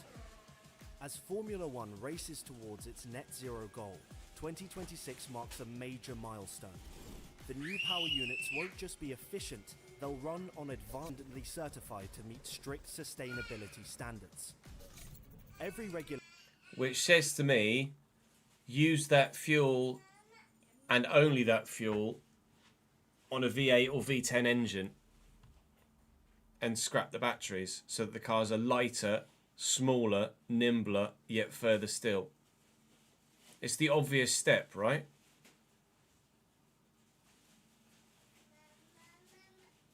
I feel like it's the obvious step to now that they're to help with the net zero, to completely drop the engines and run just 100% naturally aspirated sustainable fuel engines. Seems like the obvious ploy, engine-wise. regulations update brings safety enhancements, and 2026 is no different. The driver's survival cell is subject to more rigorous tests, with side intrusion safety further improved and the roll hoop strengthened to take 23% more load, roughly the weight of 9 family cars. They'll also be protected by a new front impact structure design philosophy. This front section now separates in 2 stages. This gives drivers more protection in large crashes where there are secondary impacts after the first contact. And to reduce the chance of side impacts in low visibility, all cars will have mandatory lights on the side of the mirrors in addition to the existing rear rain lights. Corners should be easier, but the cars themselves will be trickier to handle. Same power, less grip. Driver skill will be on display with them on the limit more often. Okay, flat out to the end. The 2026 car is built for the future, with an unforgettable. So the cars will initially be slower than the previous regulations,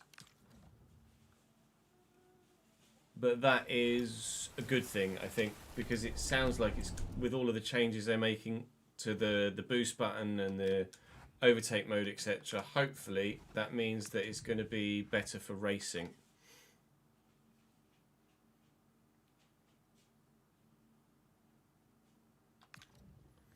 But I agree, adds that those barge boards and the extra bits on the side of the wing do just scream loophole and vulnerable.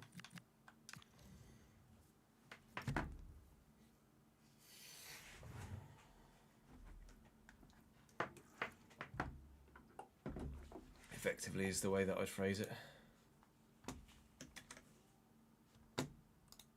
Right, let's get the spreadsheet up. Just got our FA Cup prize money, didn't we? Yeah, Ford back in F1 is going to be intriguing. Right, form has taken a positive turn. Probably going to end up having to split December into two.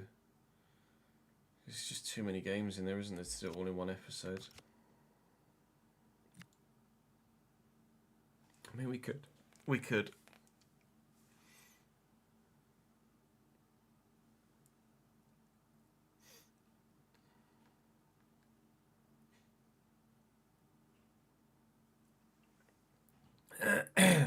The boost button is effectively the Kerr's battery, James. So teams will be able to you'll be able to defend against the overtake button with the boost button, but only if you've managed your battery well enough to have enough battery remaining to be able to utilize the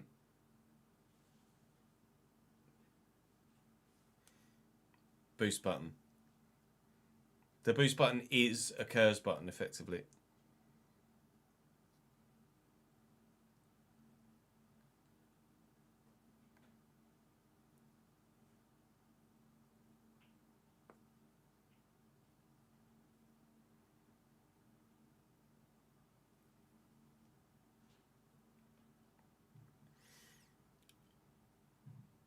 Got the boost, boys. Battery always recharges, Davidenki. Battery always recharges in F1. Similar to how it does in real life.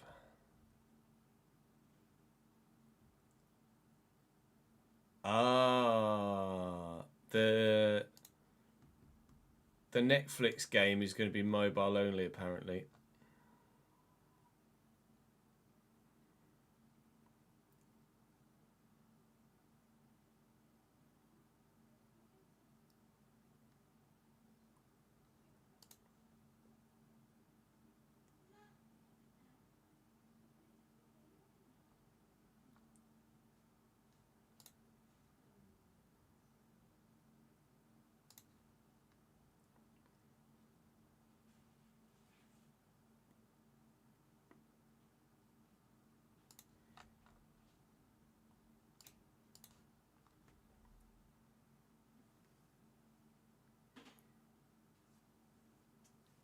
I didn't, Tomasi, let me scroll up.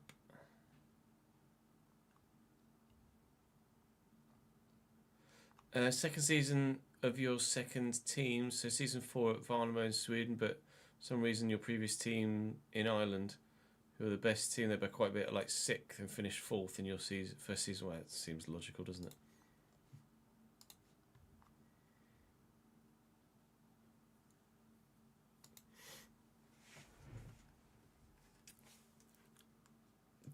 Has there been any more about a potential 2K FIFA though, Darren? I've not seen anything about that for a couple of years.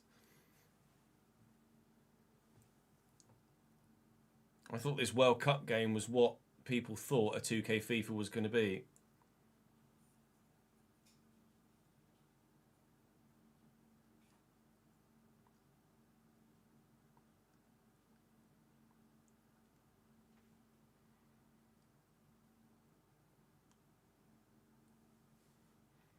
Fiorentina are bottom of Serie A with no wins in 15. I didn't know that.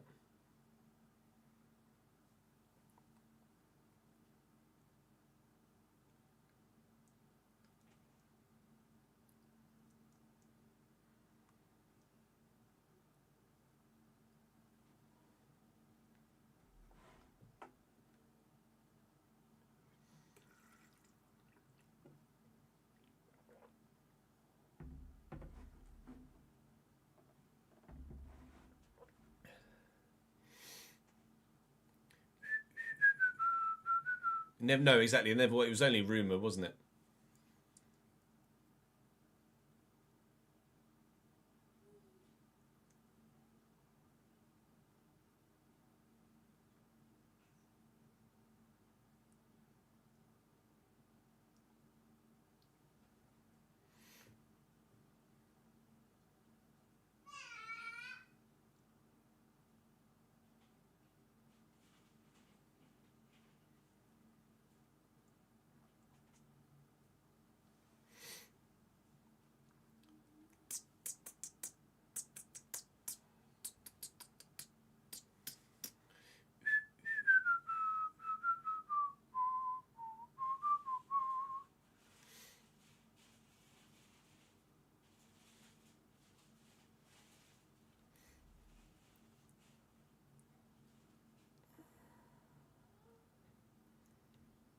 To turn off overall in career mode? No, not without any sort of mod. I wouldn't have imagined.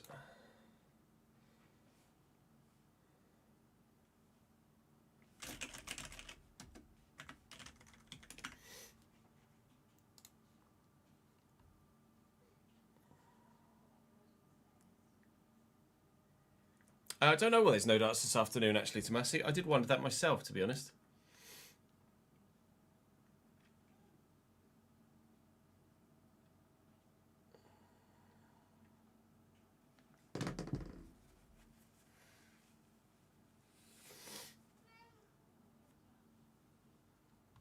I know, I absolutely understand your reasoning for wanting to do that trip. Kind of FM-wise, take their stats only.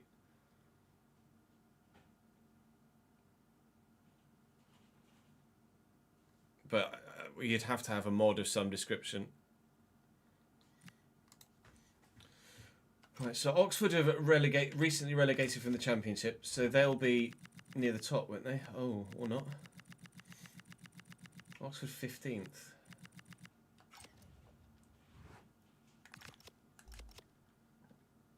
Who else have we got on the calendar? MK Dons came up with us, so we could probably sim that one. Lincoln. Huddersfield away will play because it's a real life ground. We've played Stockport a lot recently, so we'll sim Stockport. So sim MK Dons, sim Stockport, sim Oxford, sim Shrewsbury because they came up with us as well. So play Lincoln, Orient and Huddersfield. That's what we'll do.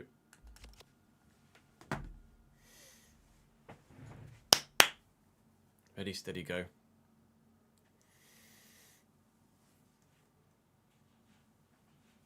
You put a bet on Barney. What is he, like 500 to 1? Or you put £4 on it or something? Or 400 to 1 and you put a fiver on it?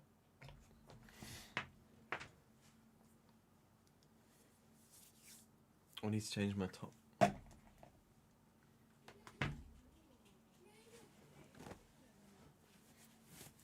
He's 400 to 1. Oh, 40, or is that 40 to 1? You just put 401, so I don't know what that means. 40 to 1 and you put £20 on it, or what? Or 25 quid in it? Oh, yeah, so 400 to 1.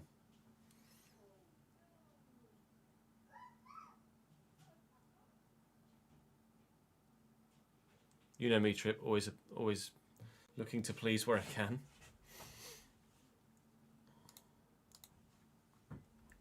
Welcome back to the Realistic RTG. We're getting ever closer to the January transfer window in our first year here at League One. We will be having a bumper episode today with a lot of games in it. We're going to do the whole month of December today. We'll be simming Oxford MK Dons, Shrewsbury and Stockport. MK Dons and Shrewsbury came up with us last year, of course. Oxford relegated from the Championship last year, but are having a terrible season. And Stockport, we've played so many times already, it feels like, in this save. So Lincoln, Orient and Huddersfield will be the 3 games that we play today as we push towards the January transfer window, where we've some money to spend, but we don't know if and where we might spend it at the minute because we're having a decent season. We weren't having a decent season until we turned our form around most recently. We were actually tumbling down the table and as low as 18th. We're on a bit of a renaissance at the moment, although we did just lose to Burton, which isn't great, but we're not far away from those playoff spots as it stands at the minute. So we're going to push on towards the game against Oxford. I think we're going to have some finances to update briefly before we get there as we advance further forward. And then, whoa, hello. Another one? You're joking, not another one? For the second time in this save, we've had a tactical breach. That's not good. That's not very good at all. Ben Knight is saying he wants to play here against Oxford. To be fair, I could put him in ahead of Glenn McConnell, and I would be open in doing so. So let's throw Ben Knight in there.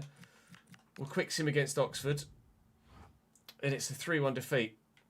Maybe influenced by the leaking of our tactics. Maybe just Oxford were better. But someone is leaking our tactics. I don't know who it is. If we find out who it is, they will get punished. Pelirada Kumpanzu is up to 72 rated and is now in a position where he's going to start declining. So he's gone up and then he's immediately going to come back down again.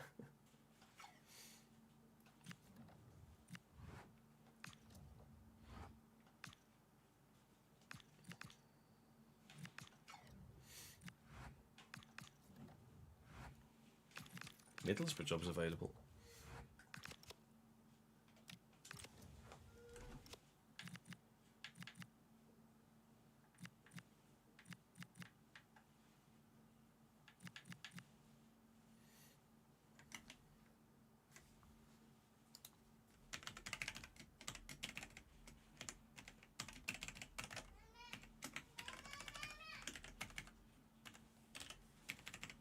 What would travel cost? 1,400.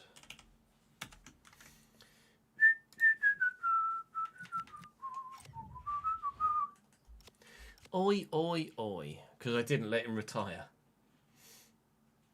I mean, I did. It's not letting him. He's the one that... Good idea, to be fair. He could have rejected the contract extension. Oh, dear. Might need to go make a small coffee. Right, MK Dons at home next is absolutely a fixture that we could and should be getting a positive result from. Obviously got a little bit of fatigue in the squad at the minute with the way that the fixture list is going, but we're able to deal with that with the players we have available to us, thankfully. So we should still be able to get a decent result against MK Dons, and it's at home this time rather than away in the previous one. Right. The Simmers are not kind to us at the minute, are they? We are losing a lot of simmed games. Jude's unhappy. A 4-0 there, a 3-1 there, a 2-1 to Burton. We did all right in the Simmers in the previous episode before that, and then a 4-0 there to Northampton as well. I'm not sure why we're struggling in the Simmers, because we've got a decent team, and we're putting out... Lavs now is open to signing a new deal. That's intriguing, considering... no, I'm sure I just signed a new deal with Lavery, maybe last season. He certainly had one new deal throughout the course of this save. Yeah, we've got a decent team, so we should be doing better in the Sims. We really, genuinely should be doing better in the Sims. Maybe McConnell and Kelly are pulling it down a bit, and Purrington and Kaikai, I don't know. Midfield isn't that highly rated, I guess. Only Mpanzu that really stands out. Not sure.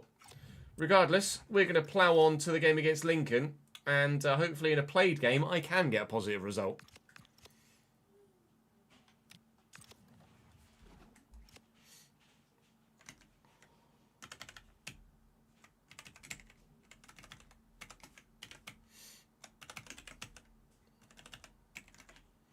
2205. 4410.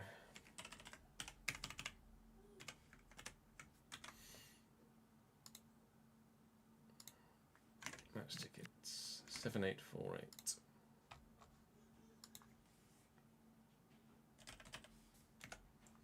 Just 12165. Okay.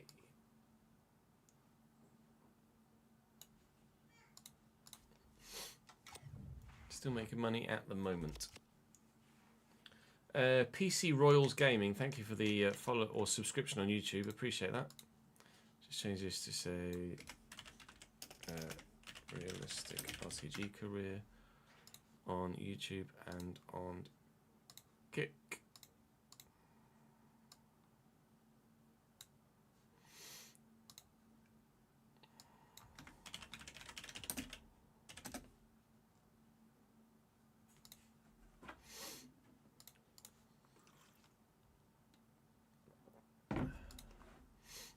I did not raise, no.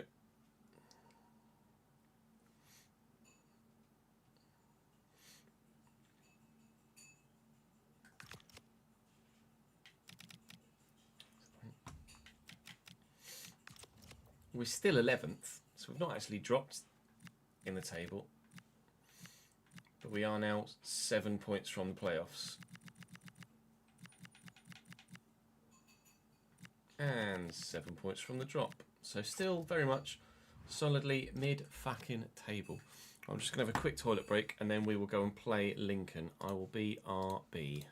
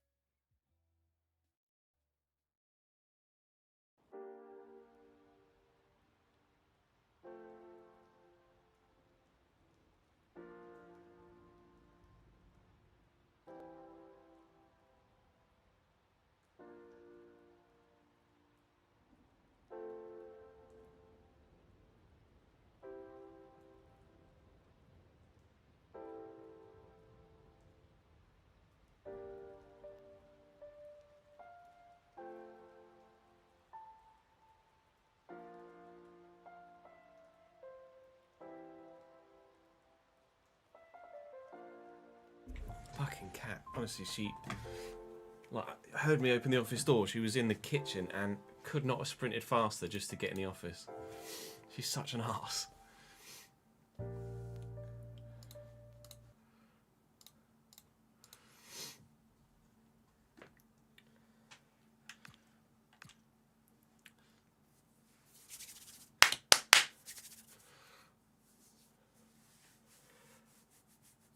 No, Daniel, you're not wrong.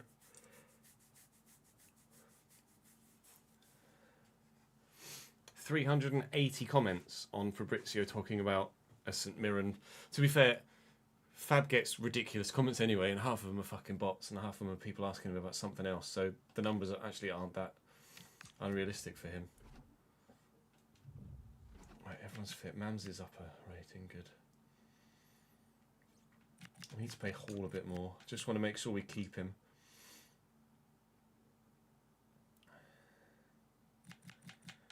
I don't want him to get recalled. I've not had any word about Munro being recalled, so that's good news.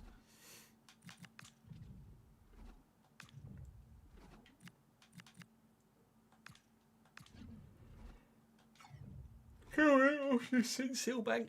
We go.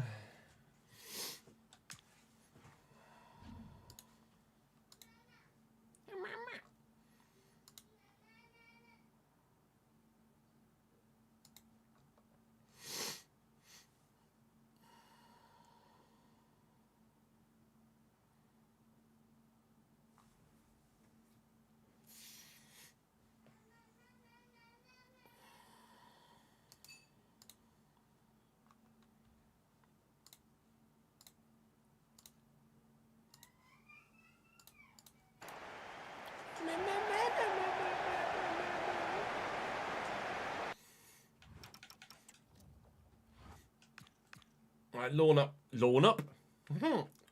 line up for Lincoln City. George Wickens in goal for them. Lewis Montsma, Riley Towler, and Tom Hamer at the back for them. Ivan Farmolayev, sorry. Farfolomeyev. I don't know why I struggled so much with that. Tom Bayliss in the midfield, Oscar Thorne and Eric Ring out wide. JJ McKinnon at Cam with Ben House and Robert Street up top. I mean, Jack Moylan. Hello, Jack Moylan, formerly of Realistic RPG at Bradford. Hello, Conor McGrandles, formerly of Real Life, Cambridge United. Adam Reach, Freddie Draper, Dominic Jeffries.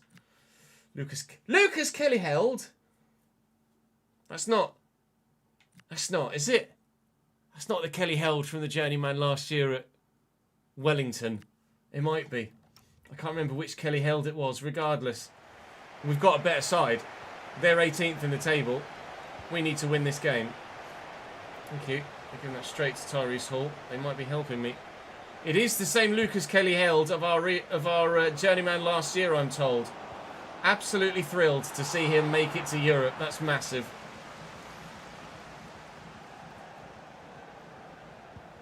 He's a big boy. Street. Varfolomeyev. Oh, I'm just going to call him fucking Dave. Brophy. He's away. He's really away.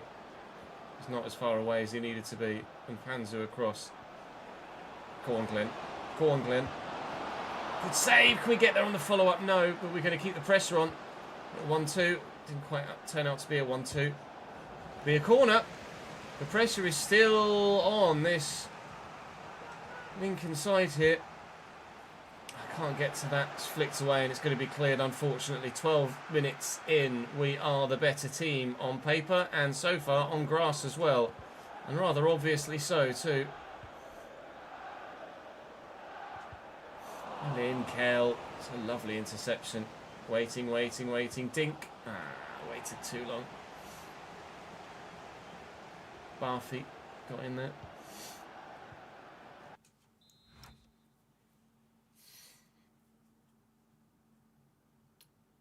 Who's mate with the fucking penguin at?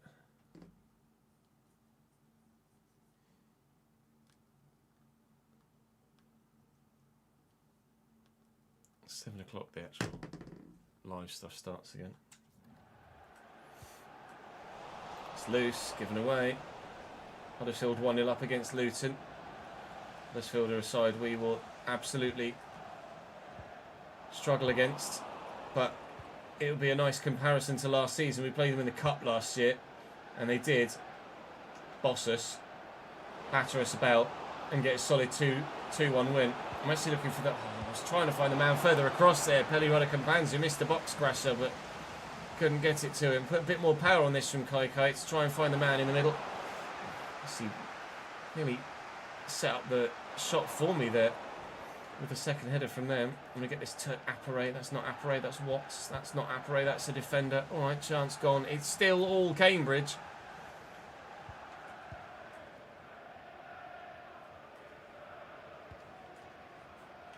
Nice touch by Mr. Ring. Thorne, thank you. Keep giving the ball away like that. They've been really poor, Lincoln, with their possession play. Left the defender on the floor there. Louis. A very hot vein of form, at least in played games anyway.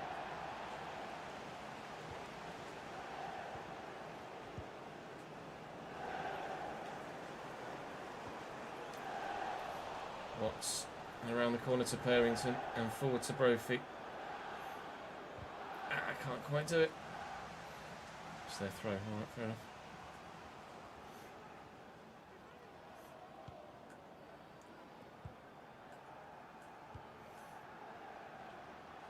Bayliss.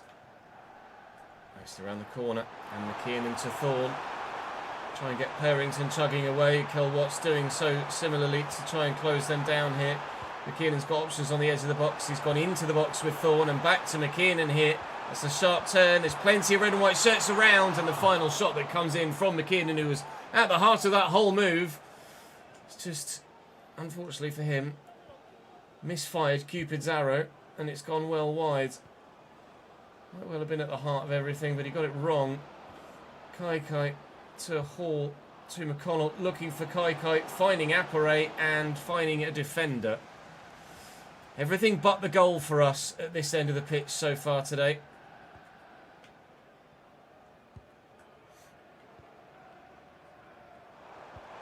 Thorne around the corner. And House.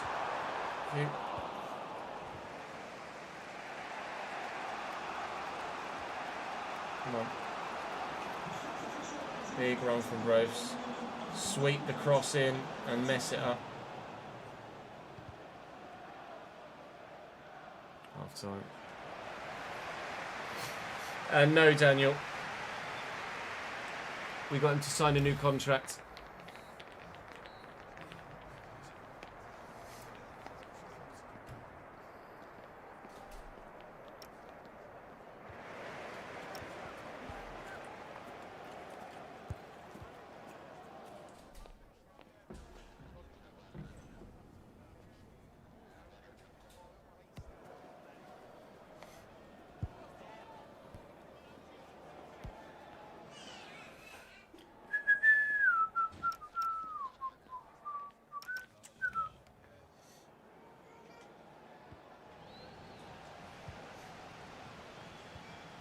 Harrington. Trophy. We need to hold on to the ball a bit better, I think. They just edged possession on us in that half, but weren't very creative with it. We didn't have much of the ball, or as much of the ball, but were much more creative. So you'd like to think, if we had a bit more of the ball, we could create a bit more. Wait and see. Brophy looking for Peli Kampanzu. I mean, I got nailed there. Should have been a free kick, I think. It's loose. Again, Lincoln giving the ball away when they're trying to build themselves. And it could cost them. And tuck this back. And Appare was waiting, but Towler cuts it out well. Let's put a bit of whip on this. Lot of power towards the back post. Try and nod it down to a teammate. The fall here to Purrington. And Tyrese Hall is not going to be doing that for me again. He did an extra little ball roll there to get it off his right foot onto his left, which is his weaker foot. So thanks for that.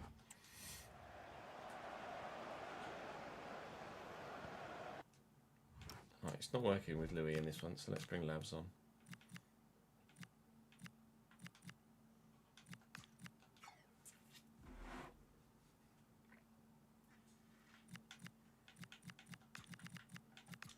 Bailey on the cam from McConnell.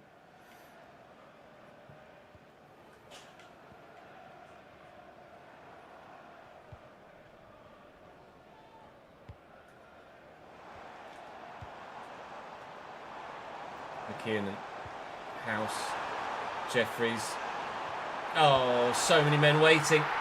They've used my tactic against me. How many times this season have we seen ourselves get beyond the defensive line for a goal similar to that?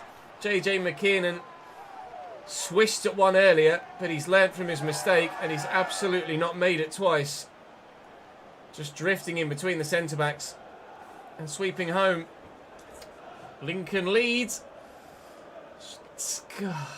Our form is so Marmite at the minute, isn't it? We're either brilliant or we're not even close to half decent. This would be 3 defeats in a row. Panzu.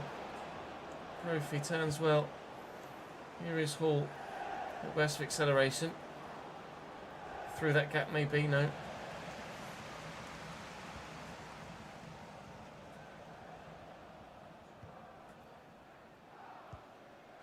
That's a great ball over the top. Jeffries is away. It's a really good cross in as well, but Norris gets to it. Bowl that out to Brophy. Just knock that back inside to Mpanzu. I've overrun it. Didn't see the attentions of the central midfielder there. Thought there might have been an offside in there. There wasn't. Bailey with a sharp turn.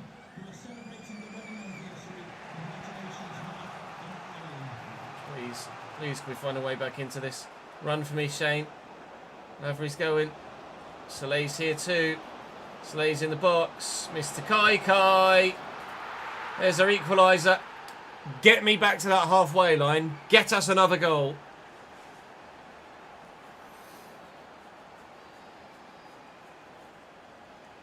Yeah, we've got our referees set to strict, Kimar.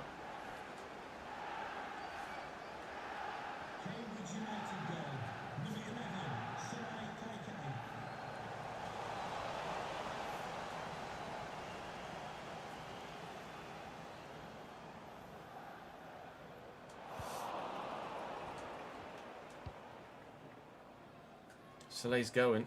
Oh, it's not a great ball though, to be fair, from Mr. Hall. His House. Oh no.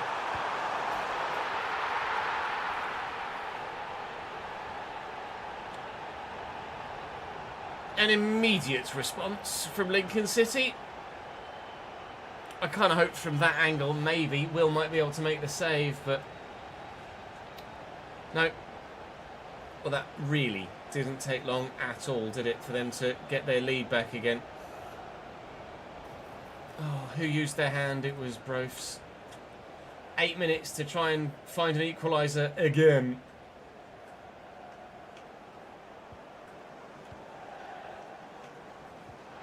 Oh, McKinn has broken beyond the line. Kells across to it. Just get out.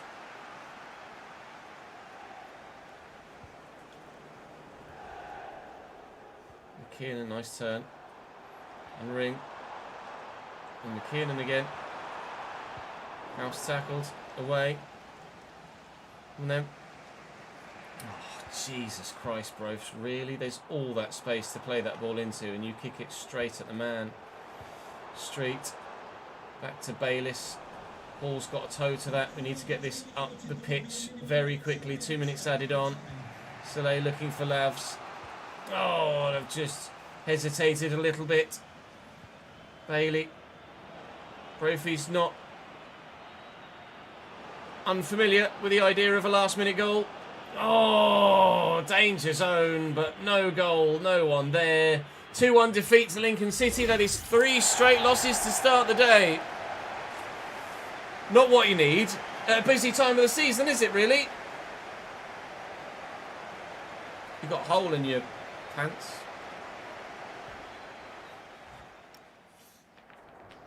Fucking hell. I've such an itch in my nose as well. Forgive me.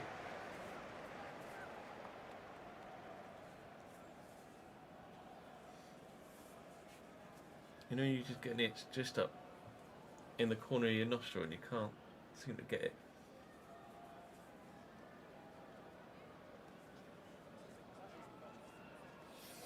Pain in fucking ass. Well, that was shit. Leighton Orient next. You're in the relegation zone.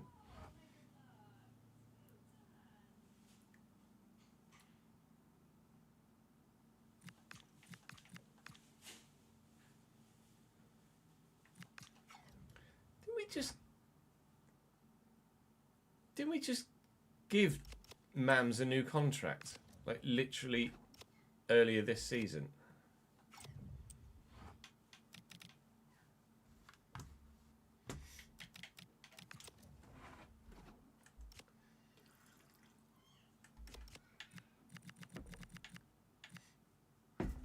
No, apparently not. Okay, fair enough.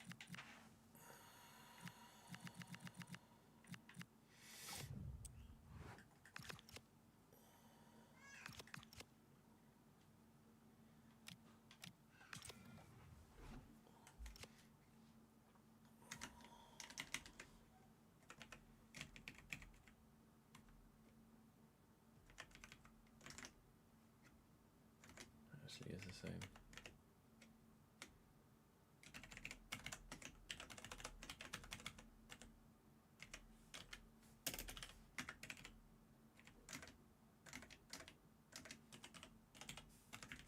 Oi, what in the fuck?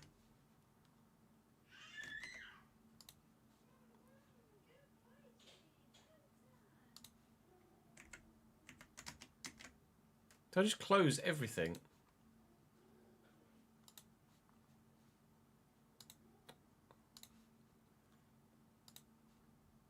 No. What the hell? I just did some sort of accidental button combination on my PC and it just looked like everything had closed. Maybe I accidentally changed profile? That was really fucking weird.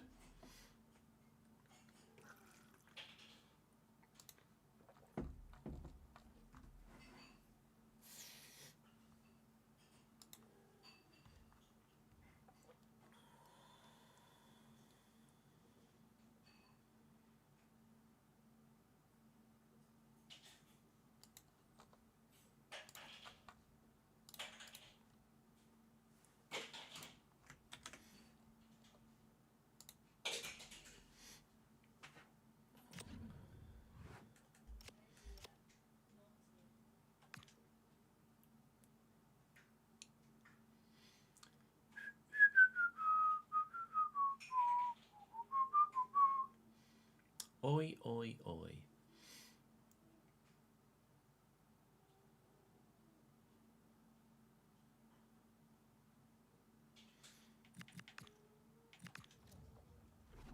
Oh, I know.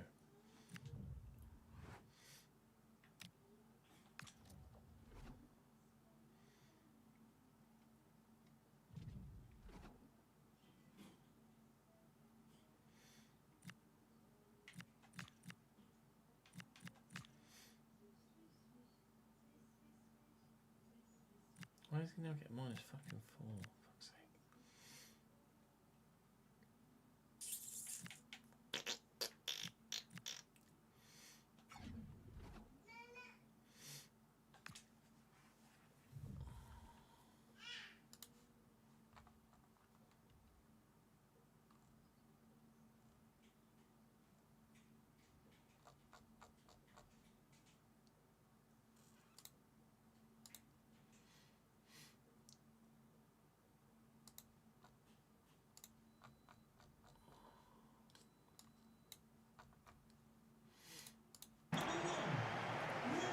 I haven't ever had shawarma, no, Rays.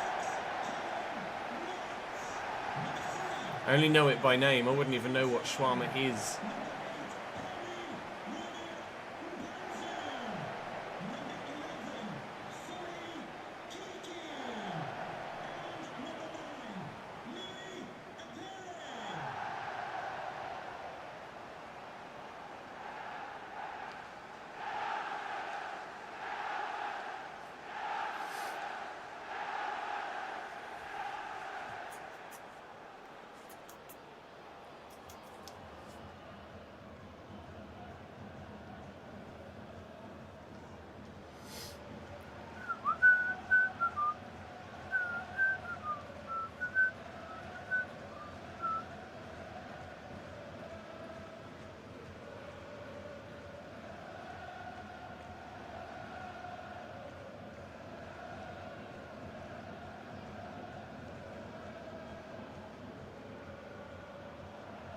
Have any of you guys had shawarma before?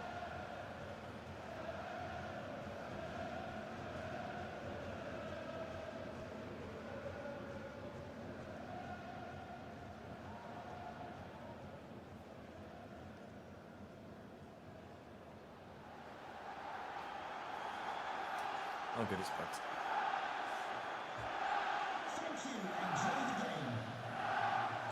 Lincoln with a 4-2-3-1. Connolly up top. Claire on the left. Gordon on the right. It's a team that is currently in the relegation zone and struggling. We've lost 3 in a row. So even though we're mid-table, we feel their pain right now. We could very much do with setting things right before the end of today's episode. Because, let's be honest, losing 7 in a row, might be on my way back down to League 2 at this rate.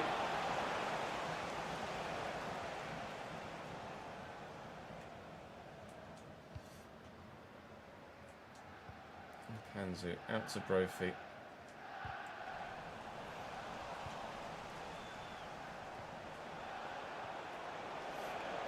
It's clear down the wing. And Connolly. Mams in the way.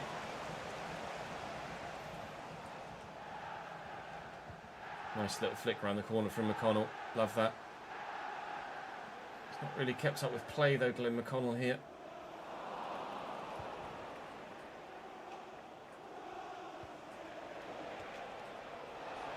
Carter. That's Claire. That's a really good cross! And it's 1-0. It's 1-0 Leyton Orient. We are Marmite. This is just a classic Gattuso. Sometimes it may be good, sometimes it may be shit. We shit.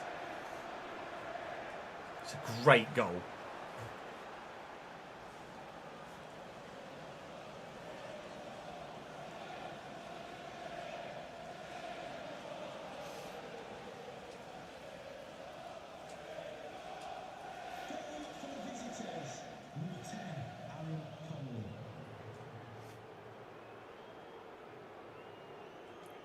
Harrington, Tuampanzu, and McConnell.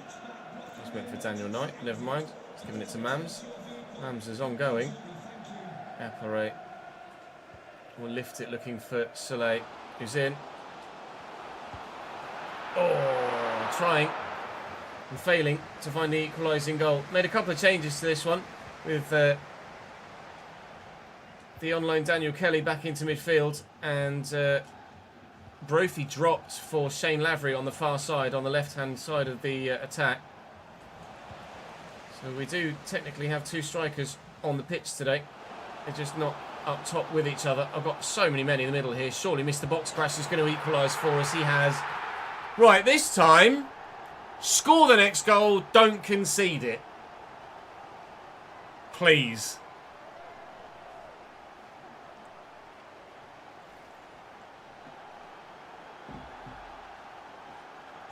You twat.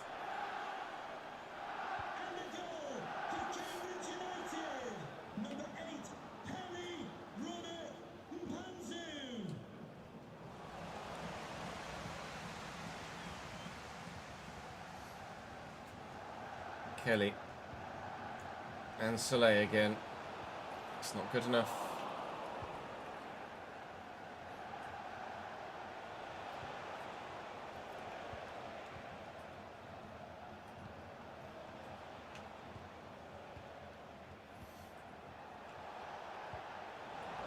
Panzu intercepts that nicely. It will go in to go out. Great ball actually from McConnell. It's kind of just halted Lavery in his tracks, and then Appere is well offside, so fuck my life.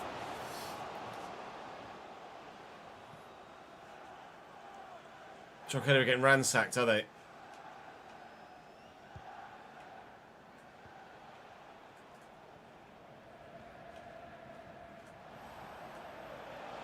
Welch. It's around the corner to Carter. Gordon! That had me worried that it was going to nestle in the far top corner. Lincoln might be where they are in the table, but it seems the form table is a bit deceiving. Oh, sorry, the league table is a bit deceiving at the minute because we are the side that are out of form, and they're playing quite well. Looking for McConnell around the corner, though. They might be playing quite well. They also might be about to concede another goal. Ah! Kick a fucking ball! Thank you. Struggled to get Perrington's feet sorted there, but in the end got the ball away before losing possession and gave it away willingly anyway. Do not concede before half-time, Chess. Connolly, well in, Benno. Soleil does track back very well and very regularly. I have to give him his dues out on that right-hand side. And Panzu, he's just an absolute machine. Never runs out of puff. Glenn McConnell, can he beat his man? No. Backinson's done well, and that'll be half-time. I just needed to find a little bit of space there. Past the midfielder, and maybe we could have gone in at half-time in front. We go in level as it stands. Minimal chances in the game, but it's there for the taking for either team, really.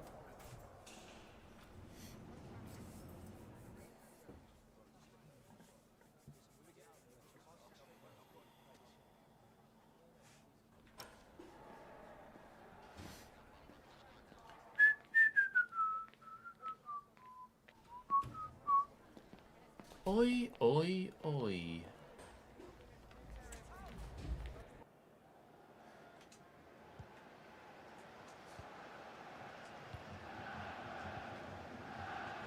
Bennett. Soleil. Kelly, come on. I wouldn't say I'm desperate, but I'm getting that way for a result here. Looking for Louis. Where's my runners? Everyone's so lazy. They just stood there not moving. Fucking hell. Come on, gents.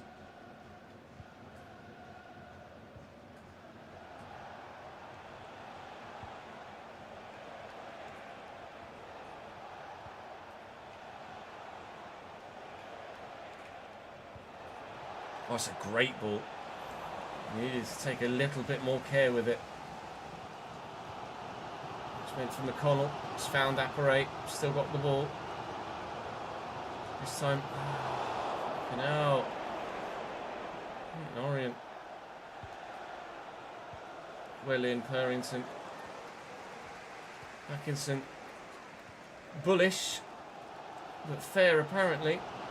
It's just lots of red shirts everywhere. Oh, they're getting a little bit overexcited now. These Leyton Orient players. And Panzu. Kelly, I see McConnell through the gap. It's just not quite come off from it. It's a lovely turn by Carter. I'm going to make some changes. Let's bring Hall on.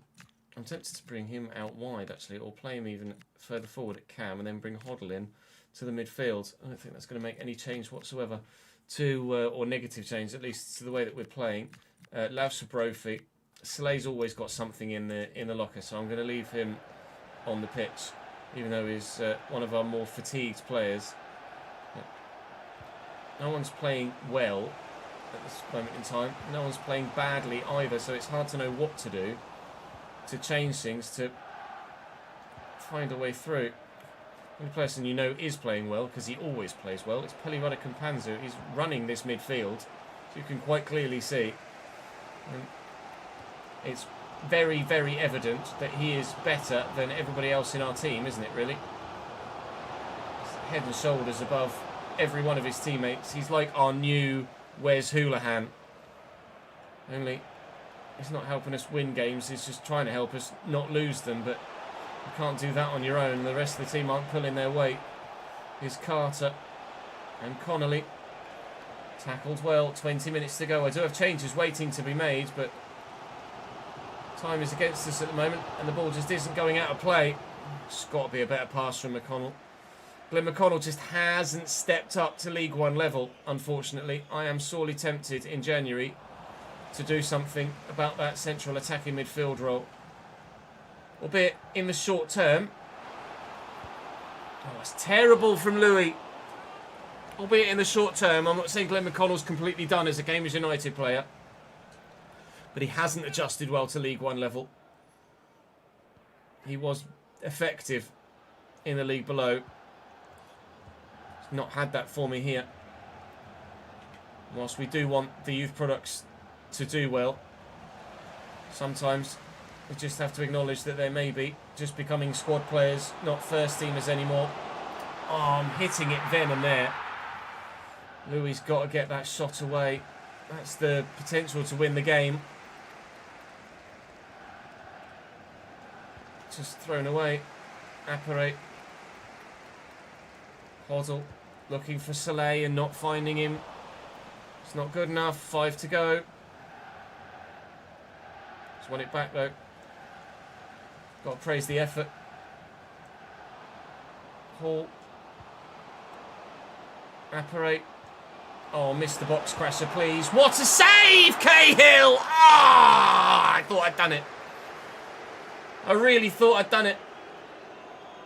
Soleil with the delivery. We've got someone underneath it. Kel Watts can't get to it. Good touch by Benno. Here's Hall. It's Mams. It's not going to be him. Just needed to try and keep possession and turn and find a teammate and couldn't do it. It's going to be a 1-1 draw here against Leyton Orient, which is obviously better than we've been getting, but drawing against the side in the relegation zone at home isn't necessarily the sort of form we were looking for this season, but it's where we find ourselves. And the home fans are unhappy over this Christmas period. There's not much festive cheer going around the Abbey at the minute.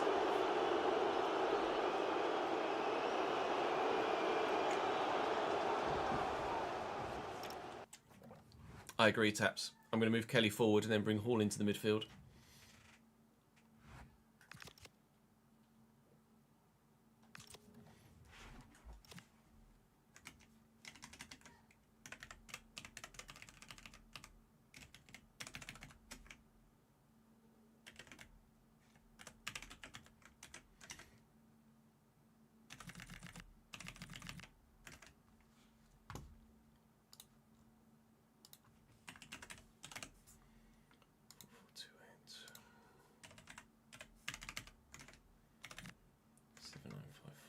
Should be a high attendance for a local-ish team like that. 1, 2, 3, 2, 6, 7. That might be our biggest. Ooh, might be our biggest gate receipt so far.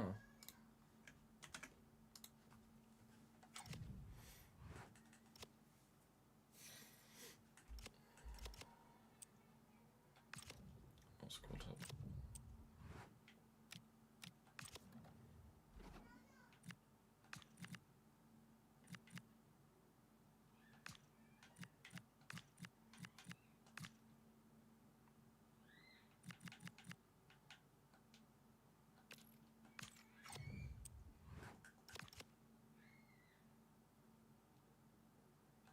Squeaking well, isn't he, today?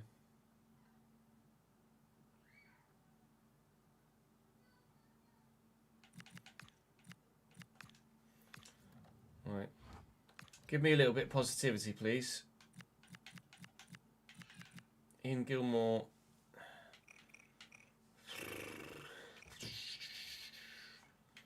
These guys obviously... There you go. Look, we've reached the point. Youth squad is too large. So... we physically can't call up anyone at the minute, so I've got to manage that. So those that we're going to send into the wild, we need to do now. So let me make them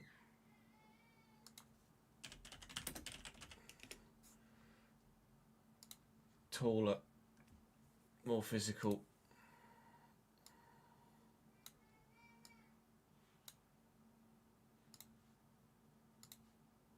And older. And then release them into the wild.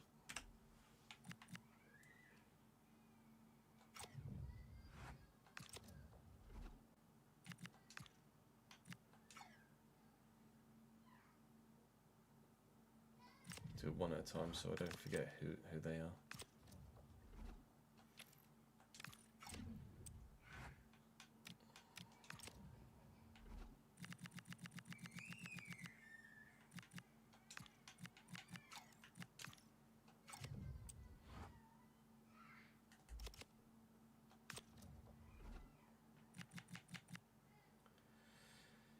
Rice, promote.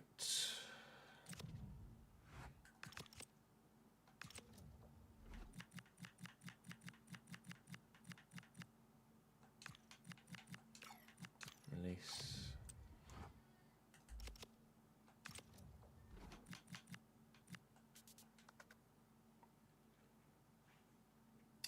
Kirk Galloway, let's make, he's already 5'10" to be fair.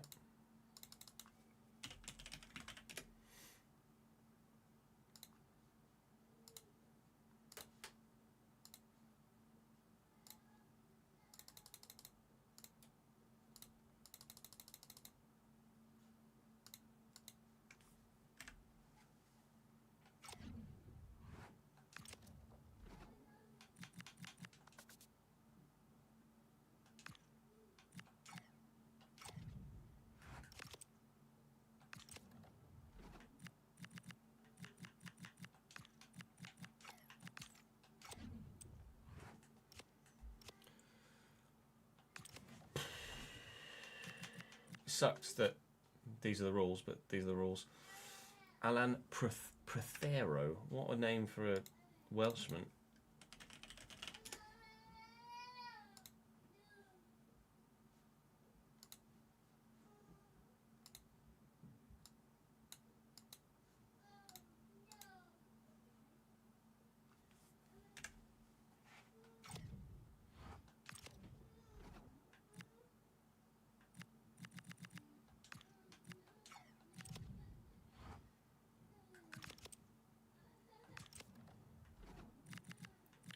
There are going to be a lot of good youth players available in this save soon, to say the least.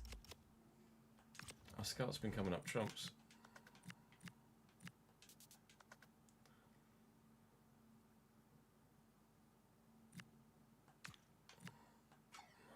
I'm just going to do them all in one go now. Right, these guys I could get, but Ibrahim Charlton I'm not going to be able to get. Charlton and Hardy.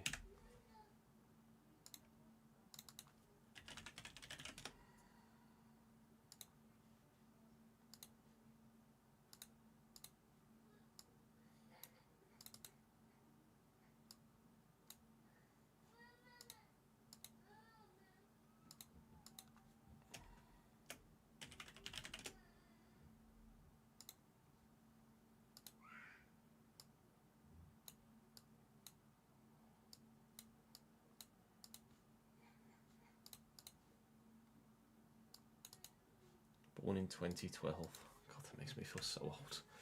Born in 2012. Fucking hell.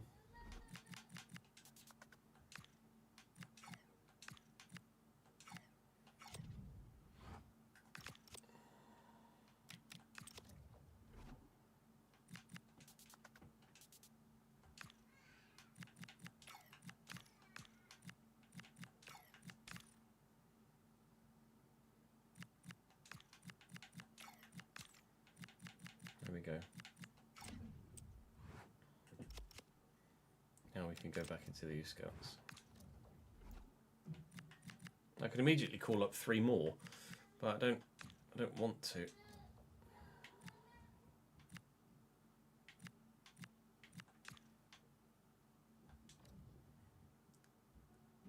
don't want to just flood the market with talent, so to speak. I'll leave Gilmore there for now. What I'm looking for now is players that are good enough to... I'm not looking for players that have potential now. I'm looking for players that are good enough to come up and play now. And there just aren't any of them. We're not getting like that. I mean, 59 rated now is okay. But I want like a 64, 65 rated player to just arrive in my youth setup. And we're not getting that lucky.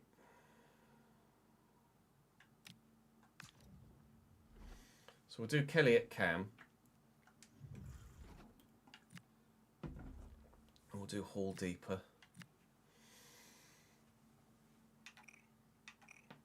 Press proven.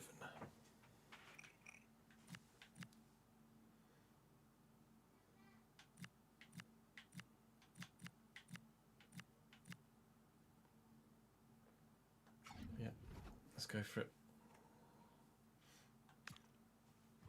Yeah, 62 to 65 rated player would be great. I don't know about buying Kelly at the minute. He's not necessarily stood out, has he?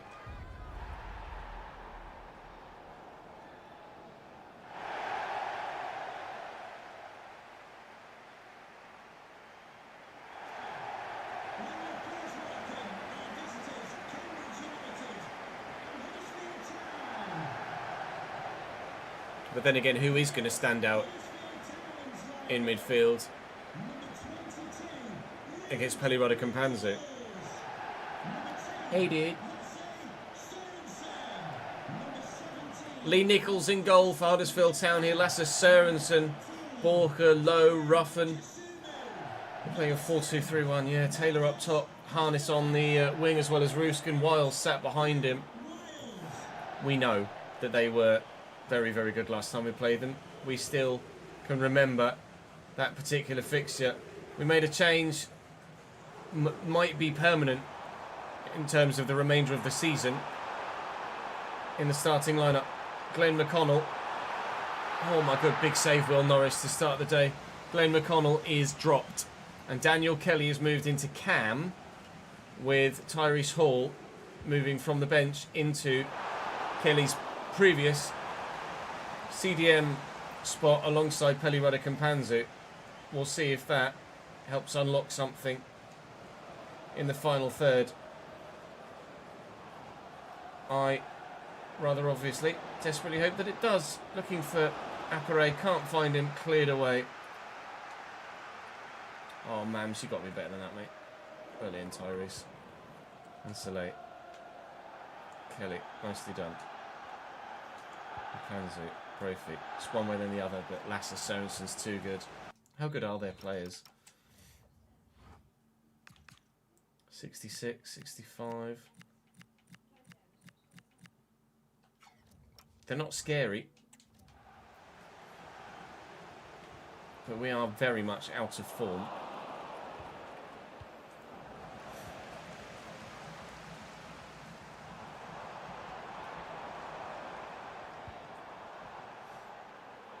Harness. Well in, Purrington.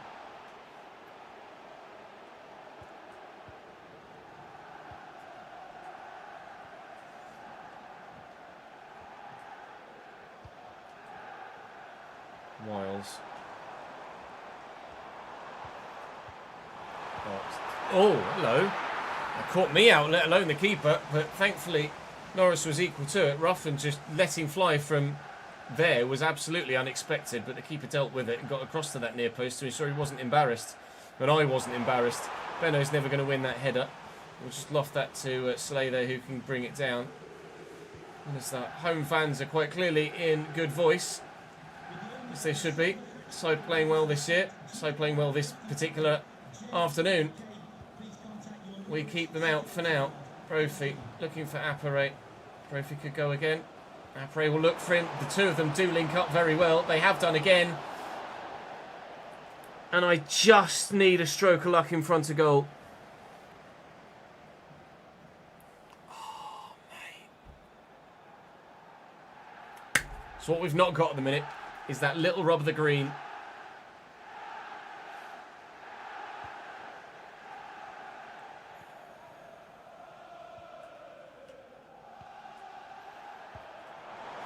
Great ball in behind to Ruskin. It's just done too much.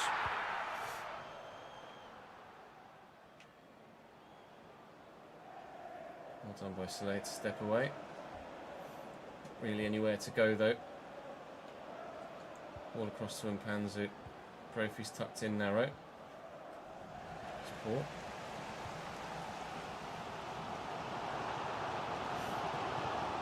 Wiles well in. Peno's done brilliantly there.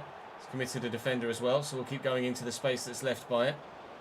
Soleil's still with me. So here is the support we look for. And Hall looking for Mpanzu. Good touch, good turn. Appare, similarly so. Louis Appare, surely from here. Yes! In front of the travelling fans, Cambridge United have a 1-0 lead, and that's a great move and a brilliant goal. And Louis' 10th goal of this League One season gives us the advantage away from home. God, I needed that.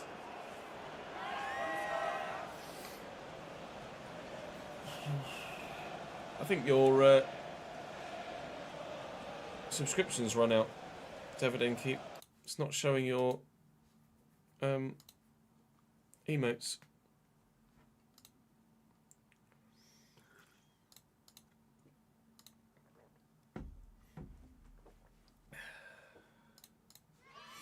There we go. I could have both wingers on inside forwards, but I don't want to be too OP. I'm enjoying the challenge.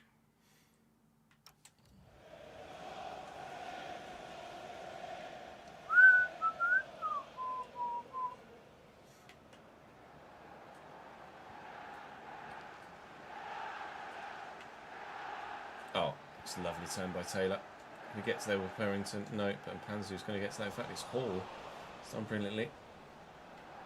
Anybody will use him.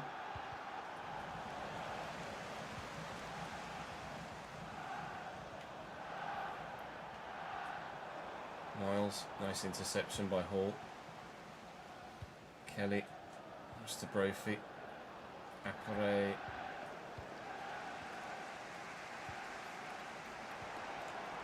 That's a nice ball in. Taylor to harness. A bit of footwork. In the box. It's not worked for him, goal kick. Yeah, Twitch has been on one today, Independente, to be honest. Good header. Up we go. Kelly's done well, but he's only nodded it in front of Ruskin. Come on, let's hold this. Yes, let's hold this lead till half time. That's what we'll do.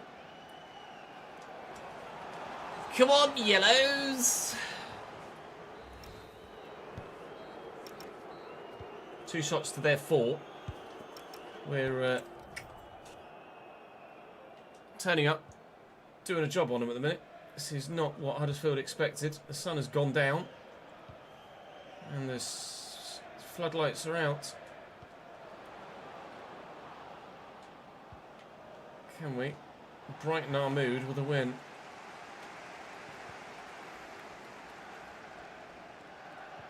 Well in. And a lovely turn as well. Short here is Kelly. I feel like Kelly's done anything that McConnell wouldn't do so far today. But maybe his positional sense has been a bit better. Appare. It's the box crasher. Just didn't have the room to get a turn in for a shot with anyone there. Oh, Daniel, that was the moment. As soon as a minute ago I said, oh, he's not done anything Glenn McConnell wouldn't do. Putting the ball in the back of the net certainly would have been something that Glenn McConnell hasn't really done at League One level. Oh, 2-0 would have sealed it, surely. 1-0 leaves the game very much still wide open.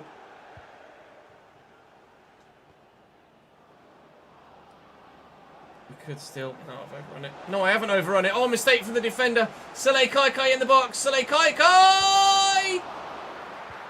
Stabs at it with his left rather than swinging through it with his right. And we don't have a second goal and should do.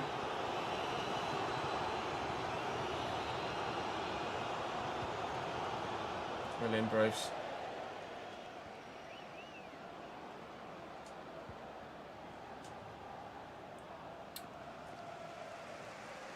Well in, Soleil.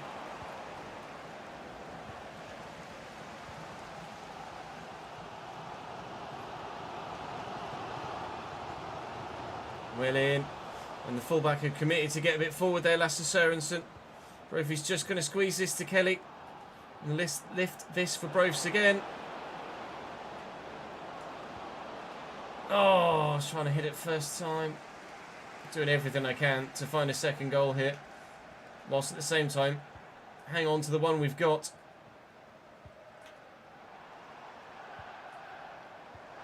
Oh, it's brilliantly done. Here's Taylor. They've wasted it, Huddersfield. Changes.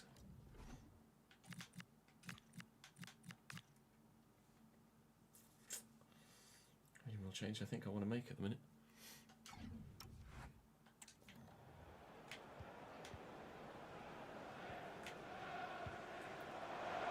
Taylor.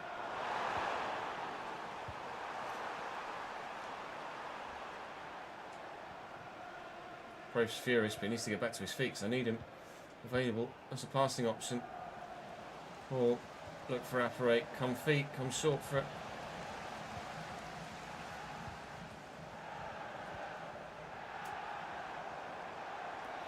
Green. Harness around the outside. Decent cross.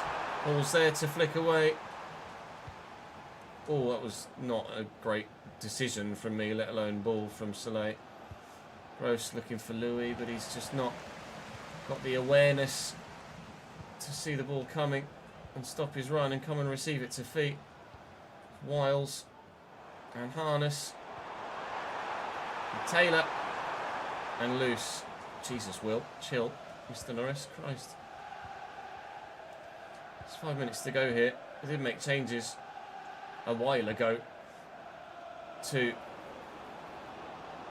be fair, only make the one change to bring Soleil off. At the minute, we're holding our own. And with the situation as it is right now, I really do need to go into game management mode and just see this through. It's a massive 3 points for us. Not only because it gives us the sign that we have improved since last season, but the sign that we can get ourselves back on track. A 1-0 win away from home against promotion-chasing Huddersfield Town is a very important result with it for us in the situation we find ourselves in right now. With the league position dropping, or at least the gap to those above us plummeting, even though we didn't actually drop away from 11th spot in that whole run of poor form. Playoffs are now 9 points away as we reach the halfway stage. You can clearly see that our goal difference is not great compared to anybody. We have the same goal difference as two of the sides in the relegation zone. Shrewsbury are our next opponents, but we've got a message from Bailey. He wants more football. I can understand it, mate, but at the minute... I get it, because we've not really been performing, but maybe it's on me for not giving him enough football. Altiga, thank you very much for the follow, mate.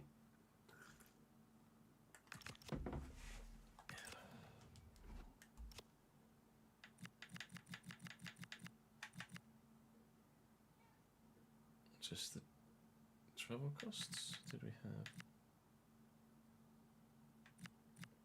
Just the travel costs.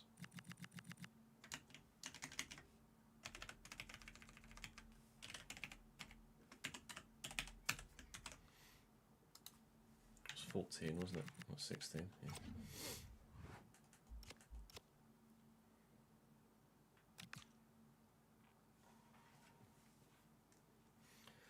Just a few days later, wages leaked. The wages of all your players have been leaked, creating tension in the dressing room. Keep an eye on your team in the upcoming weeks and make sure no further disruptions to their morale occur. There is a mole in our club. Tactics leaked. Wages leaked. Someone is unhappy. and they're not being shy about it.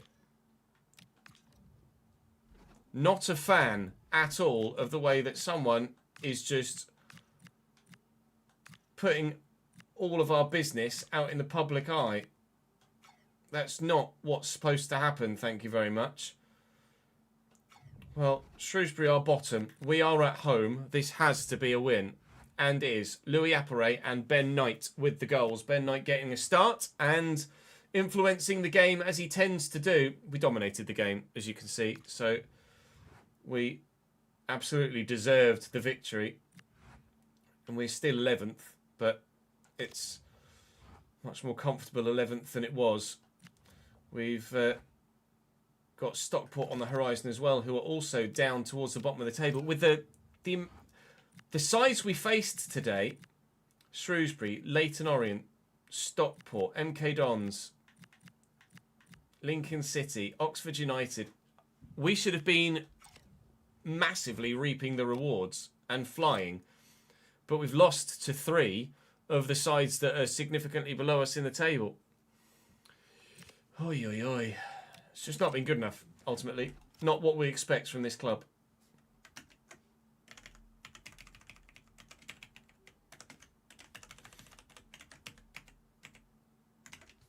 Seven, 9, 2, 2.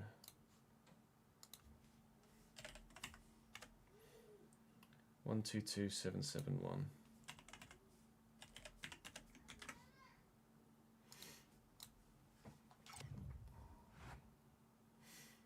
Of course, I remember John Taylor from Shrewsbury. A quick boy. I think he's still playing.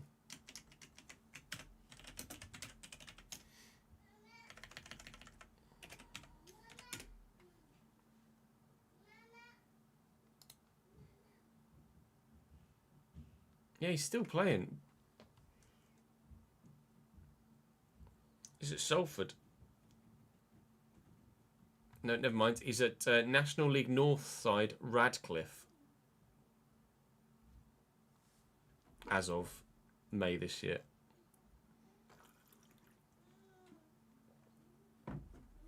But was at Salford.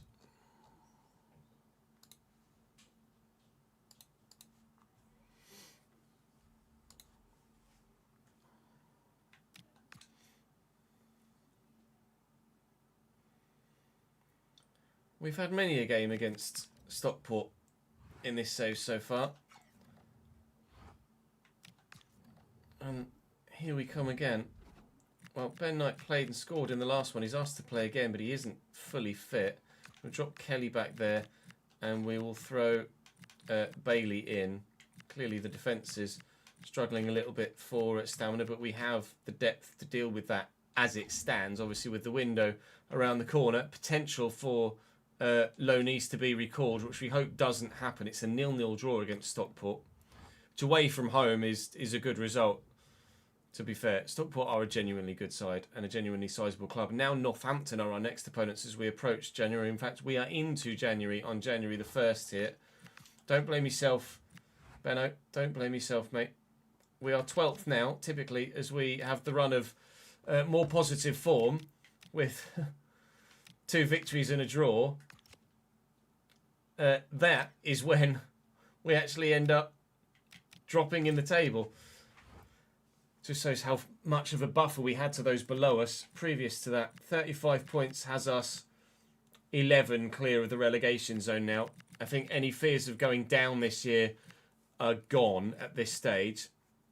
It's 6 points to the playoffs. We are in the equation. We are part of the equation. But we lose too much. 10 wins, 5 draws, 10 defeats. We definitely lose too many games at the minute. But there's half a season to rectify that. And a transfer window now active where we can certainly, hopefully, do something about it too. What to do, though, I really don't know. We've got Charlton in the FA Cup, which is a winnable game. They're in our division. What did we do against Charlton earlier this season? Did we beat them? We did beat them by a goal to 0. So there's precedent there that we could, especially at home as well, as was that previous fixture. That is a winnable tie for us in the FA Cup, which could be more money. certainly get something from it. I mean, we got the same teams again. Look, Northampton are below us. Orient, Lincoln, Oxford, MK Dons, they're all below us. I think Oxford might actually just be above us now. They are, but it's the same fixtures we just had in the last month, and we know we can do better, so we will do better. January transfer window in the next episode, but for now, for today, that is all for this one. Thank you for your continued support. There is probably going to be some business in this window, but what business, I don't know. I think we might lose a couple of players, but maybe having a couple of players poached and kind of forcing our hand in the transfer market is actually what we need. Because at the minute, I'm not sure what to do with the squad. Who to replace, who to maybe move on, who to just swap out from the starting lineup and onto the bench. So maybe a bid or two for our players might make things a little bit more straightforward for us. We'll wait and see. Join me in the next one. Journeyman tonight, of course. Don't miss that. I'll see you then.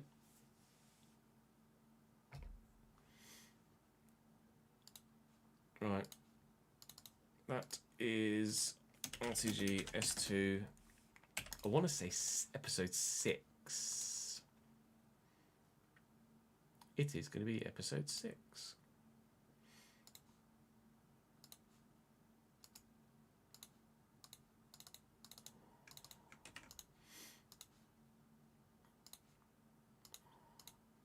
Let me just put that in the right folder. Right, that is me, chat, for today. I will send you on a raid, so don't go anywhere just yet.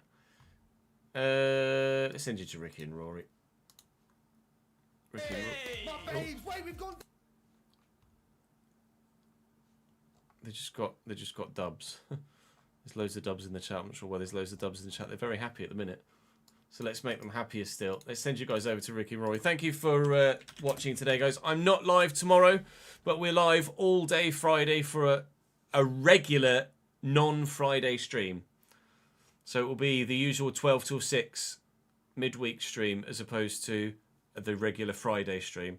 Regardless, head on over and join Ricky and Rory. I'm sure they'll entertain you, and I shall see you in the next one.